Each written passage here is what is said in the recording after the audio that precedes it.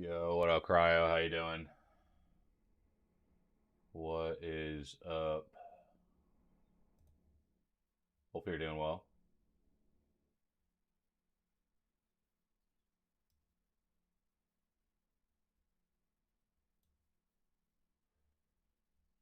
Name is? Keithan?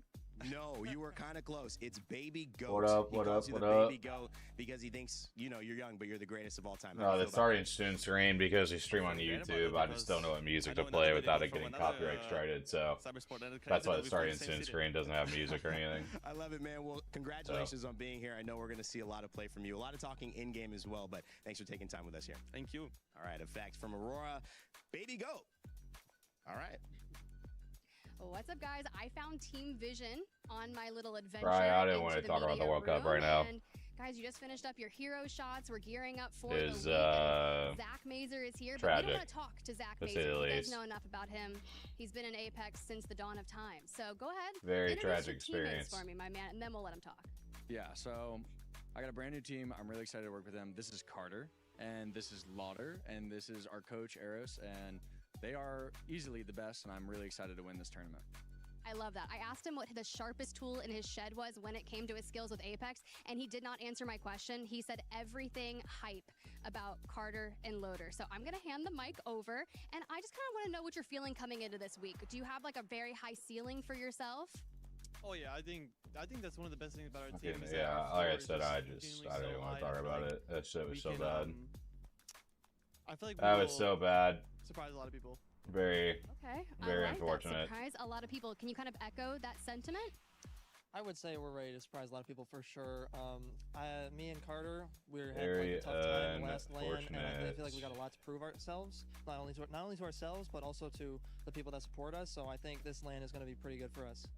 I like it. And Zach was telling me in particular that when you guys were like looking for teams and going Yeah, I through mean, it's tryouts, not you even initially about that, told him like, no, that you didn't if we would have wanna lost, play then the with game him. would have Kind of been, walk me through you some know, of we those played really tryouts. well.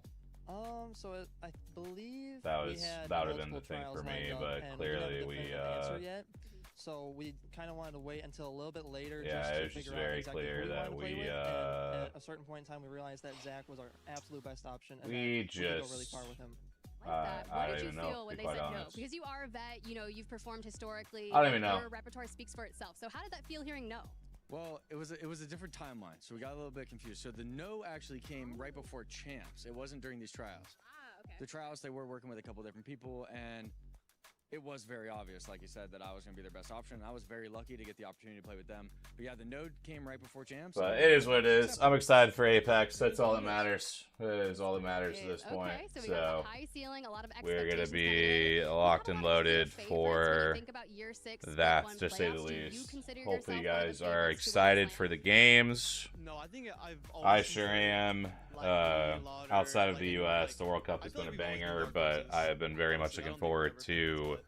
I feel like that's a good thing though. split one Do you think playoffs you have less pressure on yourself being for that quite dark some horse? time. So I'm very excited for Yes and no. what these next few I feel days like we- hold, because it is going to be an interesting one It's, to watch, to say the least. I feel like we just have a lot to prove.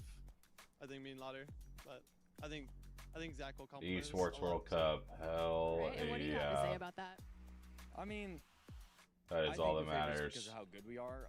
We are online, but so again, locked online is a in whole different story. It's a and whole ready different to environment, go. You know, there's a lot less pressure. You're in your But bedroom. I am very excited though. It's everything's going to be different. If we're talking about it's going to online, be a I would great say we're one. absolutely favorites. Like I said, I there's think a all of us lot would say that we underperformed this pro league, and I think we finished third. a lot to look forward A to. lot of small things like that. We had an amazing regional finals. Really, I think one of the We most had the most open points lands overall, finished second. And you know, we'll ever when have, that and ended, just in none of our terms of heads who were could too high. win, We were who's bummed playing out we well, couldn't who close may out. surprise. Yeah, So our it's expectations are really, really high. there is I a would probably say lot we're to be favorites, excited for but this there's a lot one, of pressure, like to you say the mentioned. least. Yeah, it's really tough. I was asking someone earlier, I was like, is it more difficult, do you think, to win your first title or defend it? And they had been a land. Do you guys think it's incredibly difficult just to get that first one out of the way? Yeah, I mean, the pressure of winning the first one is hard, but once you've done it before, you know you can do it again, right? And I'm there's excited to confidence see what these guys comes into do. I play. think Vision will be a fun one to watch. So, Hopefully they play well. Yeah. Okay. Now, one more question before I let y'all go. Definitely Being excited for here them. at EWC, it's in Paris. This is a very different environment than our typical ALGS lands, and you were kind of talking about that shift of land being you know, so different than playing in your bedroom. How are you feeling stepping onto that stage out there ready to compete? I'm ready to go. I could not be more comfortable after playing at a few lanes already. The first one definitely was something to get used to, but I've got the experience now, and I'm ready to go. Okay, so we're gonna see you guys on Final Sunday, ready to get crazy? Yeah. All right, let's do it, boys. Thank you for giving me the time. Of course, thank you so much. Shout out Tiff. Shout out the boys over at infiltrated the Vision. Media Lounge, and I just found the man, the myth, the legend, Sharky. Sharky, this is your favorite day, right? It's like kind of the calm before the storm, before we dive into groups. How are we feeling after those hero shots? I don't know. Who's winning right now? Are you just talking about the set feature? It's hard to put it, but I do enjoy it a little bit. It is a bit of kind of just messing around and. Also, don't you have a set to get ready for? Yeah, like you say, kind of before the storm. So it is enjoyable, but at the same time, I'm not exactly a big out there person. So Appreciate you being the street, but don't you got some games to get ready for? I mean, you just have to do it, and it's fun at the end of the day. You just have to lock it in. Your coach was out there talking about you guys individually look maxing, and I'm using all the we were talking about this set. He's like, oh god, I'm hyping it up. Let me see here. Tower, because this man doesn't use social media, right? I was like, you're posting. What does that tweet look like? What did I say? I think I said before, like, oh, just damn it's high or something. So did it, achieved it. He's like, I didn't even tweet when I won a championship. So I think Falcons come out pretty strong and take set one. I'm going to be worrying. I think they definitely really well and take set one. I'd sure hope so. I definitely don't come here to try and lose, so... Waiting for the shuttle, I have nothing to do all morning. Hey, fair enough. If you said anything else, like we can't be like. I guess there is quite a few hours of stages. No, we want to get time though, because yeah, you still got what, like four-ish hours at least before you're supposed to start. So you taking down how like some of these big heavy hitters. You're probably not really into too big of a rush. I don't know. It's kind of hard for me to put things into words until I've experienced it again. I mean, I've experienced it before, but doing it again, who knows? I've probably just happy is the best way to put it. Just excited. Yeah, since you've won a title, I feel like this is a good question for you. Then, do you think it's harder to get your first win? How you feel in the future? You guys ready to go? Easily harder to defend it. It's definitely a lot more difficult, especially nowadays where there's a lot more different styles. Like there's bans, new maps, everything's different now. It's a lot more difficult to be more consistent, so I would say it's definitely harder. I think so. Honestly, ALGS to me. Yeah, what up, Phantom? How we doing? I call it weird, but it's just because. Yes, LAN is here. LAN is here. We are locked. We are ready to go. So dang difficult. So, what are some of the things that you guys worked out, maybe in boot camp, could be a banger before coming into this? I think. I'm excited. Like I said, this LAN is gonna be so open, dude. I really have no clue how this is gonna play out. I really don't. I think we could definitely see some surprises. Might even just be in America's region takeover. I truly don't know. Like a lot of different stuff could happen because I feel like this LAN is gonna be so open. If you're not communicating those plans in game and changes that happen, I'm really excited though, because like I said, we usually don't get something like this. We usually have a pretty clear cut simple stuff like that. Favorite team heading in, and I feel like this is one of the few times that we haven't really had that. We obviously have a few teams that are on the, a few teams that are probably a little bit better of a spot than most, but I think that is actually like I said, I think it's so wide open for anybody to win this time around. We did just have a massive change right before this week, right? A couple like reworks and such. You guys already kind of ironed that out? But yeah, we'll have to see though. We hope so. To the best we of will our abilities. see. We do have a slightly more zone orientated and defensive play style, so we do play a little bit differently to other teams, but I think for the most part, with the way we want to play, we've got it sorted. Zeta win. Hey, we'll take a UCAF win if they're able to pull it out and land. That's for sure. Bye, y'all. That is for sure. Play is in our DNA. Whenever we let it out, it becomes our superpower. So you got taking the first set. Honestly, dude, I just feel like. So hear me out on this one. I just think that they have been so weirdly like average this time around. Falcons just gonna come out and swing for the fences and go crazy set one. I'm gonna be completely wrong in that. That's just how I kind of feel. But I mean, there's a lot. I mean, like I said, there's a ton of different teams that could easily take this one. So. No clear city grid. I gotta look for more signs.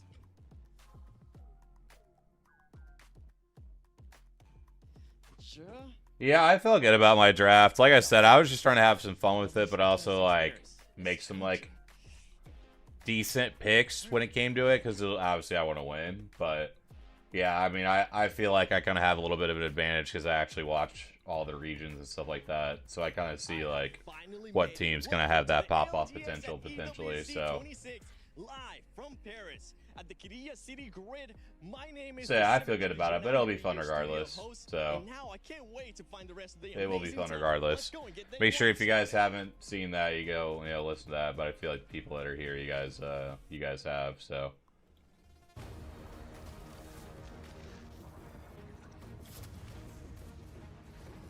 Hey, I am all for the crazy story of Dory winning land. It would not surprise me in the slightest if that's how it worked.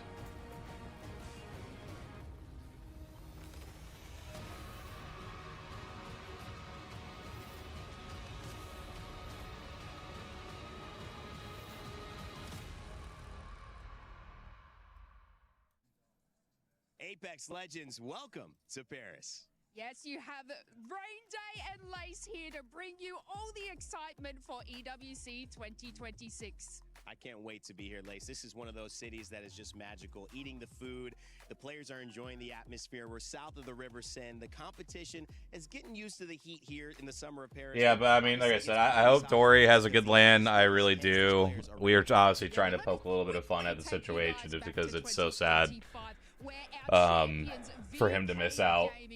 But I do hope they go crazy, because that'd be a ton of fun to see Dory absolutely pop off. Just sucks to see the hard work they put in and they don't get to play with their IGL. So hopefully they can turn that into some motivation. They play well for sure. $2 million from Rain Day's wallet. I didn't know that part.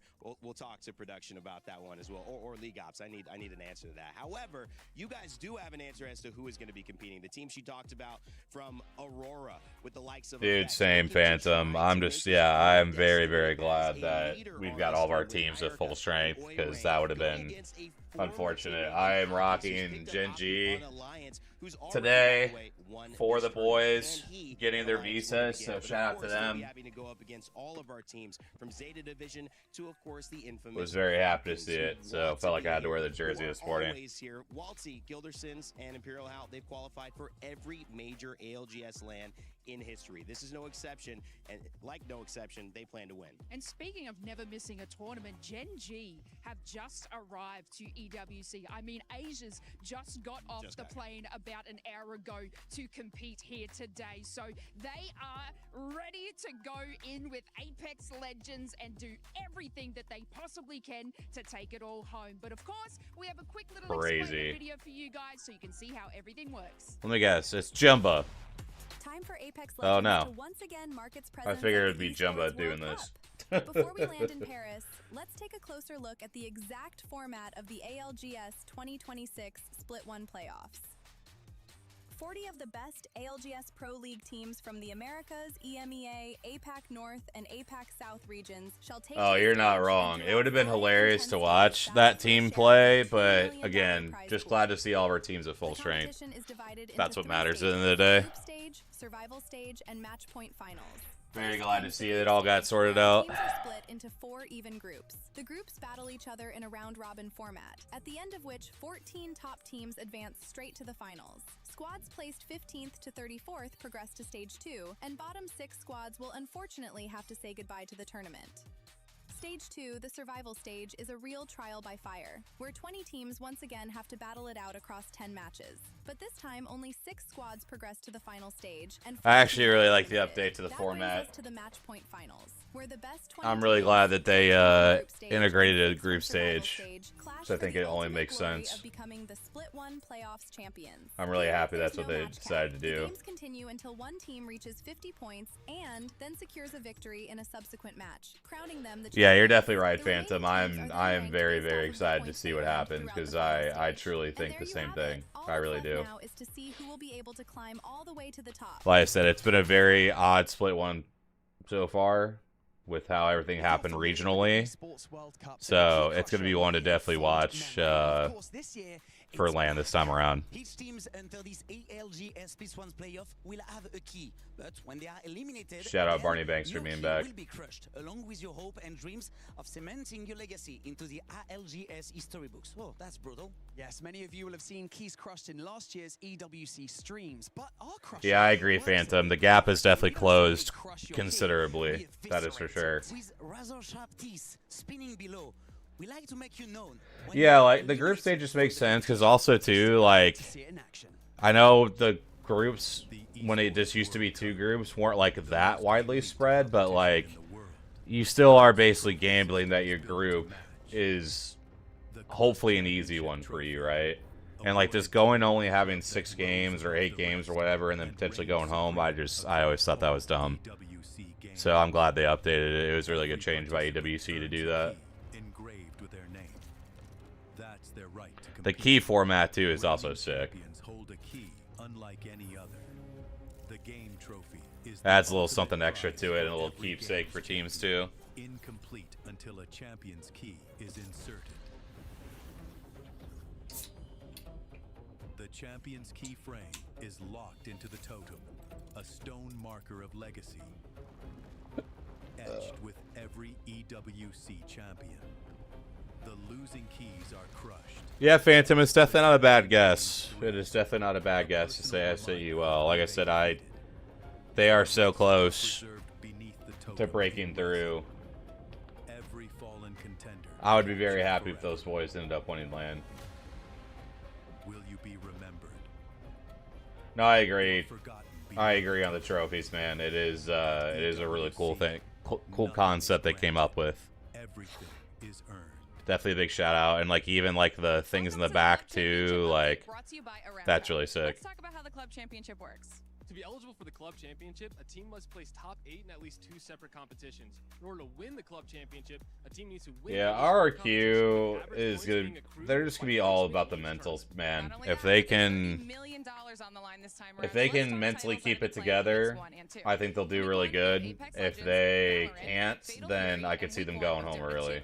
In week 2, we have League of Legends, Free Fire, MLBB, MWI, and week 2 of Dota 2, with many more titles to come. If E36 pulls off a LAN win and Obley gets his second, I mean, what a story that would be for him winning a LAN to then falling out to then coming back. Yeah, that'd be insane to see Obley win. After 7 weeks of fierce competition, Team Falcons ended with 50. We don't talk about that, Phantom. Across 22 different titles, and this ended up with top finishes in Overwatch 2.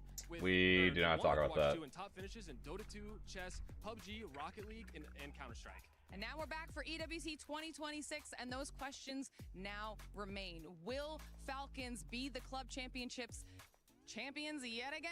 Or will those top teams find themselves in a top spot one more time? Or will a new team make their mark in the history books of EWC? I'm pinning that. We'll find out over the next 7 weeks. There you go. For now, Apex Legends is about to kick off, and VK Gaming, the reigning champs showing up with the same roster, are back. But we have some big powerhouses in the lobby as well, ready to claim that title. So the real question is, Eric, are you ready? It'd be a weird one, right, Phantom? Because like you go from like, obviously they win a LAN, but then he doesn't even like qualify for some LANs in the middle. Yeah, it's been an experience to be honest. I've been sick, but it's been good. But then he also wins the second one. Like it'd be such an interesting conversation to have. I can imagine the shoulders just don't fit next to 2 people.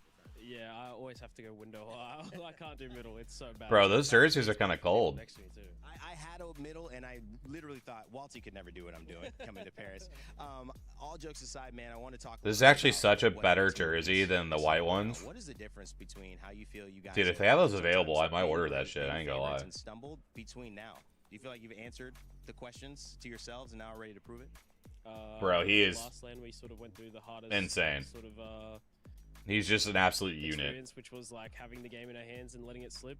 And then we've gone through a pretty like 100%. I think it's so much better than the white one. We've gone through all the lows, and I think now is just like the time for the highs. I think we've experienced like you know, what we shouldn't have done in game Yeah, he 7 probably last season. could. I think we've learned from it, and I think we're good to go. How have you grown as a Probably player? bench your Because house you and his came right as the arm star and of my your team. house You and came his as a left guy arm. representing Team Burger as somebody who people said this is Waltzy's team. Now you're a part of, admittedly, a bigger organization, a bigger team. You've got Imperial. Yeah, I might end up People getting that say one. that's his team, No you're a lie. part of it. How have you learned to grow as a player to adapt and fit into that style so you guys can win?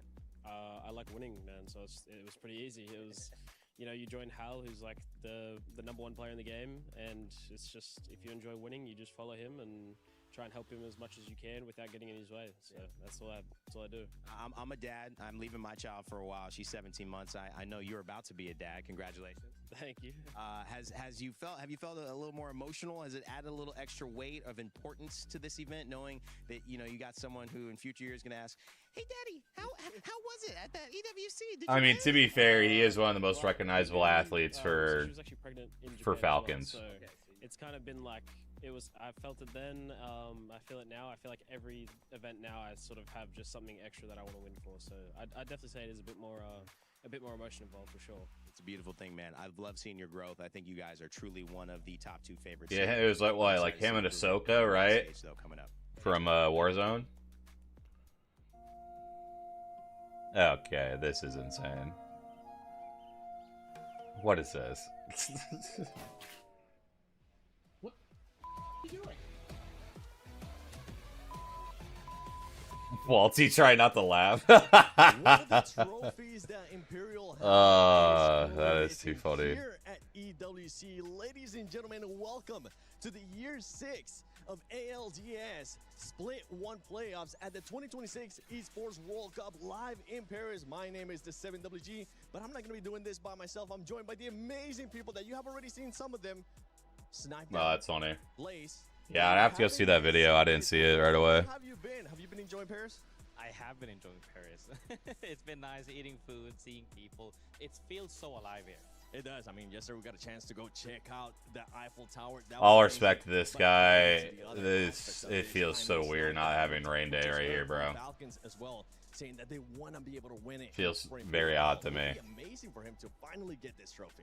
Yeah, I think that's going to be one of the biggest storylines to follow because they've been so close so many times and always ending near that top. It's just really getting through that ladder. And, we heard Walty in that Game 7. They've been through the ups. They've seen the downs. So now it's just putting that together. It wouldn't have surprised me, honestly. Who knows? And it is going to be the first time for Imperial Hal that he's going to be playing at EWC. Would not have surprised me, to say the least. How do you think that's going to be able to affect him, even though he has already played tournaments without him? I don't think it's going to affect him much. Have you seen the replacement? Guild, exceptional. What I was saying the other day is I feel like, Waltzy's quite calm, but Guild's kind of like the calm in between those two. So he's like the peacemaker of the group. And yeah, I don't think that's any sort of downfall for the Falcons at all, having, one out and Guild in. Well, Falcons is looking to add another star there to their jersey, being able to become those club championships once again. Now, from all that, we're talking about all these squads. We'll be talking a lot more, too, in regards to all the squads that are going to be favorites to win it. But I want to check out that map rotation because we are going to be having Group A and Group B playing in the first 6 games. And you can see right there, we're going to have the first 3 is going to be none other than E-District.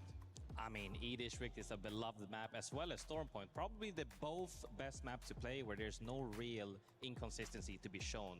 Both maps are so it's really tough to tell because, like, obviously we'll see the CRT stuff, how that plays out. I think Rock could obviously change. We could see potentially Godlike change. For the teams that miss LAN, for the teams that are at LAN, I think it's just so much about the results. Like, I think Sacred will be a name that people potentially look at. If SR has a bad LAN or Falcons, I mean, I don't think Falcons will change, but, like, let's say it goes really bad, like, do they potentially look at something? I said, I don't really see anything for, like, them. Even if it does go bad, but I feel like y'all came prepared, and I'm like, I drew a pig. I'm so ready for it's a nice draw. But yeah, I don't really. It's like hard to tell right now. Anyway, don't judge me for my notes, guys. Love our doodles. Now, one team that is going to definitely be we're going to be keeping an eye Yeah, I on mean, Falcons is just, it's just going to be Walty taking a break. Yeah, I mean, Zeta Division, they absolutely dominated their region. It really wasn't even close. And, we have Yuka, Mike, and Satuki, and this team They had 3 first place finishes in back-to-back weeks in Pro League. And not only that, this is going to be Yuka's first event, not on Fnatic, so it's going to be very interesting to follow that story. I mean, unless Nip literally finishes 40th and one of them gets poached by like a huge name, I don't see it. I don't see why NIP would make a change, to be quite honest. In the Pro League weeks, you're not matched against everyone. You have a lot of people in a pool. When they went into these international scrims, It wouldn't make sense for me, but like I said, Apex is a weird system, so you never know. Is their aggression and their You never know. dominate and are more individually talented than what their competition is. When they put that up against, the North American powerhouses or the Apex South, whatever it might be, that aggression doesn't work as well because you have other teams playing Edge who are just as strong as they are, and that same style might not work. So it'll be very interesting to see how they adapt going into these future matches in this tournament, and we'll see round by round if they can, adapt and continue that dominance. But no, I think NIP would stay together. I think Falcons would stay together. I think Liquid would stay together. But obviously, if Liquid crashes out, maybe they'd make a change. But who knows? I mean, for everybody at home that knows me, I always talk about being consistent. See, I just don't think Cole would want to play with Zero, to be quite honest. I could see him play with Hal, because like him and Hal like have a pretty good friendship outside the game. I haven't seen that same thing with Zero. And then Zero's like IGLing. I just don't think would fit with how Cole like wants to be IGL'd. But you never know. You never know. Liquid Alienware also is a really good org to play for. But so is NIP. So like I said, I don't see it. Like I think Cole would probably really only leave to go play with Hal if for some reason the opportunity opened up. But I don't think it will. Or maybe there's like an SR conversation where he goes to play with like Koi or like Zainu or something. But like I said, I don't see him wanting to leave Vayne. I mean, he literally lives in Vayne. Like, I just don't see it. You don't want to be in the bottom 6 because after the group stage, you're just going to be going home. But quick little touch-up, actually. I want to talk about Gen G. You got a chance to talk about it earlier, but I know you want to deep dive. I hate watching any team. Nah. I absolutely adore this team. Okay, I'm not going to give you the only people I'd be hate watching is just because I want to win the drafts. That's about it. But no, I don't really have anybody I'm like hate watching at all. I'm just excited to see how things play out, man. I'm just excited to see how the whole tournament goes. It's gonna be a fun one to watch. I don't know. I do want to see that, but look, Gen G, Ziki, Aegis, Dexter, one of the longest standing teams that have collectively played together. Like, they have not swapped in or out different players over the time that I have been watching. Hate watching is so fun. Well, you gotta realize my position, Phantom. you gotta realize my position in all of this. Can't really be hate watching too much if we want interviews. So. Plus, look, I'm not gonna like rile some feathers just a little bit, but that kind of. I mean, we're talking about World Cup hate watching. I mean, that's a whole different story. But Apex hate watching, I don't really have that too much. So. Talk about all of this. Those have been your PS5 stories of the day. And for everybody currently watching at home, make sure you guys go to the EWC website, go to the EWC app, give us some of your predictions, and on social media, let us know some hot takes. Send us some memes because we might end up showing some of your stuff here on this broadcast. We're not shocked me to say the least that Wyatt put something and they actually put it on screen. It would not surprise me in the slightest. You wanted to say? I mean, the moment she said Roller versus MK, I'm already getting passionate. I'm getting hot about it, But we have to outside at 3 p.m. Yeah, I mean, outside at 3 p.m. No, I'm really hyped to see because we've always had this debate, why have so many people been swapping over inputs for a reason probably, but we keep seeing these shining stars right there. Asia as an example, no name as well in it. I just don't understand why this input thing is always talked about. Like it's well proven by now that both MK and controller work in Apex. I hope it really does. Well, No Name coming in as the MVP from his region. One team, you know what? Let's switch it up. Let's stop talking about favorites. Earlier, we got a chance to just brush up really briefly on Falcons, but I know one team that you want to talk about, Snipe Down. It's none other than Shopify Rebellion. Yeah, I've talked about this team. How have we not talked about NIP yet? Of just their playstyle has been really fun to watch. They went from a kill-heavy team, and even talking to Hal in the past, it was just a bunch of guys. I mean, that's fair. Those Apex pod guys are idiots, so I would hate to watch them too. Come together. They had 2 really rough weeks at the start of Pro League. Especially that Don guy acts like he knows what he's talking about when he does guides and stuff. For the remainder of 4 weeks and finals was 4th. So going that far, not only that, they were 3rd overall in kills, 3rd overall in damage differential as teams, but the biggest thing that I noticed, number 1 in overall placement, all of North America teams, which is not what you would expect out of the Shopify team, which is kill heavy. So I think that's going to be the biggest difference. It seems like, you know, Zainu's got the IG. Wonder where you got those stats from. More comfortable, more trust within that team, because you never know after their poor performance at the last event. You know, sometimes teams, you know, they lose that faith, they lose that confidence. They did not. I wonder where he got those stats from. He takes that, he learns, and he comes out stronger. So I'm be very interested to follow that storyline at this event. Let's switch a little bit, all right? Favorites. Earlier we were talking about underdogs. Rest are full of it. There was one team that came to mind for you, Grace. I mean, you know, if you're talking about, well, it's definitely not me. I don't know what I'm talking about. You kind of have to go with the boys from EMEA. You know, I'm talking about none less than who exactly am I talking about? Oh, don't worry, I got you. Here, let me see real quick. Do you want my notes? Yeah, give me your notes. It's none other than oh yeah, Doodleball. Don't worry, we forgot. we left our notes back there. We're just gonna have to draw some more pics all over around. But you know what? We'll come back to that one because one team that definitely we want to touch up, and you kind of touch up on already, is No Name with Wolves. This is another team that can be favorites. Where I was actually at. How have they not brought up Ninjas in Pajamas yet? Like, hello? They're basically the #1 team heading into this land. Being able to be one of those teams that gets that match point. Yeah, well, look, all these sports, they've been like strong and heavy hitters, and yes, we were talking about No Name, and you know we want to see. Oh yeah, But this is someone that's so consistent that has just been working incredibly. I was very happy that we were able to get Onset and Greek on. I think that's something we're gonna try to do with those groups things moving forward. When we look at like Apex South and those sorts of stuff, it is just to like, it is change things up for those like group previews. We wanted to get more people. Like we were gonna try to get like Bravo.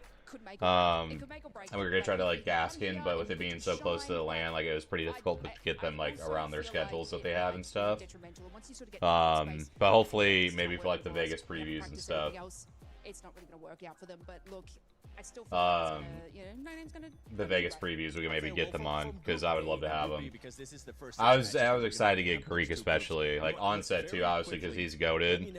But like I knew like the schedule that Greek was gonna have with like the B stream.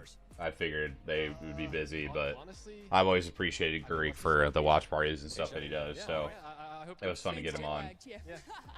But again, it was also good to get Onset on too because he was out of the country and still made it work. So I think Prestis probably, yeah. Okay. Yeah, probably Prestis, yeah. I was happy. I'm an Aces fan. I'm sorry, like I'm a little fangirl. Like that, he's just incredible to watch. I'm just very, very happy to get both. And obviously, big shout out to Jay too. Like I'm excited Jay was able to hop on, but that one's always a little bit easier. I think we are ready for the starting ceremony, so let's send it over to none other than Barney and Ludi. All right, here we go.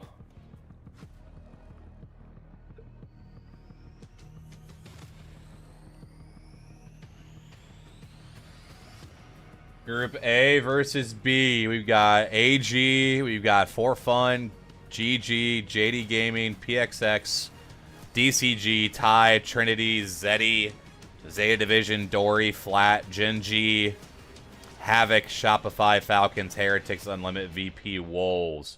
Absolute banger of a group to start with. Let's see this opening ceremony, though, and see if it's a banger.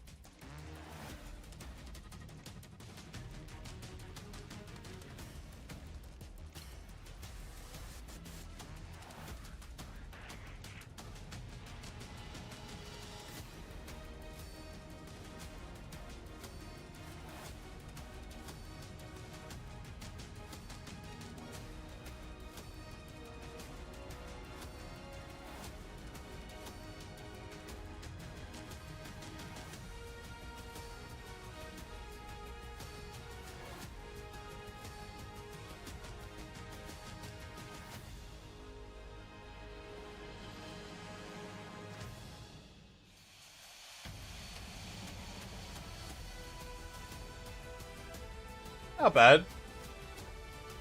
I always appreciate the effort, honestly. And plus to do all those tricks and stuff live, I mean, shout out to those guys, because that'd be... Something's broken if I even remotely attempt to run out that way, man. I'll take it. Bienvenue à l'eSport World Cup. Bienvenue au playoff du Split 1 des ALGS. Ladies and gentlemen, you have now arrived at the very beginning of the most epic journey in esports. Pendant 5 jours de compétition, des joueurs venus du monde entier vont s'affronter sur cette scène. Dans leur région, ils sont les meilleurs. Mais seront-ils capables de prouver qu'ils sont les meilleurs au monde?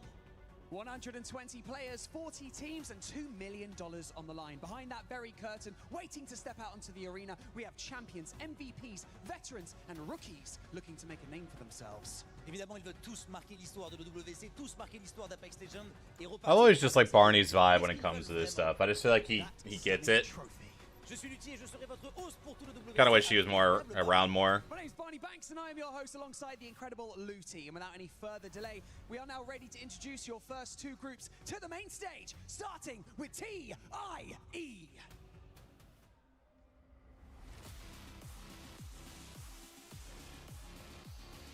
TIE Esports, the 20th place team out of APAC North, qualifying for EWC. Pretty insane. Flat, just, you know, happy to be here. Respectfully.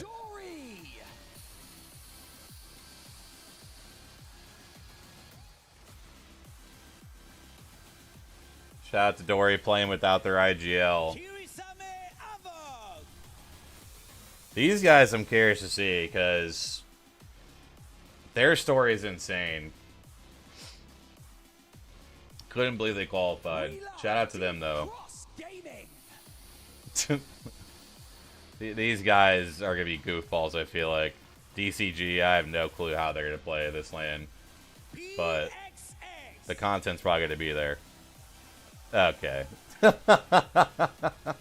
Okay.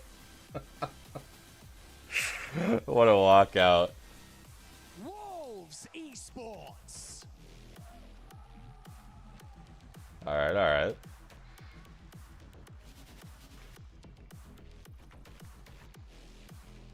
Team Heretics.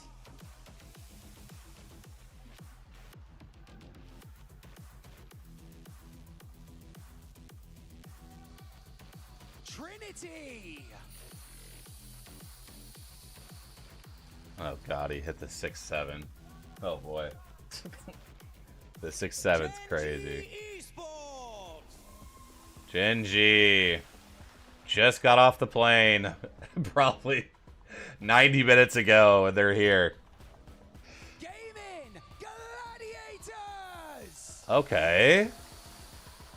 See, if that logo wasn't there on the stomach, I feel like those jerseys could go hard.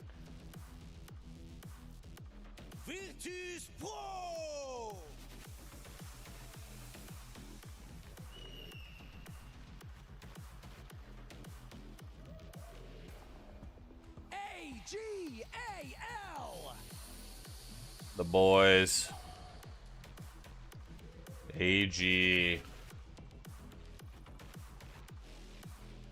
Forfern Esports. Shout out Pandas.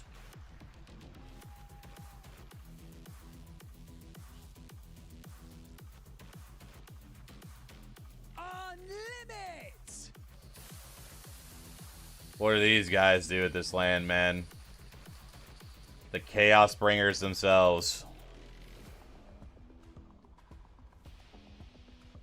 Wonder what they're gonna do for Falcons this time around, because they had a whole thing when they were in Saudi.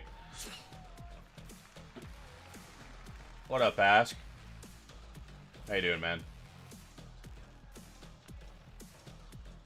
You working this week, Bask?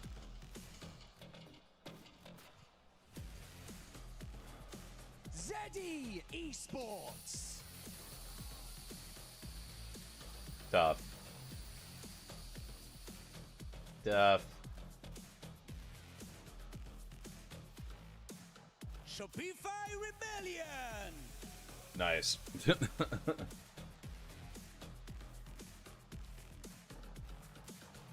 Yeah, it'll be right in the middle of the day for you for these sets. JD Gaming.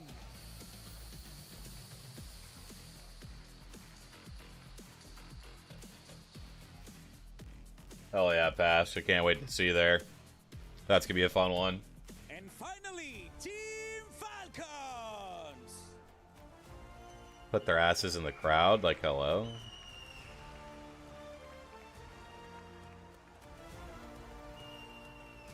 I do wonder what it would have looked like if they were still in Saudi. This is where heroes are created, where moments are forged, and where the next generation are inspired. And so, ladies and gentlemen, coming to you live from the Qiddiya City Grid in the Port de Versailles, in the heart of Paris. Welcome to the ALGS Split 1 Playoffs. Paris, nous y sommes. Voici le tout premier événement majeur d'Apex Legends en France. Bienvenue à l'EWC. Bienvenue aux playoffs des ALGS. Yeah, I saw he had they had tagged us because he was watching episodes of the Apex Pod on the plane there. Shout out to him though, man. Glad to see his YouTube channel is finally starting to get some viewership. I'm happy for him. Oh, they're coming to Vegas too? Hell yeah. I didn't know that. You'd love to hear it. That'll be good to hopefully meet them. There's gonna be a ton of people I'll get to meet in Vegas, which should be really nice.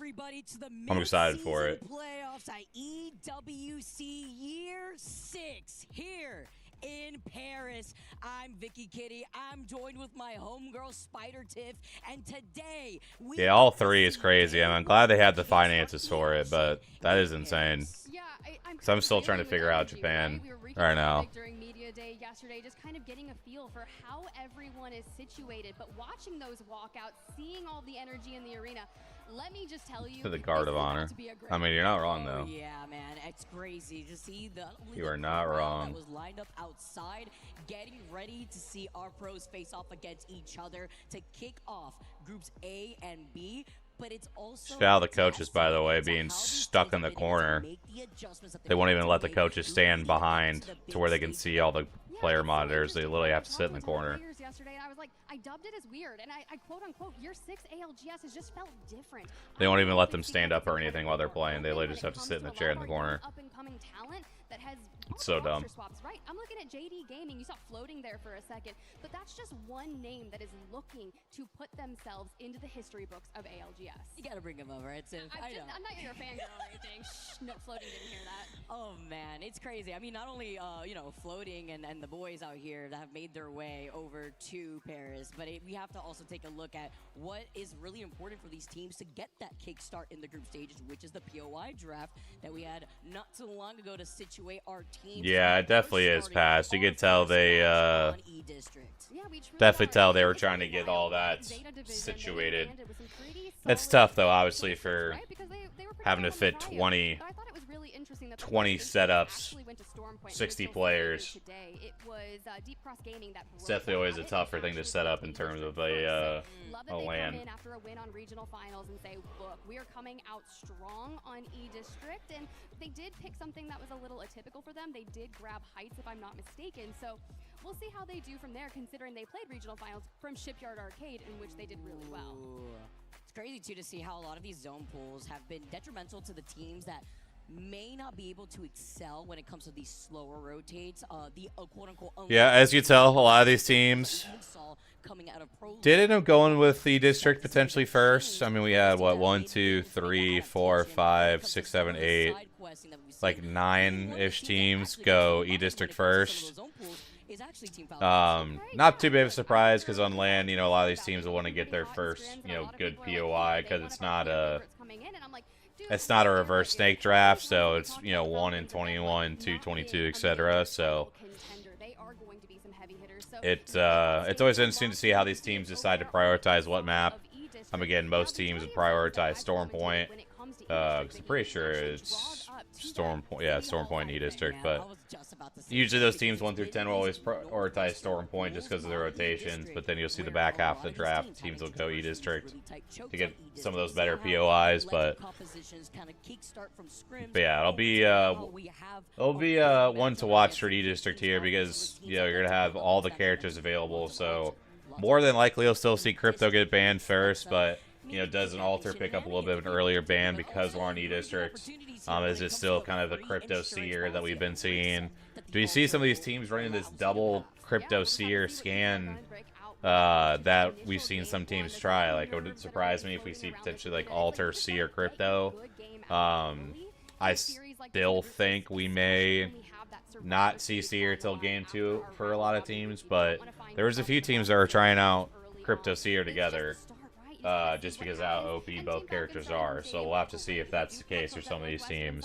I still think we'll see some of those, like, controller legends potentially, or like a Maggie or something like that, but you never know. We have to see how a lot of these teams decide to start off this tournament and kind of set the pace for how the bans are going to go. So because they do a ton of research and talk about all of the groups and their predictions. We won't talk about their predictions. Sorry, Wyatt, my guy. Sometimes they're bad. Shout out Tiff. In particular, he used to be that IGL on a former team, right? Shout out Tiff. And he always a fragger with a hitting the Apex pod plug and absolutely shitting on Wyatt to start with. Experience, right? You have all these years of Pro League under your belt. Now you bring in the crazy left field hitter that is floating. We got to see so much. That is hysterical. Coming out of the ALGS Open, which is such a lovely story. I always like to highlight this because for those of you guys watching at home, that is a great example in following a player's journey into being able to make it pro, to make that climb and find that bridge between what you find yourself in your own grind into Pro League to be alongside these legends on the stage. Yeah, I mean, that's a great point, Vicky. I mean, I was born and raised in the Challenger Circuit era, commentating down there, preseason qualifiers, all of the goods. But to get to these level of stages years later, I mean, most of our younger players have been dreaming of watching and playing along legends like how? It's gonna be tough, especially when you look back at Team Falcons and how they backstage stuff. Performance within scrims. And you know me, Tiff. I don't know. Anyway, a grain of salt here, but I wonder if this would be like when you cut it in half. It's like right? When basically it comes the to same digging into the action, I get to hear the family, the players that are in the crowd, giving them their energy. Something else as the days progress. Everybody, the French crowd is honestly. Sorry, you'll hear Jay stream for a second. The energy when it comes to competing in a French environment here, man. They bring the loudness like no other. I feel, but with all of our legends here to go, getting a nice little look at the crowd here themselves. But it's going to be exciting, right? You know, being able to see a lot of these players that were able to fly in early. Some players that flew in just a few hours ago. Hey, they were hyping up Gen G on the desk early on. You mentioned a few hours ago. I think I saw a tweet for like literally 3 hours ago. They were still in the car. I slept 2 hours. Let's do it. Shout out Tiff. Absolutely love Tiff. I had to go drop into Jay's stream real quick too. Say what's up. As we look a brief moment there at Shopify Rebellion.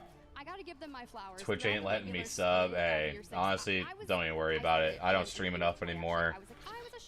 I'm always streaming stuff for LAN if I don't go in Pro League, so I appreciate the love, but don't feel any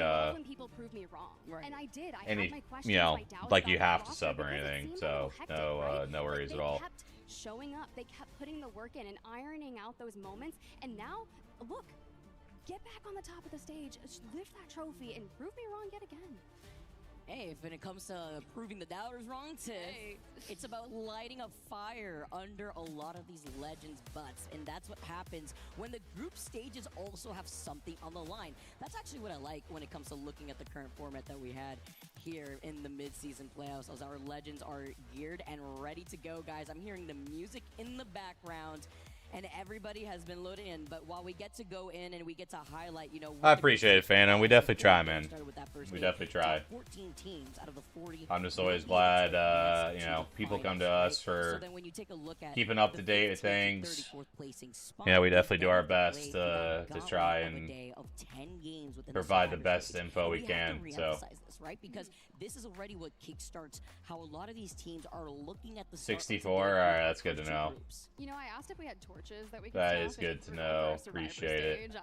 I can put on my best Jeff Probst if we Yeah, I'll just probably look to order it in a week or two. torch yourself. Not really worried about it right now because obviously it's not going to get here till after land's over anyway. But I've seen that jerseys. Yeah. On day one, as we get ready to drop into Group Maybe if we ever get Wyatt in here at some point, we can go through some of these jerseys. We mentioned Shopify Rebellion, but there's just so many other teams that we really love to highlight. And when we spoke about Gaming Gladiators, that's when the crowd started lighting up. They have a ton of family out here, and you think back to, do you remember the team Ascend that took second place to TSM back in the day? You know, Lufka was on that roster, right? And now Lufka here on Gaming Gladiators, ready to lock it in. They've been kind of up there in the upper echelon, but haven't necessarily closed it out, right? But this could be a title contending team this week. It's great to be able to hear the amazing support in the crowd here when you mentioned Gaming Gladiators. But, you know, a big matchup that I also have my eyes on is going to be Falcons versus Zeta Division. That's definitely something when it comes to how some of these rotates, or will we have those city halls? Y'all got any top threes for how do you think this first set's to go? I think Falcons will do well. I think Zeta will come out hot. And I'm gonna go ahead and say JD Gaming keeps it going. Wolves wouldn't surprise me. Unlimit wouldn't really surprise me if they start going crazy towards the end of the set. SR will be an interesting one to watch. So a lot of interesting storylines for this first set for sure. He looks so locked and loaded. They're ready. Girl, it's crazy. I'm ready. I'm ready when it comes to talking about stories. We talk about all these high echelon teams, but then specifically Ty, who was able to make their way into this land. They were originally placed 20th. And being able to come out of the LCQ to actually qualify into something like this in the regional finals is just so beautiful to see, as a lot of our teams are just getting ready and waiting to load into our first game of the day. Yeah, multiple 20th place teams somehow qualifying for LAN is insane. They were feeling really good about themselves.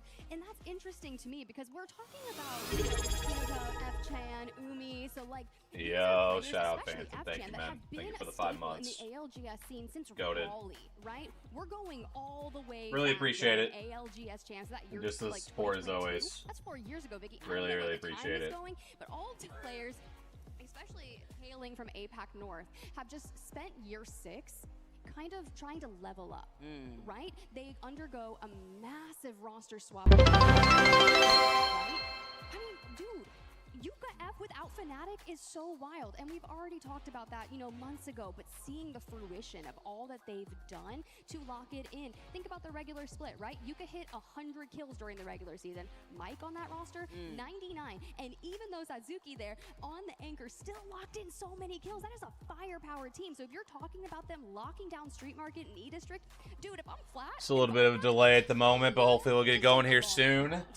And it depends on, you know, how that zone pool is going to influence a lot. Day one, so you know, might be some kinks to work out, but you know, hopefully won't be anything anything too crazy here. Games on E-District, and as you guys know, we're just waiting for our legends to lock in here, guys. But while we get set up, I'm hearing that we got some content here on the horizon before we get started for our very first game. It's here! Well, that's never good that there's a break.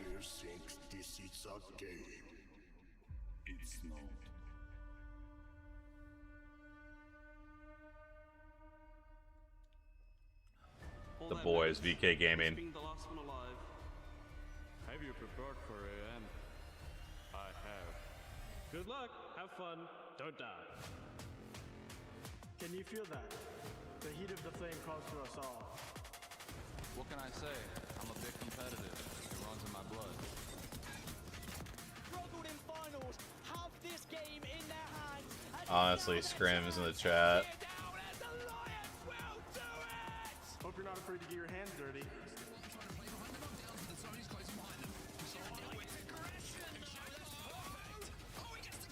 Yes, we are so good, and I am especially really good.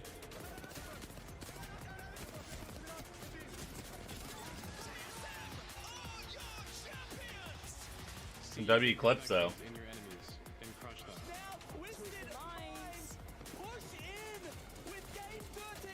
Such a crazy moment, dude.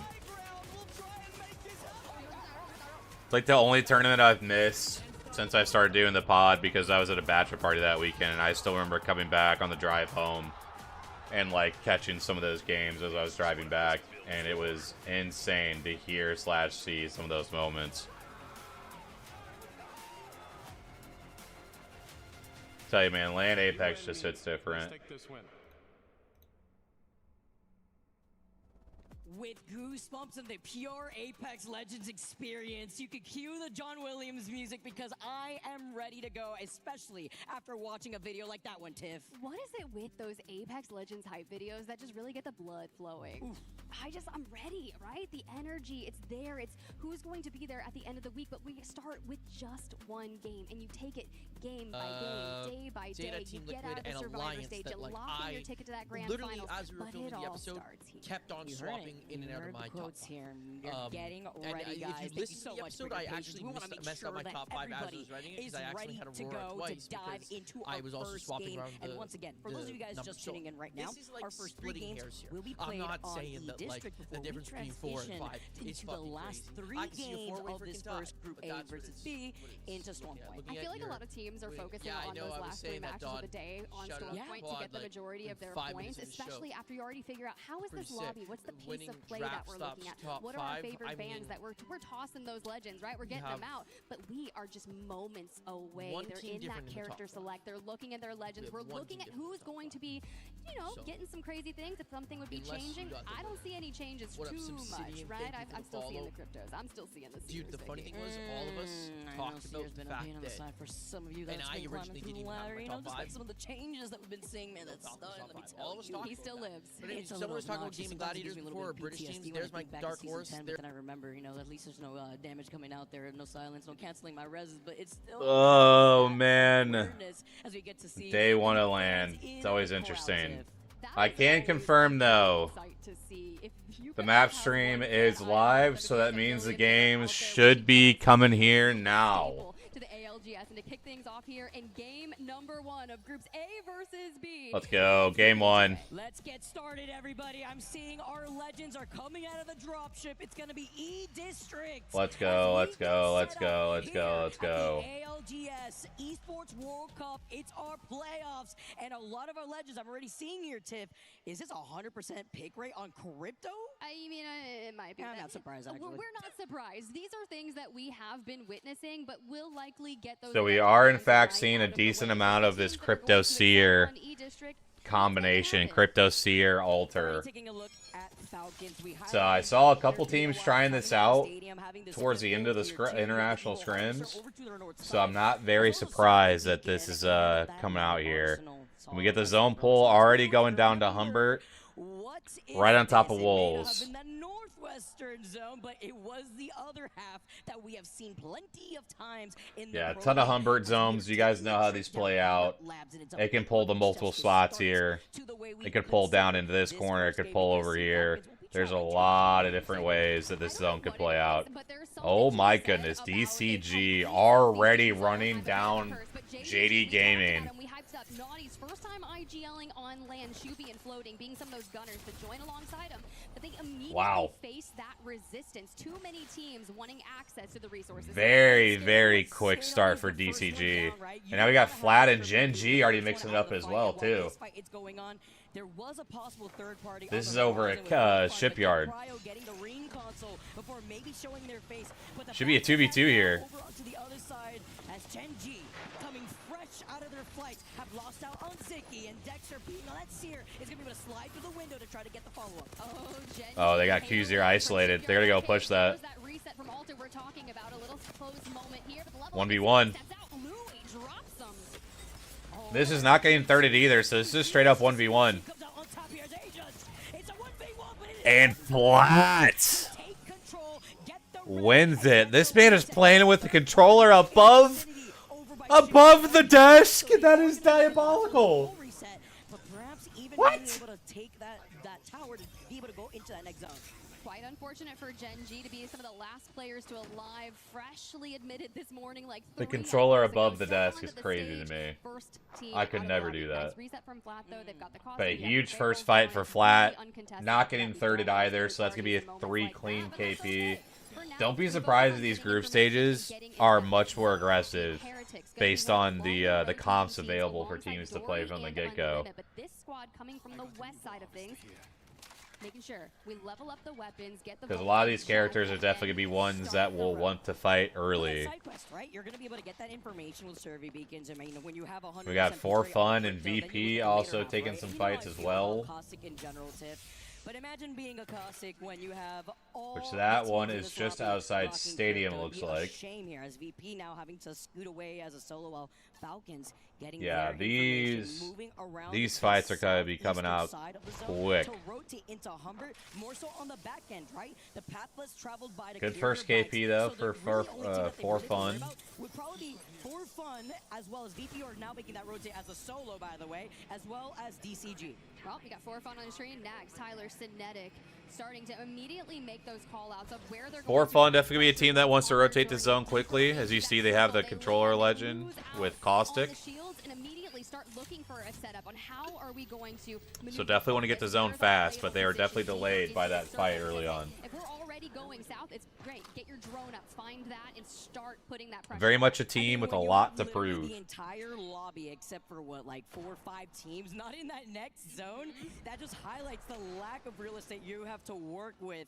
Even though you have a lot of these buildings to coexist in, but it's going to be Humbert nonetheless, and it can be scary depending on where that zone ends up pulling. Will it be on the outskirts of Old Town, you know, where Flat is actually trying to rotate through to clear their backs on the southern side, and Dory already getting that scan, already getting that information to see where a lot of these teams are maybe blocking their position into this rotation. They called out JD Gaming. They got the VP in a ton of trouble here.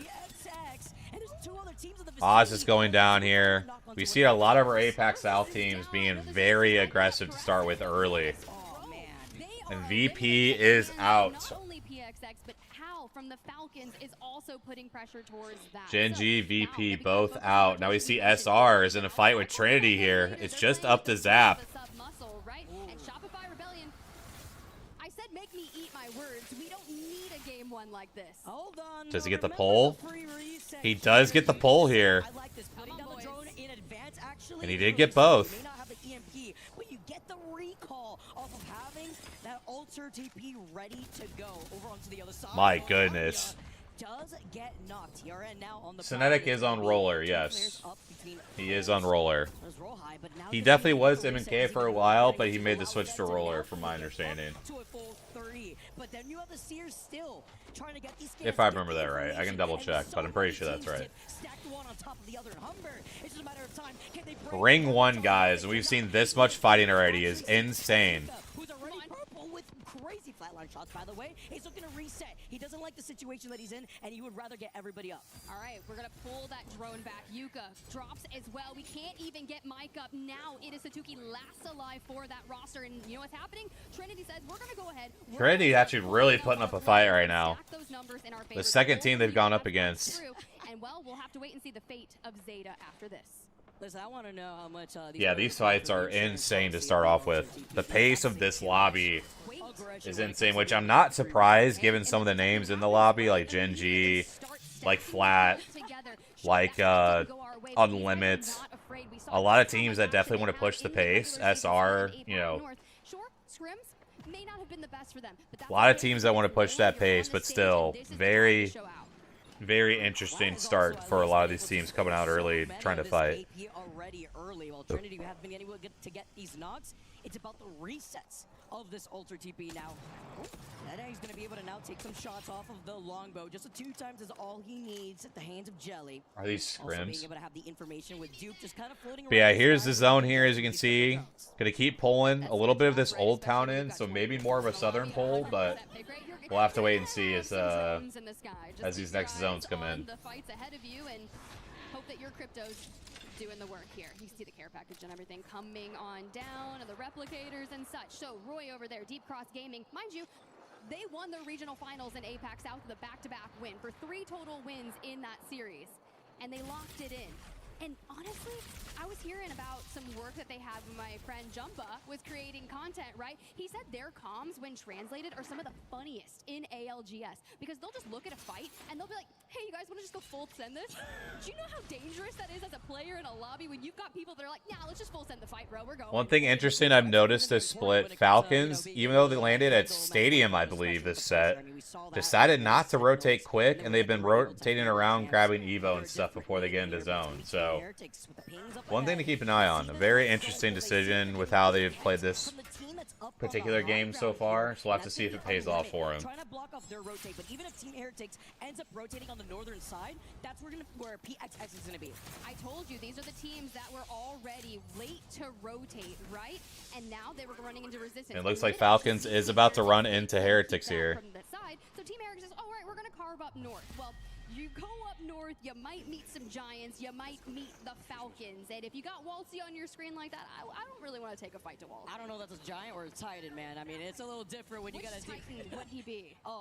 He'd be, I feel like he'd be like probably the Armor Titan. That's the vibes I get, honestly. And I mean, when you're dealing with that, W Attack on Titans reference. Falcons who are looking to rotate outside Love to see it. Energy Bank, they don't like how congested it's looking coming up from this rotate. They do have the option in some time to take a roundabout rotate, go on from the bottom right side of Energy Bank, and maybe see... Yeah, the only thing I worry about Falcons is playing this edge like this, having to run into some of these teams that are a lot more aggressive than what Falcons are going to play. Obviously, Falcons are a really good fighting team, but I definitely know Hal wants to find his moment to really get into zone. And not have to necessarily take a bad fight, especially with 18 squads up. So we'll have to see how Falcons decide to play this one out. So they're going to have sights on that. It will be difficult to get if you do choose to rotate through that area. But for now, it's almost like as if you're not. After a pretty frenetic pace to start with, teams really slowing it down here after finding a lot of their spots where they wanted to play for these first couple rings. So let's see how this next zone ends up pulling here. So they want to be able to play objective. They took a roundabout rotate instead on the outskirts of Stadium instead of immediately holding down that southern right side choke where for fun are actually situated in. Depending on how they get to clear this north side, I do like this idea. Remember, it's just game number 1 while Falcons get to plan ahead. And of course, with Alter being in these compositions, imagine the little cheeky angles you could take through the walls to be able to get a... And there's our zone pull. It's going to be more towards the east side of Humbert here. Make sure that you grab some of those gold bins. You get those power-ups. We talked about big fight here for Dory, DCG. It's going to be the first team down of this member. A rogue nade from Dory. These are the squads that are kind of consistently butting heads up on that northern side of the next. And with Dory trying to at least look ahead. Yeah, so it's at my channel. It's DK Don _. So if you wanted to be on Twitch, that is where you can find us. Is DK Don _ if you prefer to watch on Twitch. Rounding behind Dory, so that fight that we just saw currently as Dory are going to be able to heal up safely. Shinji throwing game 1 so Asian gets some sleep. Honestly though, could be the strat. Could be the strat. They see that next zone pool are going to take that roundabout rotate, perhaps behind JD Gaming, or if the timing serves, behind Zedai and Dory to clear that northern side. But it's a lot of a riskier chance. Falcons playing a very interesting map here. Gonna decide to late rotate around. To collapse and draw them in, you might get stuck having to carve through that choke point into the middle straight. And DCG going down here. Hey Soul, appreciate the follow. Hope you're doing well. Potential for that third party. I can imagine that Katsu King there is going to look for some early openings. Hope you're doing well. At this point, if you're Zeta and Unlimit. Big fight here between two of our APAC North powerhouses.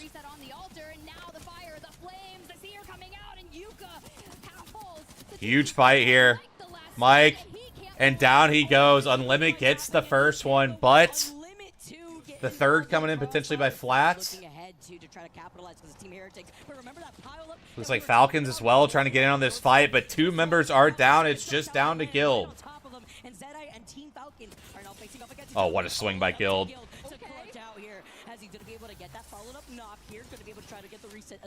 See if he can get this reset, though, for the boys over at Falcons. He might just get away with this here.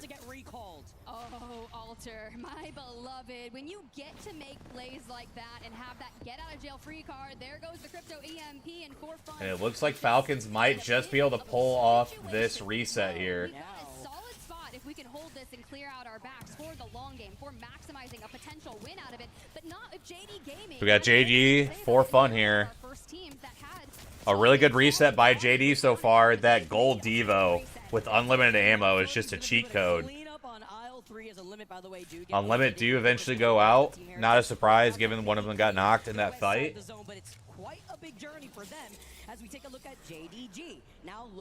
Falcons need to stay. Hey, they at least got the reset, it looks like, for now. Only bad part is that they're going to have a very tough rotate trying to get in here. They should right now have an isolated fight between Zeddy, but after that, we'll have to see. Unless they decide to rotate away, which looks like they might be. And just kind of stick to what they know. Alliance is not playing this set. They'll play the set after this.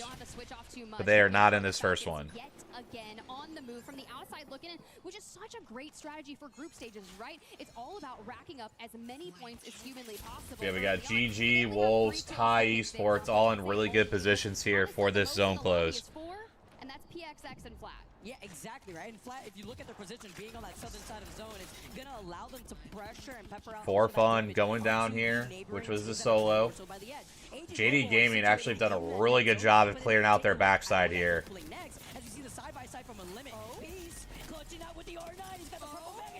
Yeah, what a crazy fight to see in the first game, Zeta versus Unlimit. We will definitely probably see that at least one more time in this set. To play by the fence on a beautiful kidnap, by the way, that we were talking about earlier when it comes to the altar. Yeah, that was a dirty replay right there, Vicky. I'm not gonna lie; those are things that I will never get enough of. With the so many crypto EMPs coming out here. And now a Skynade to hopefully put that. They got double crypto EMP'd. Oh my gosh, bro. Falcons are so unlucky there. They got crypto EMP'd by multiple teams in that situation. The only reason why they were half shield there. It's a tough one for Falcons as they go out. Esports is a huge pile up here, and guess what team is uncontested in this next zone? Gaming Gladiators. I mean, crazy. Yeah, Heretics really, really interesting decision on that one, to say the least. Because that play was getting them killed regardless. And hey, if we're gonna have some success this early on, that momentum will carry you through the week. Oh my God, Zainu. 5 HP. Drop in the barrels, and hey, we're just gonna hide in here. No one look over. It's all good. It's all good. Mind your business, Zainu says. If you see me, no, you don't. Look away. Lone little Cossack. It's like hiding behind that one little tree, a slim tree, hoping nobody sees you. But you know what? You're keeping the dream alive here for our teams left in this lobby. That next zone is going to be a bloodbath for the teams that have yet to pop. So we'll see here. I believe it's about 10 squads left. That's right directly in the middle when you go 11 squads left, excuse me. Labs. Taking a look at the teams that are just trying to reset here, Yan specifically. He's putting that down to get information, by the way, just in case, because they're trying to kidnap him on the other side of the Moby. Hey, that's kind of rude, I'm not gonna lie. You see AG Global's really moved to this zone sort of play style instead of being aggressive on edge. In a really good position here for this next zone. Wow, he actually got the respawn off. This rotate's going to be next to impossible, but we'll see what Heretics can pull off here.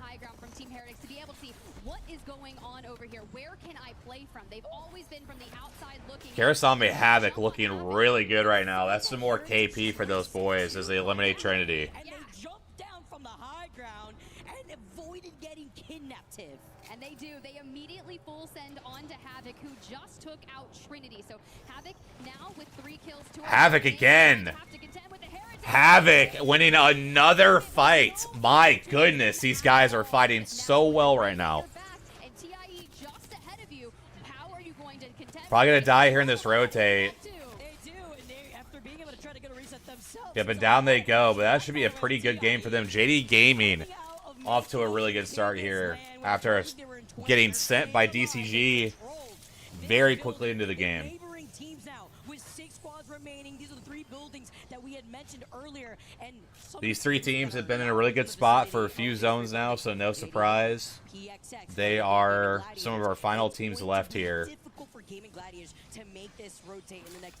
But JD Gaming has had their back cleared out on this eastern side of the zone for basically since Zone 3, so does JD Gaming potentially pull this off?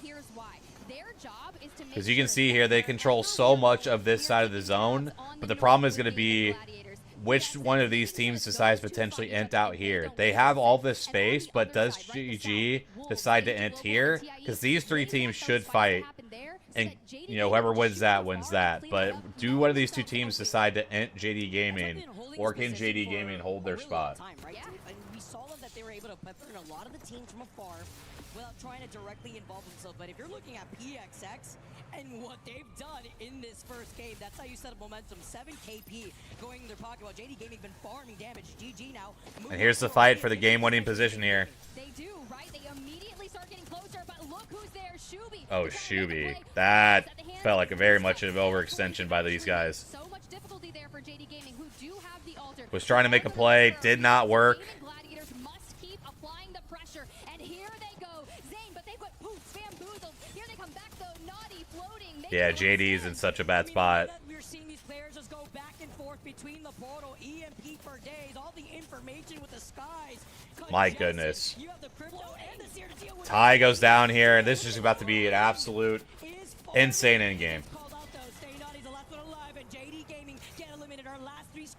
As it's AGG, Wolves, and PXX who are looking to take this KP into that first place spot. My God, this might just be an all APAC South 3v3 here at the end. Wow, Wolves Esports, what a start by the boys over at Wolves. Okay. What was that, like 10 KP by the end of it all? Put the crown in his head. Well. All right. Below their feet collapse on one another to take that dub. What a start. Humbert Labs as your POI, and that circle immediately starts outlining that area. This is where you can show what you've got. One heck of a start for the boys over at Wolves. That is game one dub. They don't get a lot of kills, right? But you said it, Vicky. They did this win with double-digit 10 kills to kick things off. So a 22-point game one.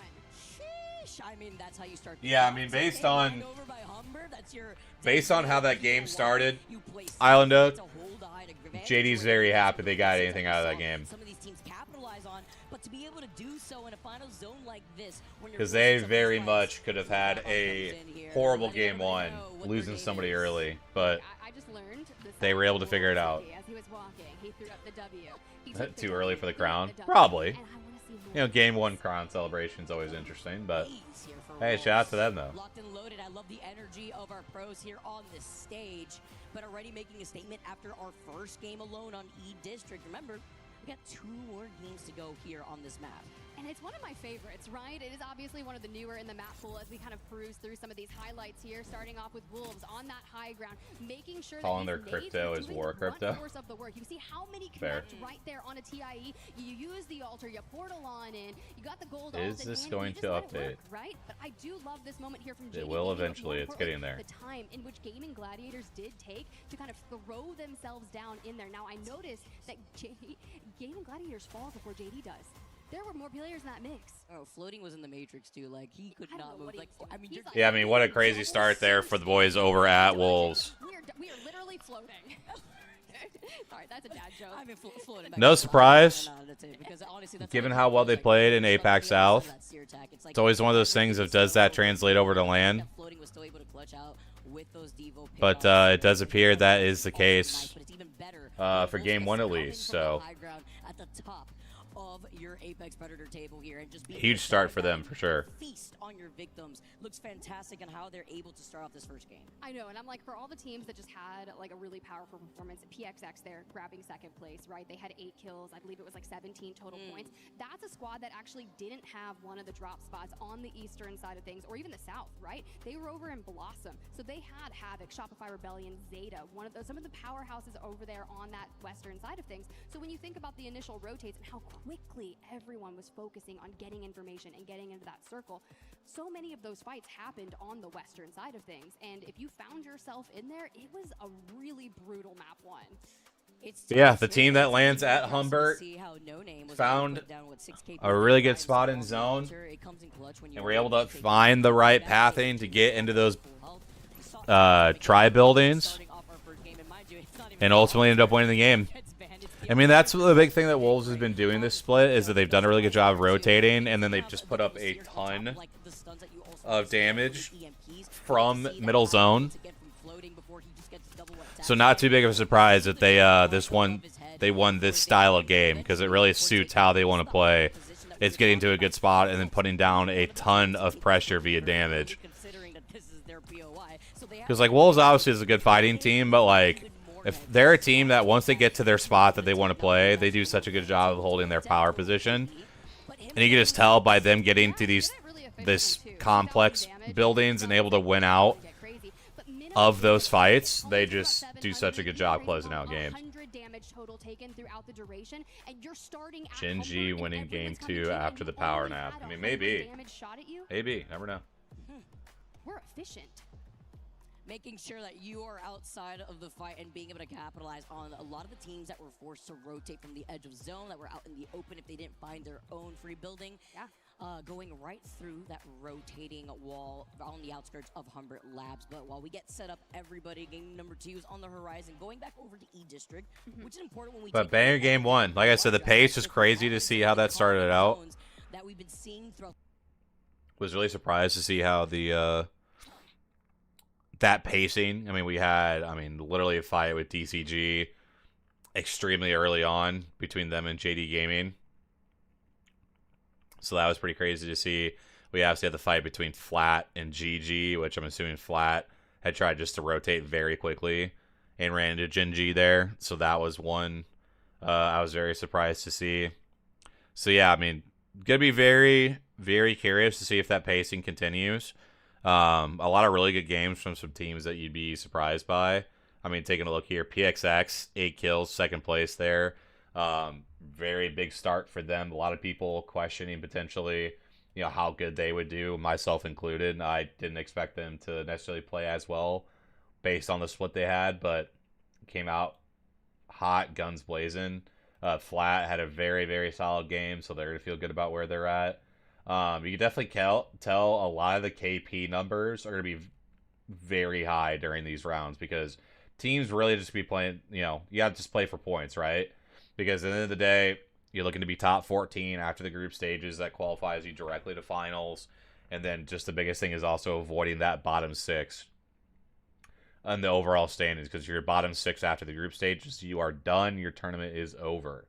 So huge start by some of our teams here. But again, really expect some of our KP numbers to be pretty inflated based on how some of these teams want to play. My knowledge, my experience in the scene, and what can I bring here to elevate these crazy fraggers. I mean, we see kind of an iteration of this team in different regions, right, Tiff? I mean, one that comes to mind, at least in my mind, not in this group, but Alliance, kind of being hockey. Like, no surprise, Crypto being game 1 banned. Right? We're going to expect to see that all week long. Question will be is, do we see a Seer game 2 ban? I would say yes, based on how things have looked. Which, honestly, not mad about it. Either of those being out early. But, yeah, expect to see a lot of, like, Alter Seer plus whatever third. Could see potentially a Maggie. Could see, like, a Caustic. Those are probably some of the main choices that we'll see from teams. But yeah, I definitely expect to see a Seer game 2 ban if I had to guess. Wouldn't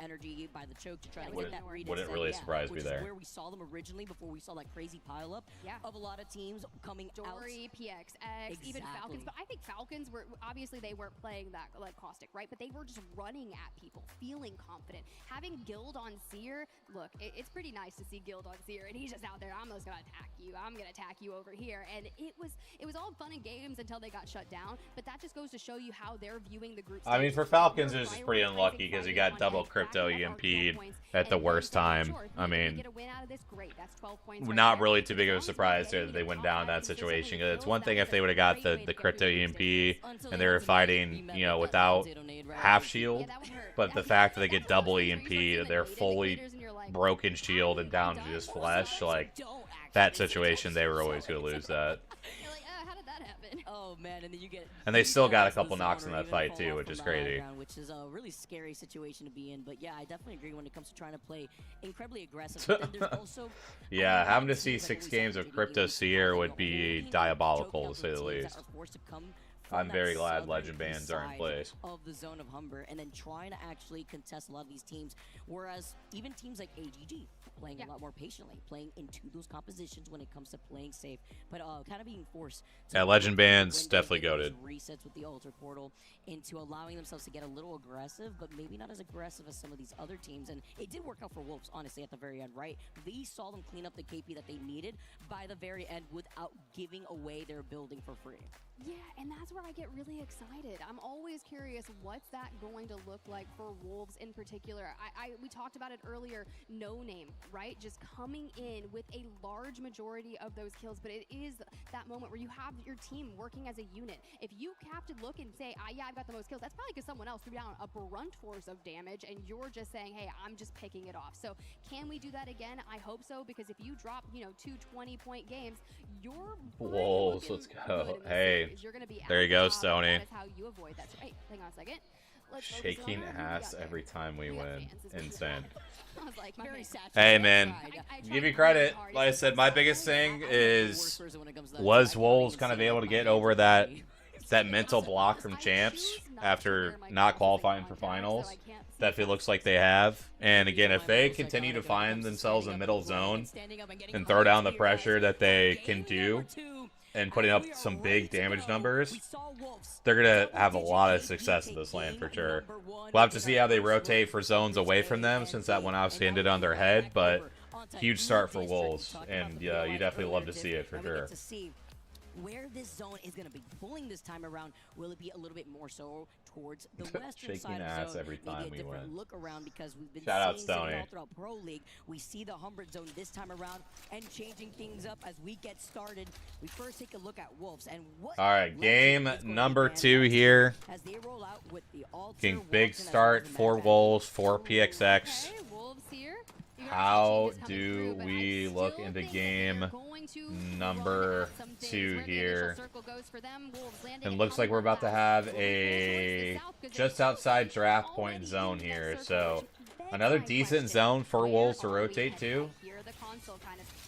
But also Zeddy Esports, Gen G, AG Flat, all should be in a pretty good position here to rotate. A few different spots. This could pull all the way back into draft point. We could see a zone thins more in this town area. Gotta be one to see, because we have teams obviously playing for this this Evo. We already see Zeddy Esports trying to get in there and take one of these bigger buildings here. But it's great too when it comes to having information, right? Yeah, taking a look at a lot of our comps, a ton of Alter Seer Watson.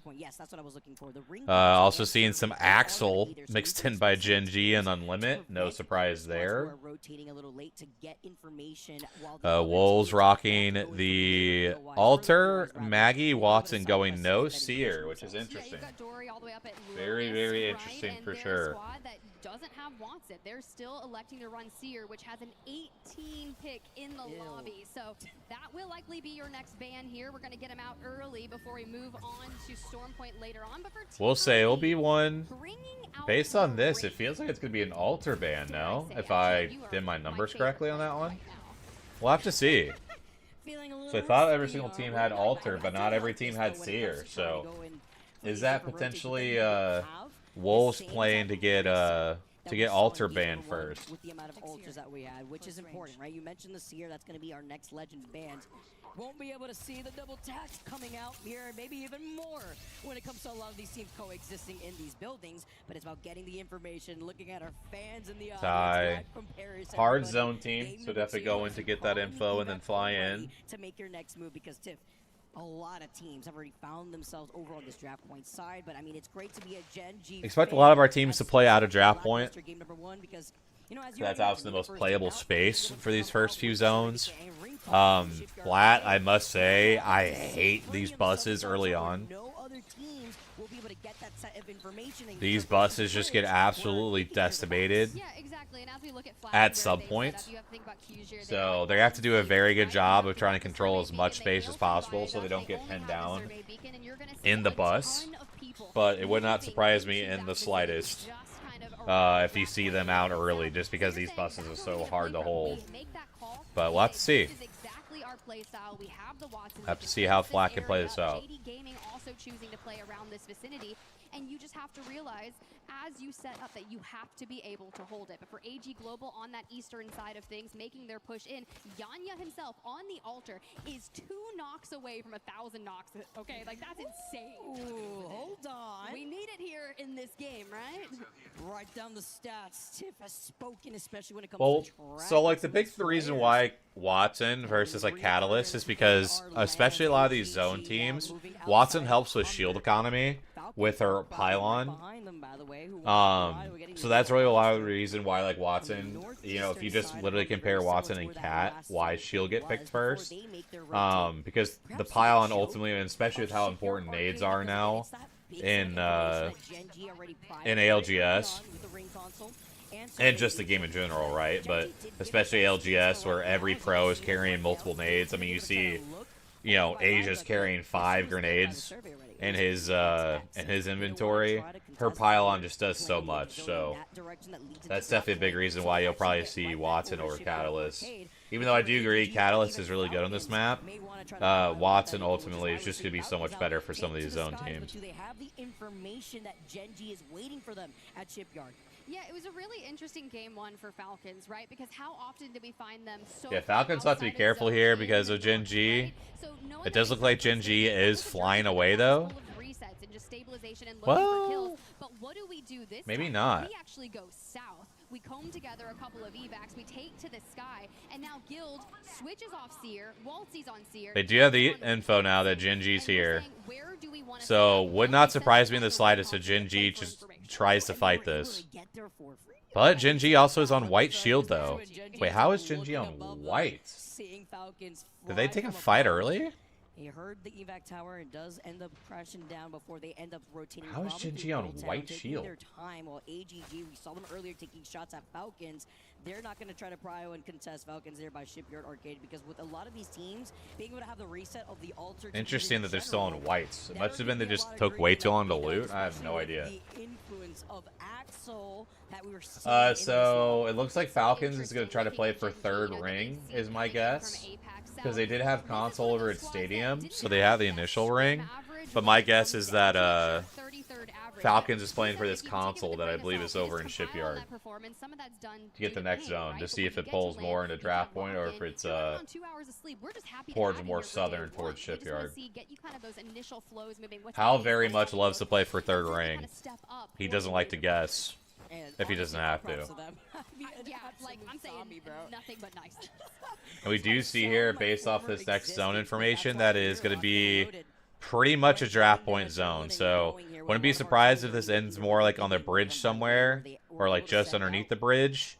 It could maybe still pull to this side, but we'll have to keep an eye on it. But definitely not a lot of teams going to be moving from that draft point area. DCG also are keeping their eye on VP because so many teams now, if you're looking at Heretics, Unlimited, even Shopify, who have to come from a very far POI over to the north side, will be able to side quest over to getting that survey beacon. And then on the opposite end, here comes the fight with AG and Gen G here.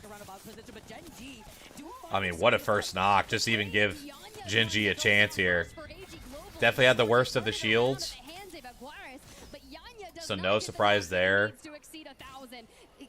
It's going to be a little bane of your existence to breach that. Also, shout out that first squad wipe animation, whatever the hell that was. That was sick. To make sure that we clear out our backs in the south, down here near Old Town. Sure, we're fighting. We're going to rotate back in. You're going to look at, you're right, deep. I mean, Solik, you definitely get used to it. It may feel overwhelming, but you definitely find a way to get used to it for sure. right. They took the path up through the south, and they just kind of like slammed themselves in the middle of everyone.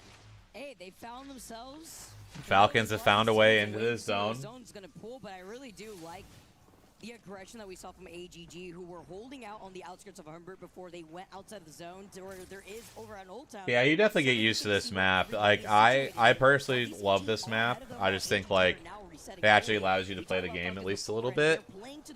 But, yeah, it definitely can be a lot. It's definitely a very unique map in terms of, like, the Apex environment, for sure. I get that. Just to sit down pretty, but with all their teams now getting some poking shots from afar, some teams still rocking the full blue here, unlike Falcons who are full purple. Well, I'm keeping my eyes on Flat up there in the bus, locked down thanks to the Watson. You've got Havoc down as well, but as our free cam keeps navigating through, Virtus Pro on the horizon. This is a squad that went out 19th in map number 1. Yeah, pretty calm pacing here now versus game 1, so I think a lot of teams potentially try to pull out some surprises in that game 1, but now that teams kind of see how the lobby's playing out, things slowed down a little bit as teams able to kind of be a little bit more of an easier rotate into draft point. It's gonna be scary. Yeah, because especially when like if you don't have A little bit more central, so a lot easier for some of these teams to get to. Like Dory saying hasta la vista, we're taking a different rotate through the vent side on the south side of Energy Bank, leading into draft point through that tunnel. That's incredibly risky, right, Tiff? Because you still have Shopify, who are holding that north side of draft point, Unlimit, who will be able to look at the opposition from the other bridge side when it comes to getting out of the western side of the zone where Team Heretics are making their rotate. And Falcons are looking to gatekeep PXX as they also come in to get where that next zone pull is. Yeah, you mentioned Heretics, and as we kind of looked at them on their path, they did rotate in from the western side of things, and they try to find some coverage and immediately get sought out by Unlimit Coast, Alonzi and Jans here. What are we going to do to make this happen? Might have an unlimited Heretics fight potentially here on this side of the map. Yeah, but you don't quite want to burn this. You will if you have to. You do have the 2 ult excels in the inventory. Very tough position though for Heretics. To go this way, you're gonna have to commit. You got Falcons straight ahead, Unlimit out to the left. Dory still looking for a home, and you know that they are ready to fight for it with that altar, with the Mad Maggie at their hands.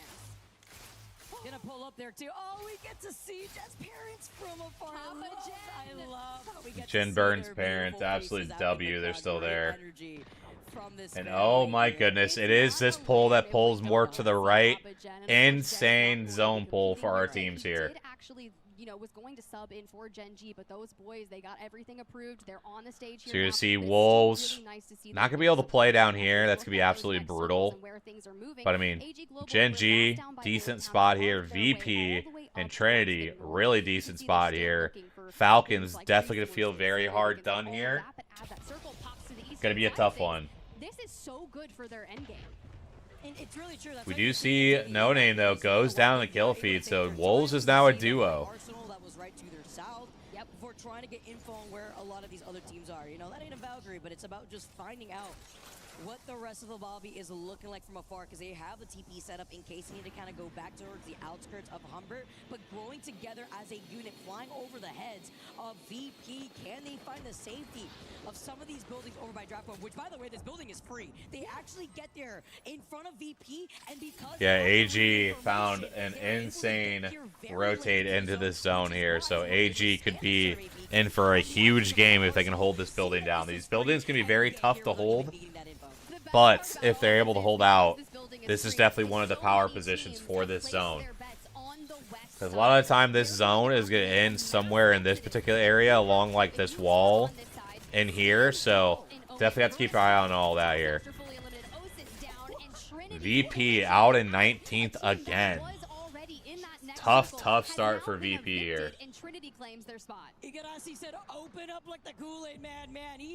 Yeah, Falcons going to have a very tough rotate in this zone. Which is important because Gen G, by the way, also go out first this second game around. I missed that Gen G. It was on the other side there, and then VP meet them back in the lobby, being the second team to fall. Yeah, Falcons is going to be in a very tough position here. You give those boys some 5 hours of sleep, they're going to be playing completely different. They're going to feel just like themselves. So the Falcons, though, yeah, we're testing fate with some more nades. they were a little bit, they fell victim to nades in map number 1, and we're looking to throw some more. Yeah, as you can see, too, this thing is just continuing pulling to the right side, so this is going to be extremely tough for these guys to rotate in here. Oh boy, we got Zeta Division on the other side of this, and when you think of Falcons rotating in from the west side, you're like, why are the Falcons so far over here, right? Don't they land? Especially with Seer in play, it's going to make it very difficult for some of these rotates to get pulled off here, so... And you know, while Falcons are sitting here just trying to make their next move, let's jump into a listen. They have to do a very good job of timing up their rotate with chaos with the lobby. We go underneath the water if we evac, like low ground water, if that's possibly open. I'm just not sure if they can even pull off an evac, honestly. Just drop it, second floor, I'm coming to you. Dropping it.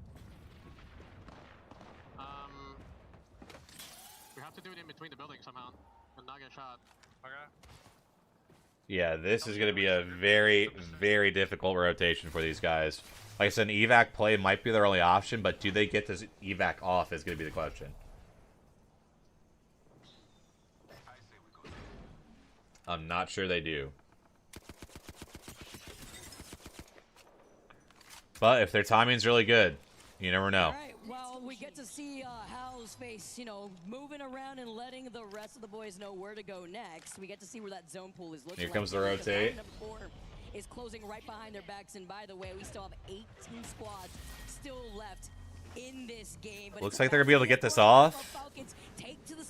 But where can they go? Over the insane battleground underneath their feet. Where can they go? Oh my god, they're going to be able to find the water underneath here. Deeper into it, we're chowing and landing nearby Dory and Trinity. Dory on the low side, they immediately... Yeah, they're just going to go. Oh my god, they get the full swing and it works. Oh my gosh, it works. But Trinity's coming to third now. Wow. And Falcons are able to hold them off. I don't know if they're in here on this corner. Oh my god, they are. They're in there. Oh my goodness, what a fight. What a way to push off the third party. My goodness. Huge fight here now, though, on the other side of zone. JD, one of the few teams using Axel early. I thought he was about to slide right into those Watson fences. I was about to laugh my ass off. Yeah, and then you see like the painting of Watson fences on the ground. Shuby just trying to hijack that himself, JDG. Yeah, that spot's insane for Falcons, honestly. Absolutely insane.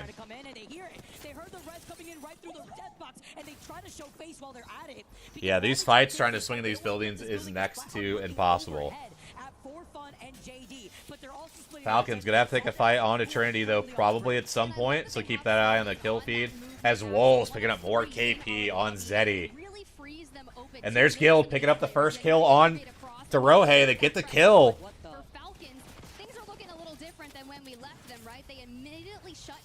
They do have the full kill. Here comes Hal again.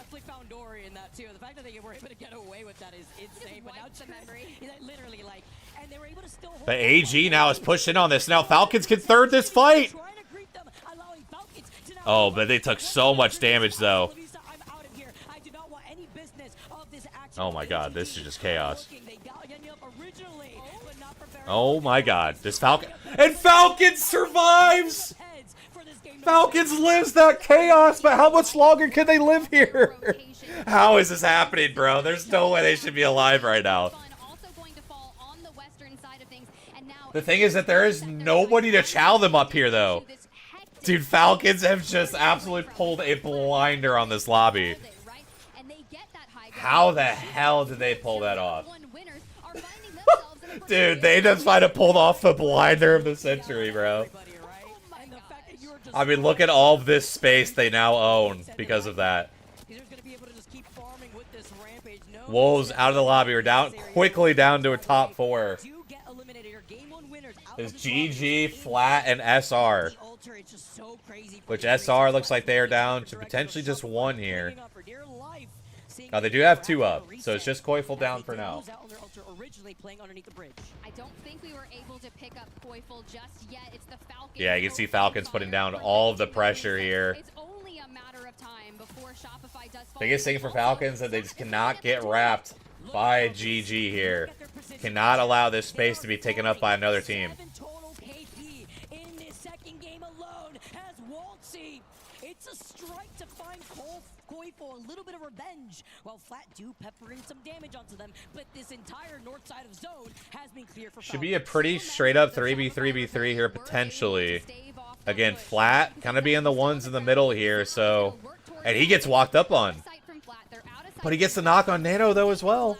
Who have roamed in from the southeastern side have maybe gone under the radar the entire map, but they still have 4 kills. They have a power position, and so long as Team Falcons is preoccupied with Flat and the remnants of Shopify, Gaiman can take a smart fight. Walk up, tiptoeing a little bit to see if they can try to harass Flat. While they lose, There's some trades though, potentially. Looks like Flat is struggling to survive here though.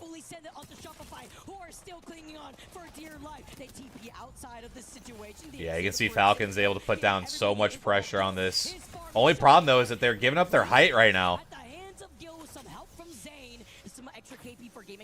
This could be a Gaming Gladiators win based on how Falcons played this, but we'll see.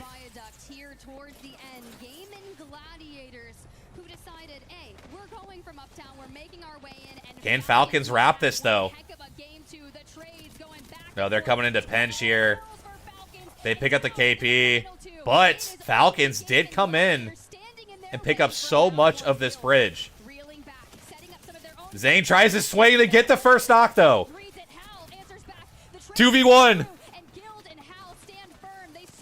Oh my god, and that is Falcons picking up the dub in game number 2.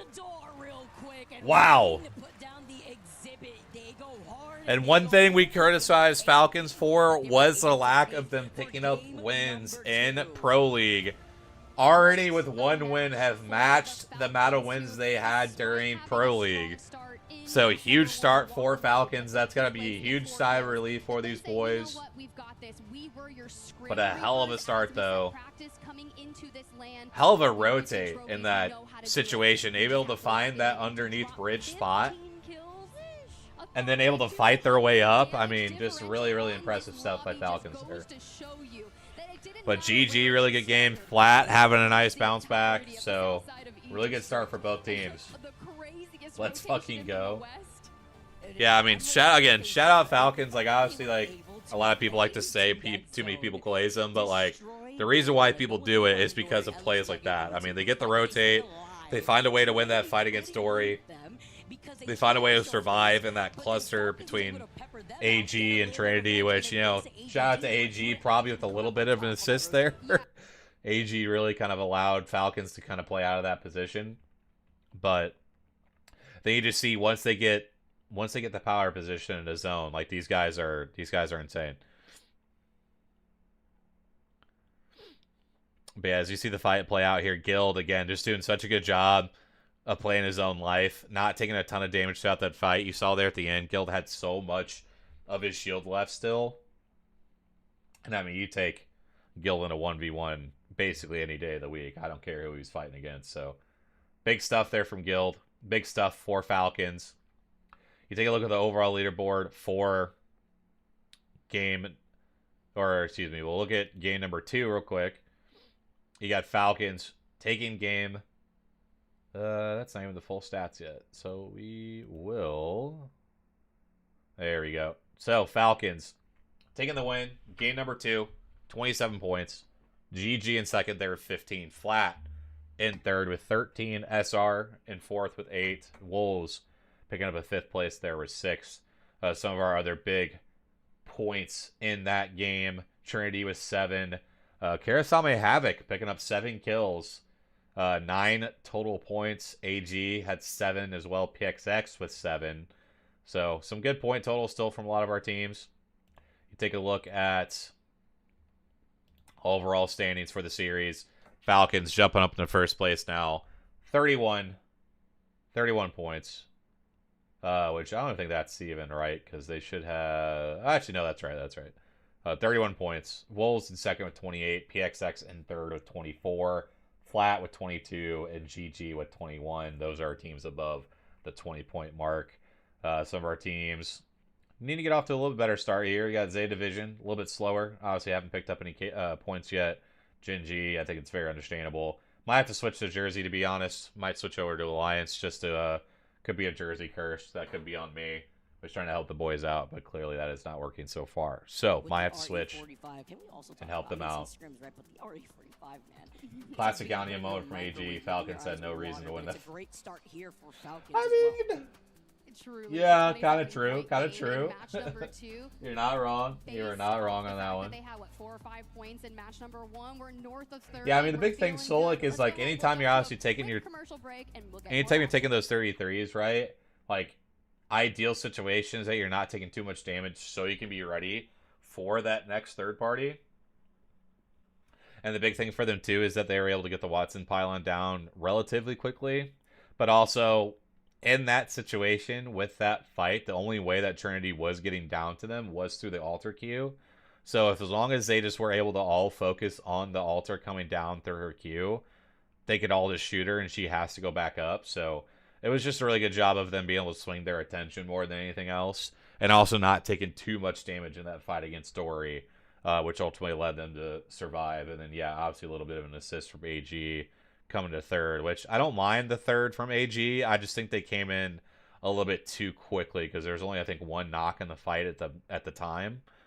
So I feel like they probably just were a little bit too early to that third party and ultimately played themselves out of a game-winning position.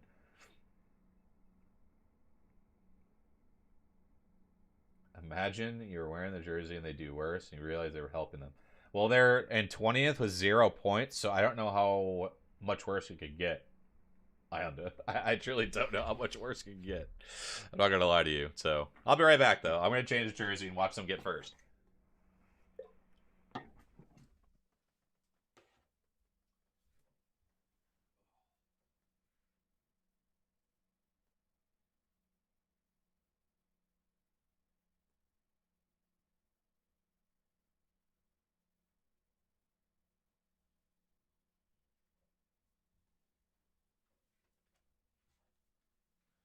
That's all right. I'll go with the Alliance one.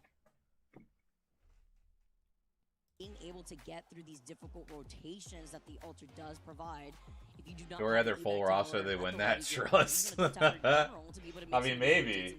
You never know. You never know. DC, the last 4 games, that's diabolical. And prioritize these survey beacons. That is diabolical. And I'm like, did Yanya get us 2 knocked? Did he get us 2 knocks? Did I send a curse out into the universe because all I saw was Yanya getting knocked first, and that's very uncharacteristic of that roster. And I was like, I shouldn't have said anything until it was achieved. Now here's the cool part, right? You talked about Dory a lot when Falcons rotated in.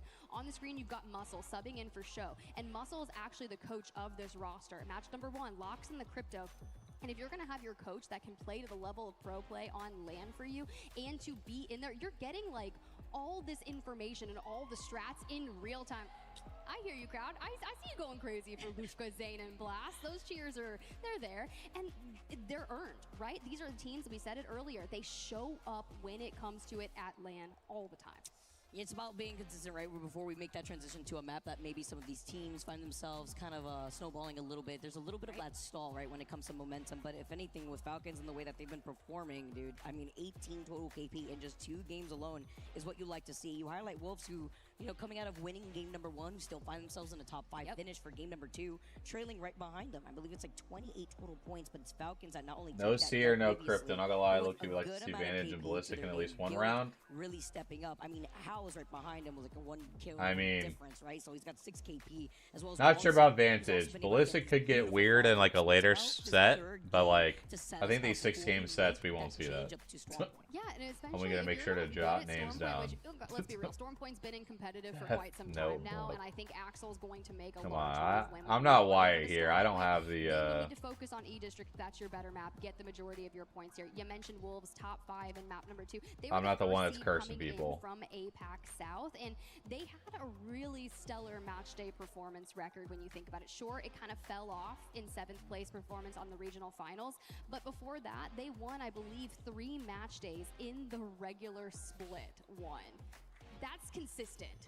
That is actually crazy here, and it's about being able to put that energy right when you're in land, and that's what matters in trying to find your footing as we get set up for game number 3. Everybody, we highlighted the POI draft. We've seen already. GG looking scary consistent too. Yeah, I mean GG's always a weird one. One of them being the first game. We'll have to see it. To Humbert, while the other one pulling onto the outskirts, closer to the bridge Holistic side. Vantage Pathfinder. Honestly, wouldn't shock me, Phantom. Wouldn't shock me. And honestly, I will say, teams played a lot quicker in match number 1 in terms of like. We saw more teams fall out of the lobby faster. They were fighting. They were kind of just getting all this chaos and the nerves out of the way and just challenging everything. Match number 2, going back down south, was a bit more reserved. But now it's time for game number 3 on E District. Will the tides turn? Will we go to the north? Or will we have another victor? Or who will stand tall as the Eiffel Tower that you saw right there in the back, everybody. I mean, we got to see it yesterday, right? And it gives a all right, game number 3 here, last one on E District, and we're gonna have a City Hall zone. So SR and by the way, over at City Hall. It may not be the Southern Zone as we've seen the back-to-back for game 1 and 2, but Tiff, you mentioned could have one rotate on their head. VP, Havoc, Heretics, Unlimited, Dory, all the teams close by. PXX as well if they can get the read on it. So we shall see. We see the pop, and this is where that immediately goes, hey, we gotta run. We're going towards the north. It pulls right onto City Hall. Like you said, Shopify Rebellion fighting for their lives in that top 5 in match number 2. Now have to contend with everyone running at you. Flat, ZI Esports already on the run. Havoc is gonna have a nice moment here because we can look for information. But you see all the teams trying to quick rotate in. To the north. So expect Falcons probably be very slow rotating here. Side of things will do so as well for fun. They'll probably pick up. I know they got the ring scanned for now. They'll probably try to play for either E-Bank or potentially, I forget the name of the POI, but play for some of these ring console information as well for ring for P. We'll have to see. That has now put Mad Maggie in jail, so we will not be seeing taking a look here. A lot of Maggie, Alter, Watson, not too big of a surprise. As we see Shopify already taking an early fight with teams already rotating. Yeah, Maggie's just so good on E-District because of the buildings that you can use. Big fight here. And Deed's on the swing here. Oh my goodness. And down go SR. They may have had the POI advantage, but with them out of the lobby, ZI are looking to get the res. Wow, SR off to a struggle of a start here. But here comes Trinity. Now moving up. It's going to be Trinity on the other side of the roof side. And with so many ultras still in the lobby, this fight could be isolated for now, but not for very long here, because Flat are also within the vicinity as well as for fun. Tough start for the boys over at the boys over at SR. Does look like Falcons is fighting DCG over by Stadium. They've got the fences outlining the zips. Things are getting crazy. And for Deep Cross Gaming, Shaoshin already down, and Falcons are on the prowl. They're hungry. They're carrying this momentum into game number 3 now, with them being able to get that knock. And the Falcons getting the kill here, and the last thing these guys want to see is a hot Falcons. That is for sure. I really like this rotate that we're going to expect from Falcons, because they have surgery week in 4 days, and they're on the hunt. Blood in the water, as they're not going to let this player just get have one guy ratting in the building right now. Instead of like you can kind of like snake your way up. Can they figure out where he's at? They can. They find no real issues, and that is going to be a second KP for Falcons here. Great work from the Falcons on their strategic fight. Roy getting out though. Can't expect anything less from the so they should be able to reset over in Heights, I believe. Scary when the Falcons are out. But AG Global, who also want to capitalize off the ring console and some more info as they hear the fighting in the distance, are going to show face, but they will be a little late. These EG do manage to get away. That one player coming out AG of Global negatively rotating all the way back towards Stadium. So are they gonna try to look to third or try to fight Falcons here? I think that'd be a bad idea. Not because it's really Falcons, but just because the fight's not really gonna do much for you at all here. But it does look like they just go by each other here. Nothing too crazy. But then we get to see this beautiful replay too. And it's going to be Shopify over by their POI, which at the moment, they really needed to come out on top, considering after 2 games alone, they're sitting in 9th place overall with only 12 total points, 5 KP over the course of 2 games. Well, to be fair, Gen G Yeah, it's tough here because I think SR's attention just got split between Zeddy and VP there. And even though SR gets the first initial knock, they're on all white shield. And I think ultimately, without them being able to really target focus that second person on Zeddy Esports, ultimately just led to their doom because they just did not have the shield advantage in that fight at all. We got kills. This southwestern side of the zone, and Tiff, you know, you're highlighting them the 4, may not be the first team. Which is tough because again, City Hall pulls on your head. Okay, maybe they just had a nice little regain between Really want to take advantage of those kind of zones, and unfortunately, SR is not able to do so. What do they call that? When you're just like so tired that you're just like whatever. Jet lagged, exhausted, everything. A shell of her existence. Get a little crazy, yeah. Get a little loose here because they get to get the KP and start things up while we take a look at Second wind, that's it. Production gave me. I was like, what am I looking for? Thank you, production. Like, you're my brain. Meanwhile, me, I'm like thinking deflated because I would feel that way. I mean, Yeah, the only problem with Newcastle this early on is just because of the Maggie. Maggie can really counter Newcastle hard, so definitely could be a very tough one for Dory. I can see why they're playing it, but with all the Maggies in the lobby, it's going to be a very, very tough comp to pull up. Making their way to City Hall. See Flat, who are playing on the outskirts. Dory on that northeastern side, looking down at For Fun as well as JD Gaming. And AG now also making their slow rotate on the outskirts of zone. Quite the interesting rotate for AG here. AG was at Old Town. And they have ended up all the way on the north side of the map. So very interesting rotate, I would say. But you know, probably just trying to pick up some Evo along the way. And that says something to me. And how much they could actually try to get advantage when it comes to some of these POI pools or some of these teams actually. As I thought, Falcons playing this one very slow. Got to go pick up ring console information to get that next ring. Picking up that extra Evo as well along the way in. I think if I know this zone correctly, I feel like it's going to be one of these ones that ends up over on this side more. So whoever can kind of win out in these areas up here is be really well off. Whoever could potentially even win this choke here could be in a really good spot as well. But I think GG in a really good spot here. They're really like that. Only problem will be is how does Gen G decide to play this? So I have to see how those two teams decide to play that out on that side of the map. Actually, when we tuned in to Naughty on the Mad Maggie, a voice line came through. I was like, whoa, that sounds like Lace. Is she in my comms? No, it was just the Mad Maggie. I'm sorry, Lace. I was just thinking about you. Lace not living down we get to take a look at how a lot the of Maggie jokes, that is for sure. AGG still having priority into getting that Survey Beacon as well as ring console. They did just grab that ring console. They waited out all the way on that northeastern side of things out into the ring and then decided to rotate in. Falcons grabbed that information to the And nice things for Falcons that they have a pretty isolated rotate in here. As you can see, nobody really clogging their way here. So I'll have to see how the rest of the rotations look here. And if they can kind of get into this gap here and potentially find their way like into this building, or if they play the low ground in the water, we'll have to wait and see. A lot of big fights though for this upper north side of the map. Again, a lot of times these zones I believe pull like in this area, so a lot of these teams over here got to fight their way to try to get into this spot again. I really like GG's spot especially right now. Isolated fight at that unless JG want to look at this, but they're too busy with Dory. So AGG want to be able to clean up some of this KP. Oh, okay, Yanya, so close.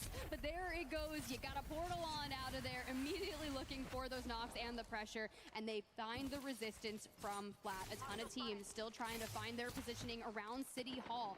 but having to contend with flat is something that needs to be done earlier than not. Because if we go into this endgame with, you know, 16 squads, we're currently at 19. I'd imagine on rotation here for the next circle, we'll lose a couple.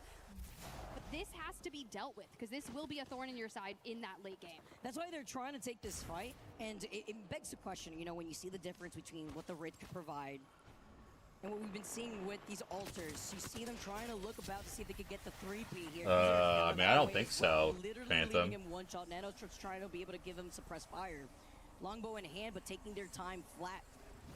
I mean, they're trying to boost up these Evo shields while AGG still at full purple here haven't been able to fully capitalize, but they know that Flat have now been able to take a roundabout position to the POI right behind them where there is a ring console as well as a survey beacon, just so that way they can try to go back and contest AGG in case another team shows face. I mean, look, if you're on like 2 blues, Yeah, you can see here the zone pull as it pulls more to the left, like I kind of thought it would. Like I said, I believe a lot of these zones in this particular area over here, like along the hillside and stuff like that. So again, I really like where they're positioned at here. Again, all these teams on this side of the zone have to fight their way in. And it actually does end up pulling more to this side, so this should end out in this area up top then. It's going to be this zone here. Again, this is going to be a tough position for these teams on this side, but especially on the building in this open area. This fight over here is going to be huge. I think whoever wins this fight over here could be in a really good spot to get a top 5. Falcons and Zeta division. Actually, Zeta now is pulled up on the backside of Falcons. So Falcons will have to split their attention onto Zeta division and keep their eye mindful on this backside. Able to look at each other here, see how Falcons want to try to gatekeep Zeta, who eventually have to go through that southern choke. That's going to hurt, right? Because we talked about where did Flat go. When This is very tough for Falcons as they did have the free rotate, but now that is not going to be the case unless they can force Zeta to go the other way. So if Zeta take this fight against Falcons, we have such minimal time before Zeta or Flat is actually just throwing it down the third party. This is not a good fight. And even if Zeta turns around and fights Flat, right? They make their presence known early on. Falcons, they're just going to say, all right, well, we'll extend out. And Zeta has no clue that Flat is here. That's going to be the tough part for them now. And Mikey does go down to the nade by Nano, and he is full killed as well.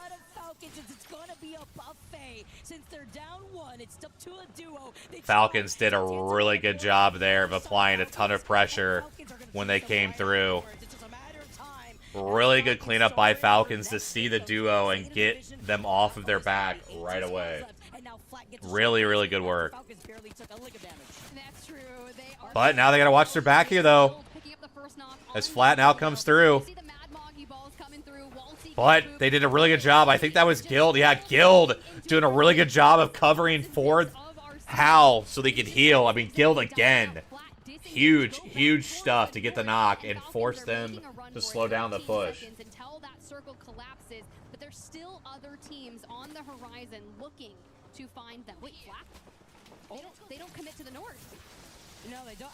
Now Flat are kind of just stuck seeing if they're going to be able to get away, but that's going to be difficult. I mean, it's round 3 at this point here. We're going to have to see what's going to happen to Flat with Falcons actually getting into There's just no way Flat surviving the zone this long.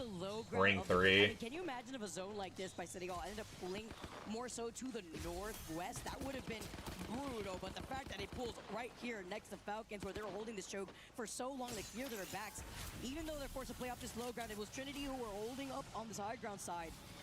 Yeah, I see Big Louie go down here, so I imagine. And the next ring is going to benefit them even more if they clear the southern side of zone. And I'm just looking at Virtus Pro that's got a nice building, a nice space out there in towards that next area. But for the teams that are on the west, Imagine Flat will go out here. They still have one member up, though. Very similar to how our prior maps have gone for deep cross gaming. This is going to be You see here this pull pulling right on top of VP, but again, they have to hold their back out on all these teams trying to rotate in, and all the fights are going to take place up here. So this next zone is going to get chaotic.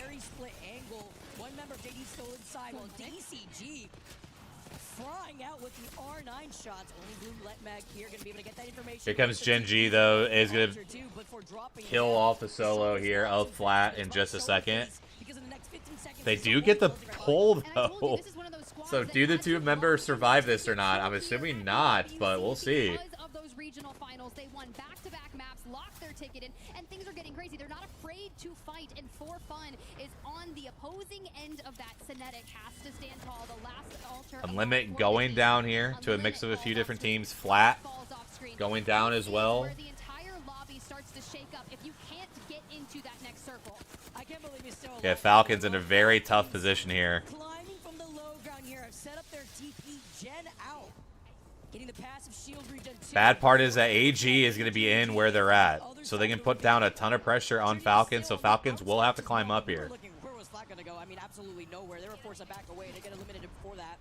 Trinity now still holding that southern side while Gaming Gladiators are also taking a look at Team Heretics going down to our top 14 here. But a majority of these teams were banking on playing by the grassy area on top. I mean, Falcons might actually be able to play there, so that is going to work for now at least. Who found themselves in that building to the north side? And it's going. You're just looking for Nox. GG again, like I had called earlier, they had done a really good job of isolating themselves on this western side of zone. So now they just been able to kind of walk up for free here, while a lot of these other teams have had to fight their way into their spots they wanted to play. Too far out of their coverage. GG is going to eviscerate them. For JD Gaming, look, they're making their approach. It's not going to be pretty. It's up towards the north. And JD's got to pick something to swing here, man. On the other side, trying to prevent floating, but this is why Wraith is so fun. You go into the void, you find a shred of cover.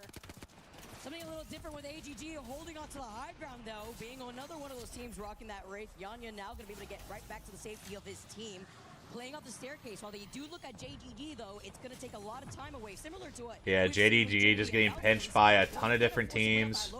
Down they go between a combination of DCG and AG. Yanya is going to be able to heal up with that syringe. Zuzul's going to be able to try to cover him. They're trying to harass this team, which is DCG, from coming into that next zone and get that free KP. It's true.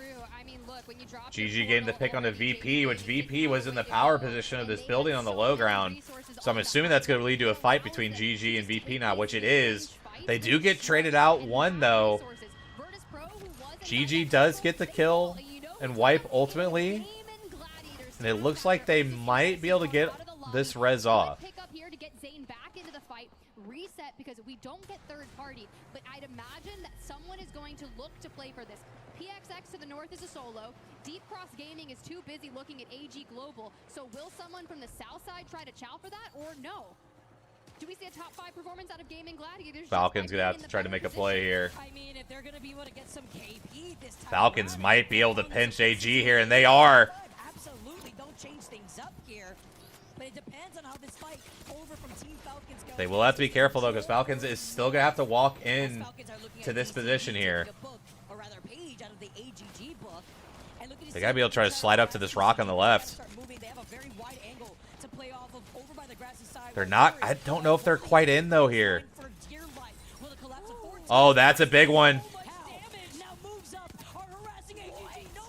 They able to get the kill, but they're not. Oh my God, Walty. Yeah, and they get thirded. Some good KP though for Falcons there at the end, so not too bad of a spot. DCG doing a really good job of 30 in that fight. You kind of figured they would after hearing all the noise. Just a little too far to rotate for Falcons there. But again, some good KP. They'll be happy about that. DCG own a ton of this zone, as a lot of our teams are going to have to fight on this edge. And look at that, as soon as they take the jersey off, Gen G has made it past 20th. Shout out. So to the south, we still have 3 teams, 2 in the north. And with 5 squads left right now, it's Gaming Gladiators that really have to worry about how they're going to get onto the high ground, right? Considering the fact that they have the altar come out in clutch, but it's DCG who are waiting for them. Dory looking at DCG, which could work as a double-edged sword depending on how long this Gen G versus ZI Esports fight does play off. But Gen G waking up a little bit now, and this is what you like to see from a team who just flew in today. You really do. The fences coming down. Roy is going to actually start opening that engagement on to Gen G. Zedai getting into the mix as well. Dory on the Gen G does go down in 5th place. A good game though for them. To the final 4 squads we go. Duke does need to get rezzed, but we cannot let Dory stabilize on the other Duke end. going down to the ring. Tragic. Katsu King hits the med kit, and we are stabilizing, but it's not pretty. I mean, with the final ring closing behind their backs, look at the plethora of nades. Yeah, Dory, there's the Maggie for you. It finally wrecked some havoc here. Zeddy Esports, DCG, and GG on the low ground. Can they time their queue up on time to be able to third this fight, or does this fight stall out enough and GG not able to third?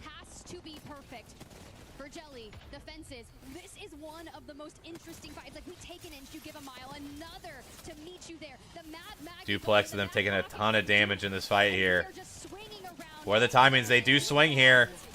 DCG with really good timing on the swing, but that's a trade. So this is perfect for GG here now to be able to third this. And there's GG. My goodness. What a start to the set for GG. A second place right into winning game 3. GG off to a phenomenal start in the first half of this set. Take a look at this game number 3. GG taking the dub with 20. DCG, really good game. Game number 2 with 19. Zeddy Esports there in third with 17. Dory in fourth with 7. Genji in fifth with 11. Some other big games throughout. Falcons picking up 12 off of the back of 9 KP, so they're going to feel really good about that. PXX also picking up 6 as well, so going to feel really good there as well. We take a look at the overall standings after the first 3 games.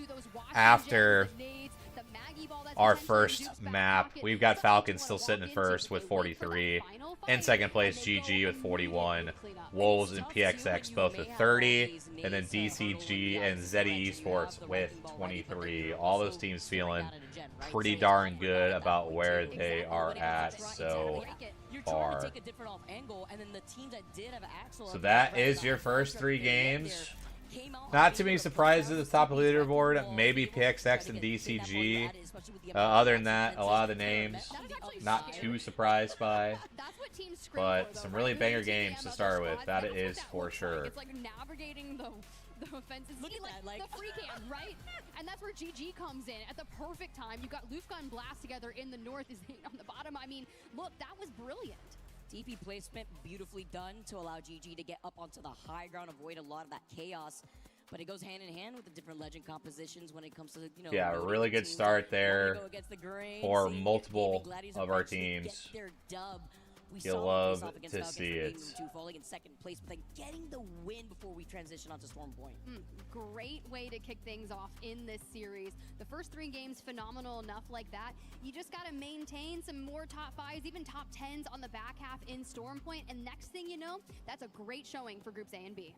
It's nice to see when we get to see everybody set up on the stage, getting situated in the audience. And before we transition into Storm Point, I want to hear a little tough start though by Zay Division. One that I am surprised by is them getting 0 points for the first 3 games.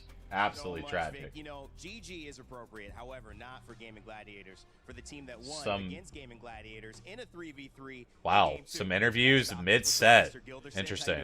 I'm doing great. You seem like you're in a good mood. Tell me why. I mean, the boys are playing well. We just had 2 really hard games that we made a lot of points out of, so we're pretty happy right now. 43, 46, something like that after 3 games. I mean, this is kind of what you guys felt like you needed to do coming into this, right? Start strong and keep that momentum up. Yeah, I mean, the boys are playing the way that we need to be playing. I mean, we're making everything that we can out of these games, so, I mean, we're just doing good. Listen, yo, Joe, what's up? We're figuring out circles. We're figuring out. Good to have you here. Appreciate you being here. I want to talk about you because you're a guy. I mean, honestly, GG. I'm not surprised if they were ever able to figure out their fragging. I thought Blast and Lufka both play the map well. It's just kind of figuring out how to win more fights, and picking up Zane, I think it's really worked well for them. At stake for you, for Gildersons at this. A 1-set head start by Humble Goats. Hell yeah. I mean, I feel like I got like a really good second chance in a way, because I mean, I went 2 out of 3 lands in a row without making finals and then joined Falcons, and it's just been nice to prove that this is where I belong. Does that proving sometimes come with the disappointment that happened after those lands, the hard looks that you said, you know I can be better? How does the proof actually show up for you? Would it be winning, or is it just giving a performance that, you know, hey, I showed out? I mean, it's less about winning and just playing to like my full potential as a player, you know, and just making sure that I'm always showing up regardless of how everyone else is doing. I asked how you were enjoying Paris. You got some, maybe not family coming, your girlfriend's coming to visit you? Yeah. My girlfriend's coming. Support in the stands, it means a lot. How does it feel just being live, the comparison of being in a city like this? Really interesting to see the midway interviews. I mean, not usually a thing they do. Because everybody else plays super scared, so that's pretty nice. But yeah, you guys have been here, that's for sure. You have the maturity buff. Well, Gildersons, we're going to let you go get ready. 3 more games to go. You guys are in a great position. Good luck, and hopefully you finish it out. Thank you. All right, Gildersons from Falcons. We're going to take a quick break. When we come back, more action from the studio, and of course, games 4 through 6. Zipline Mafia, shout out. That's hilarious. We were there. Hey, shout out the Falcons. What a big start for them, though. Huge start for them. We were there for the years of grind, and we're here now. The proud founding partner of EWC, powering the biggest event in gaming, shoulder to shoulder with the world's best, making history. Greatness deserves a So in case you guys didn't see it and you're curious, make sure you go to listen to the predictions episode.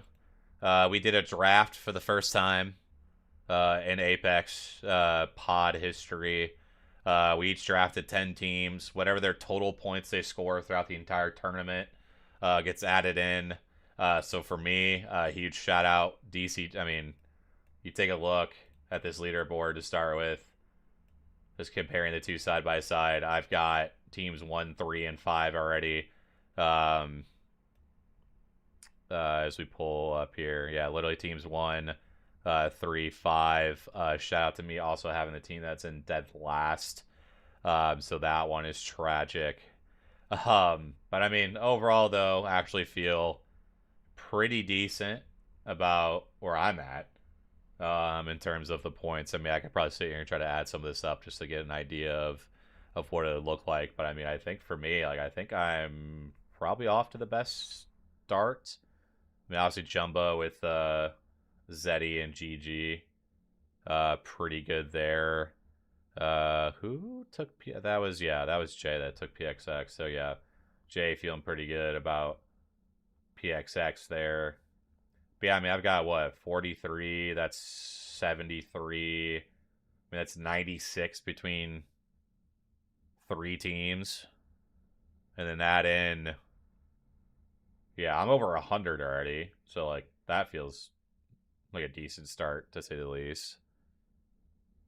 So, yeah, I feel good about where I'm at. I think that's a pretty good start. Gamers, actually, all things considered. Just got told this. All Gamers Janja just got his 1,000 knocks in ALGS, so that's really impressive. Yeah. That's more kills than you, right? I don't know. I don't even know how much I have, actually.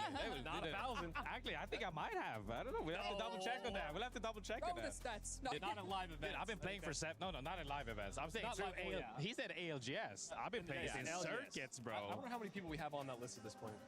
I think I'm pretty far out. I don't think I'm at 1,000, but I'm definitely far out. I'm still kind of high up there after all these years. I've been taking that's some what time I'm saying. I have 2. The wash people are still here. Here we go. Let us at them.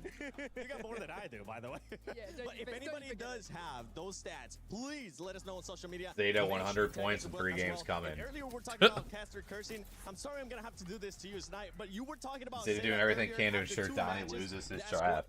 I mean, at the end of the day, man, like, that was just a fun concept for us to do. That was a big shout out to Jayhawk. That was his idea. We'll probably do that for every lane moving forward. Maybe we get some more people involved, just so it's more than just the 4 of us. But that was fun. That was a fun thing to do. I think Jayhawk paid them off. I mean, he's a huge Yuka guy, so my guess is that is probably not the case. But I mean, if I lose, I might have to investigate that. That's for sure. They're running into Falcons. They're running into AG. They're running into so many teams that are powerhouses on the edge. They're hitting beacons. That's telling these more talented teams, oh, there's a team behind us. We need to watch our back. And they're ready for these things that a lot of these other minor teams in the Apex 3. Boom. There we go.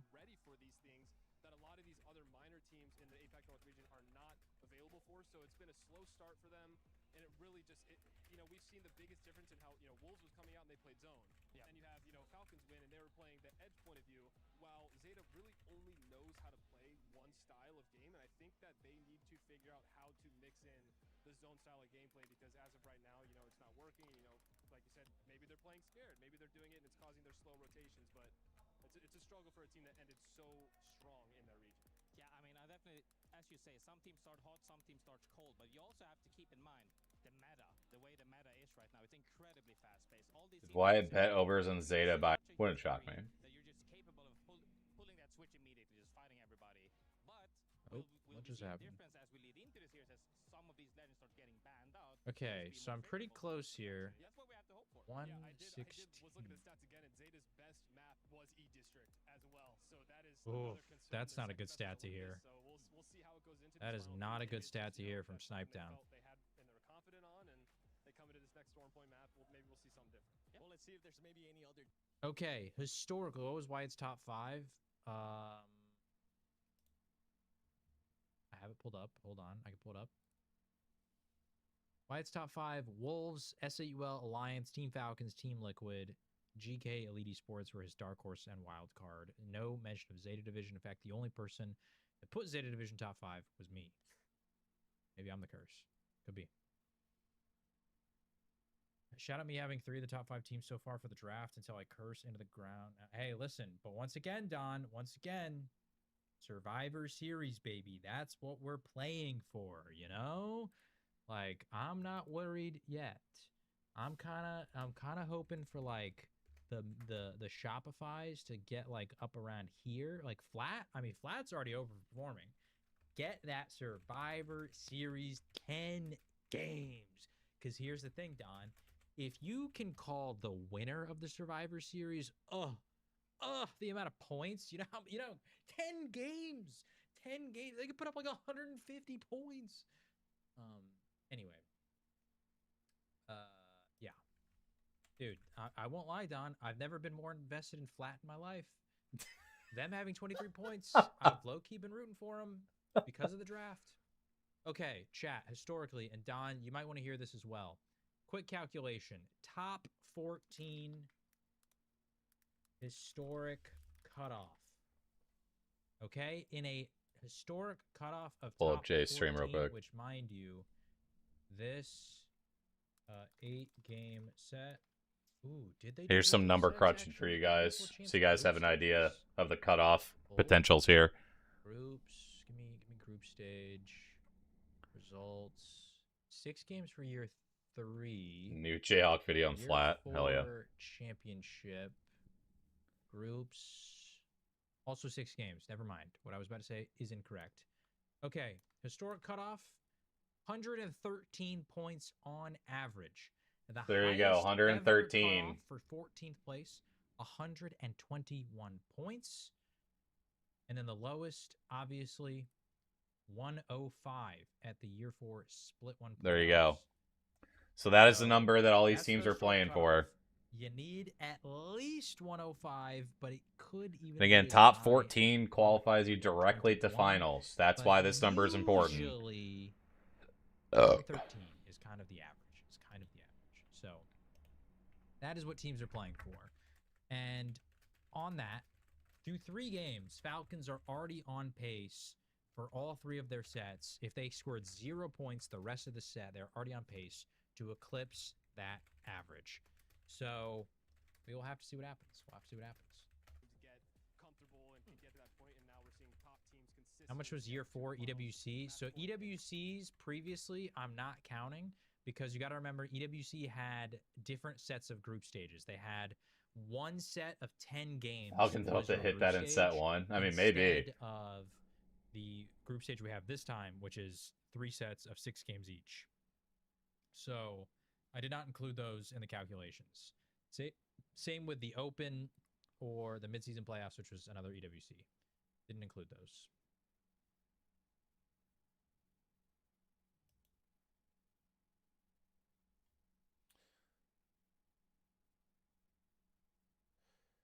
Yeah, looks like we still got a few minutes.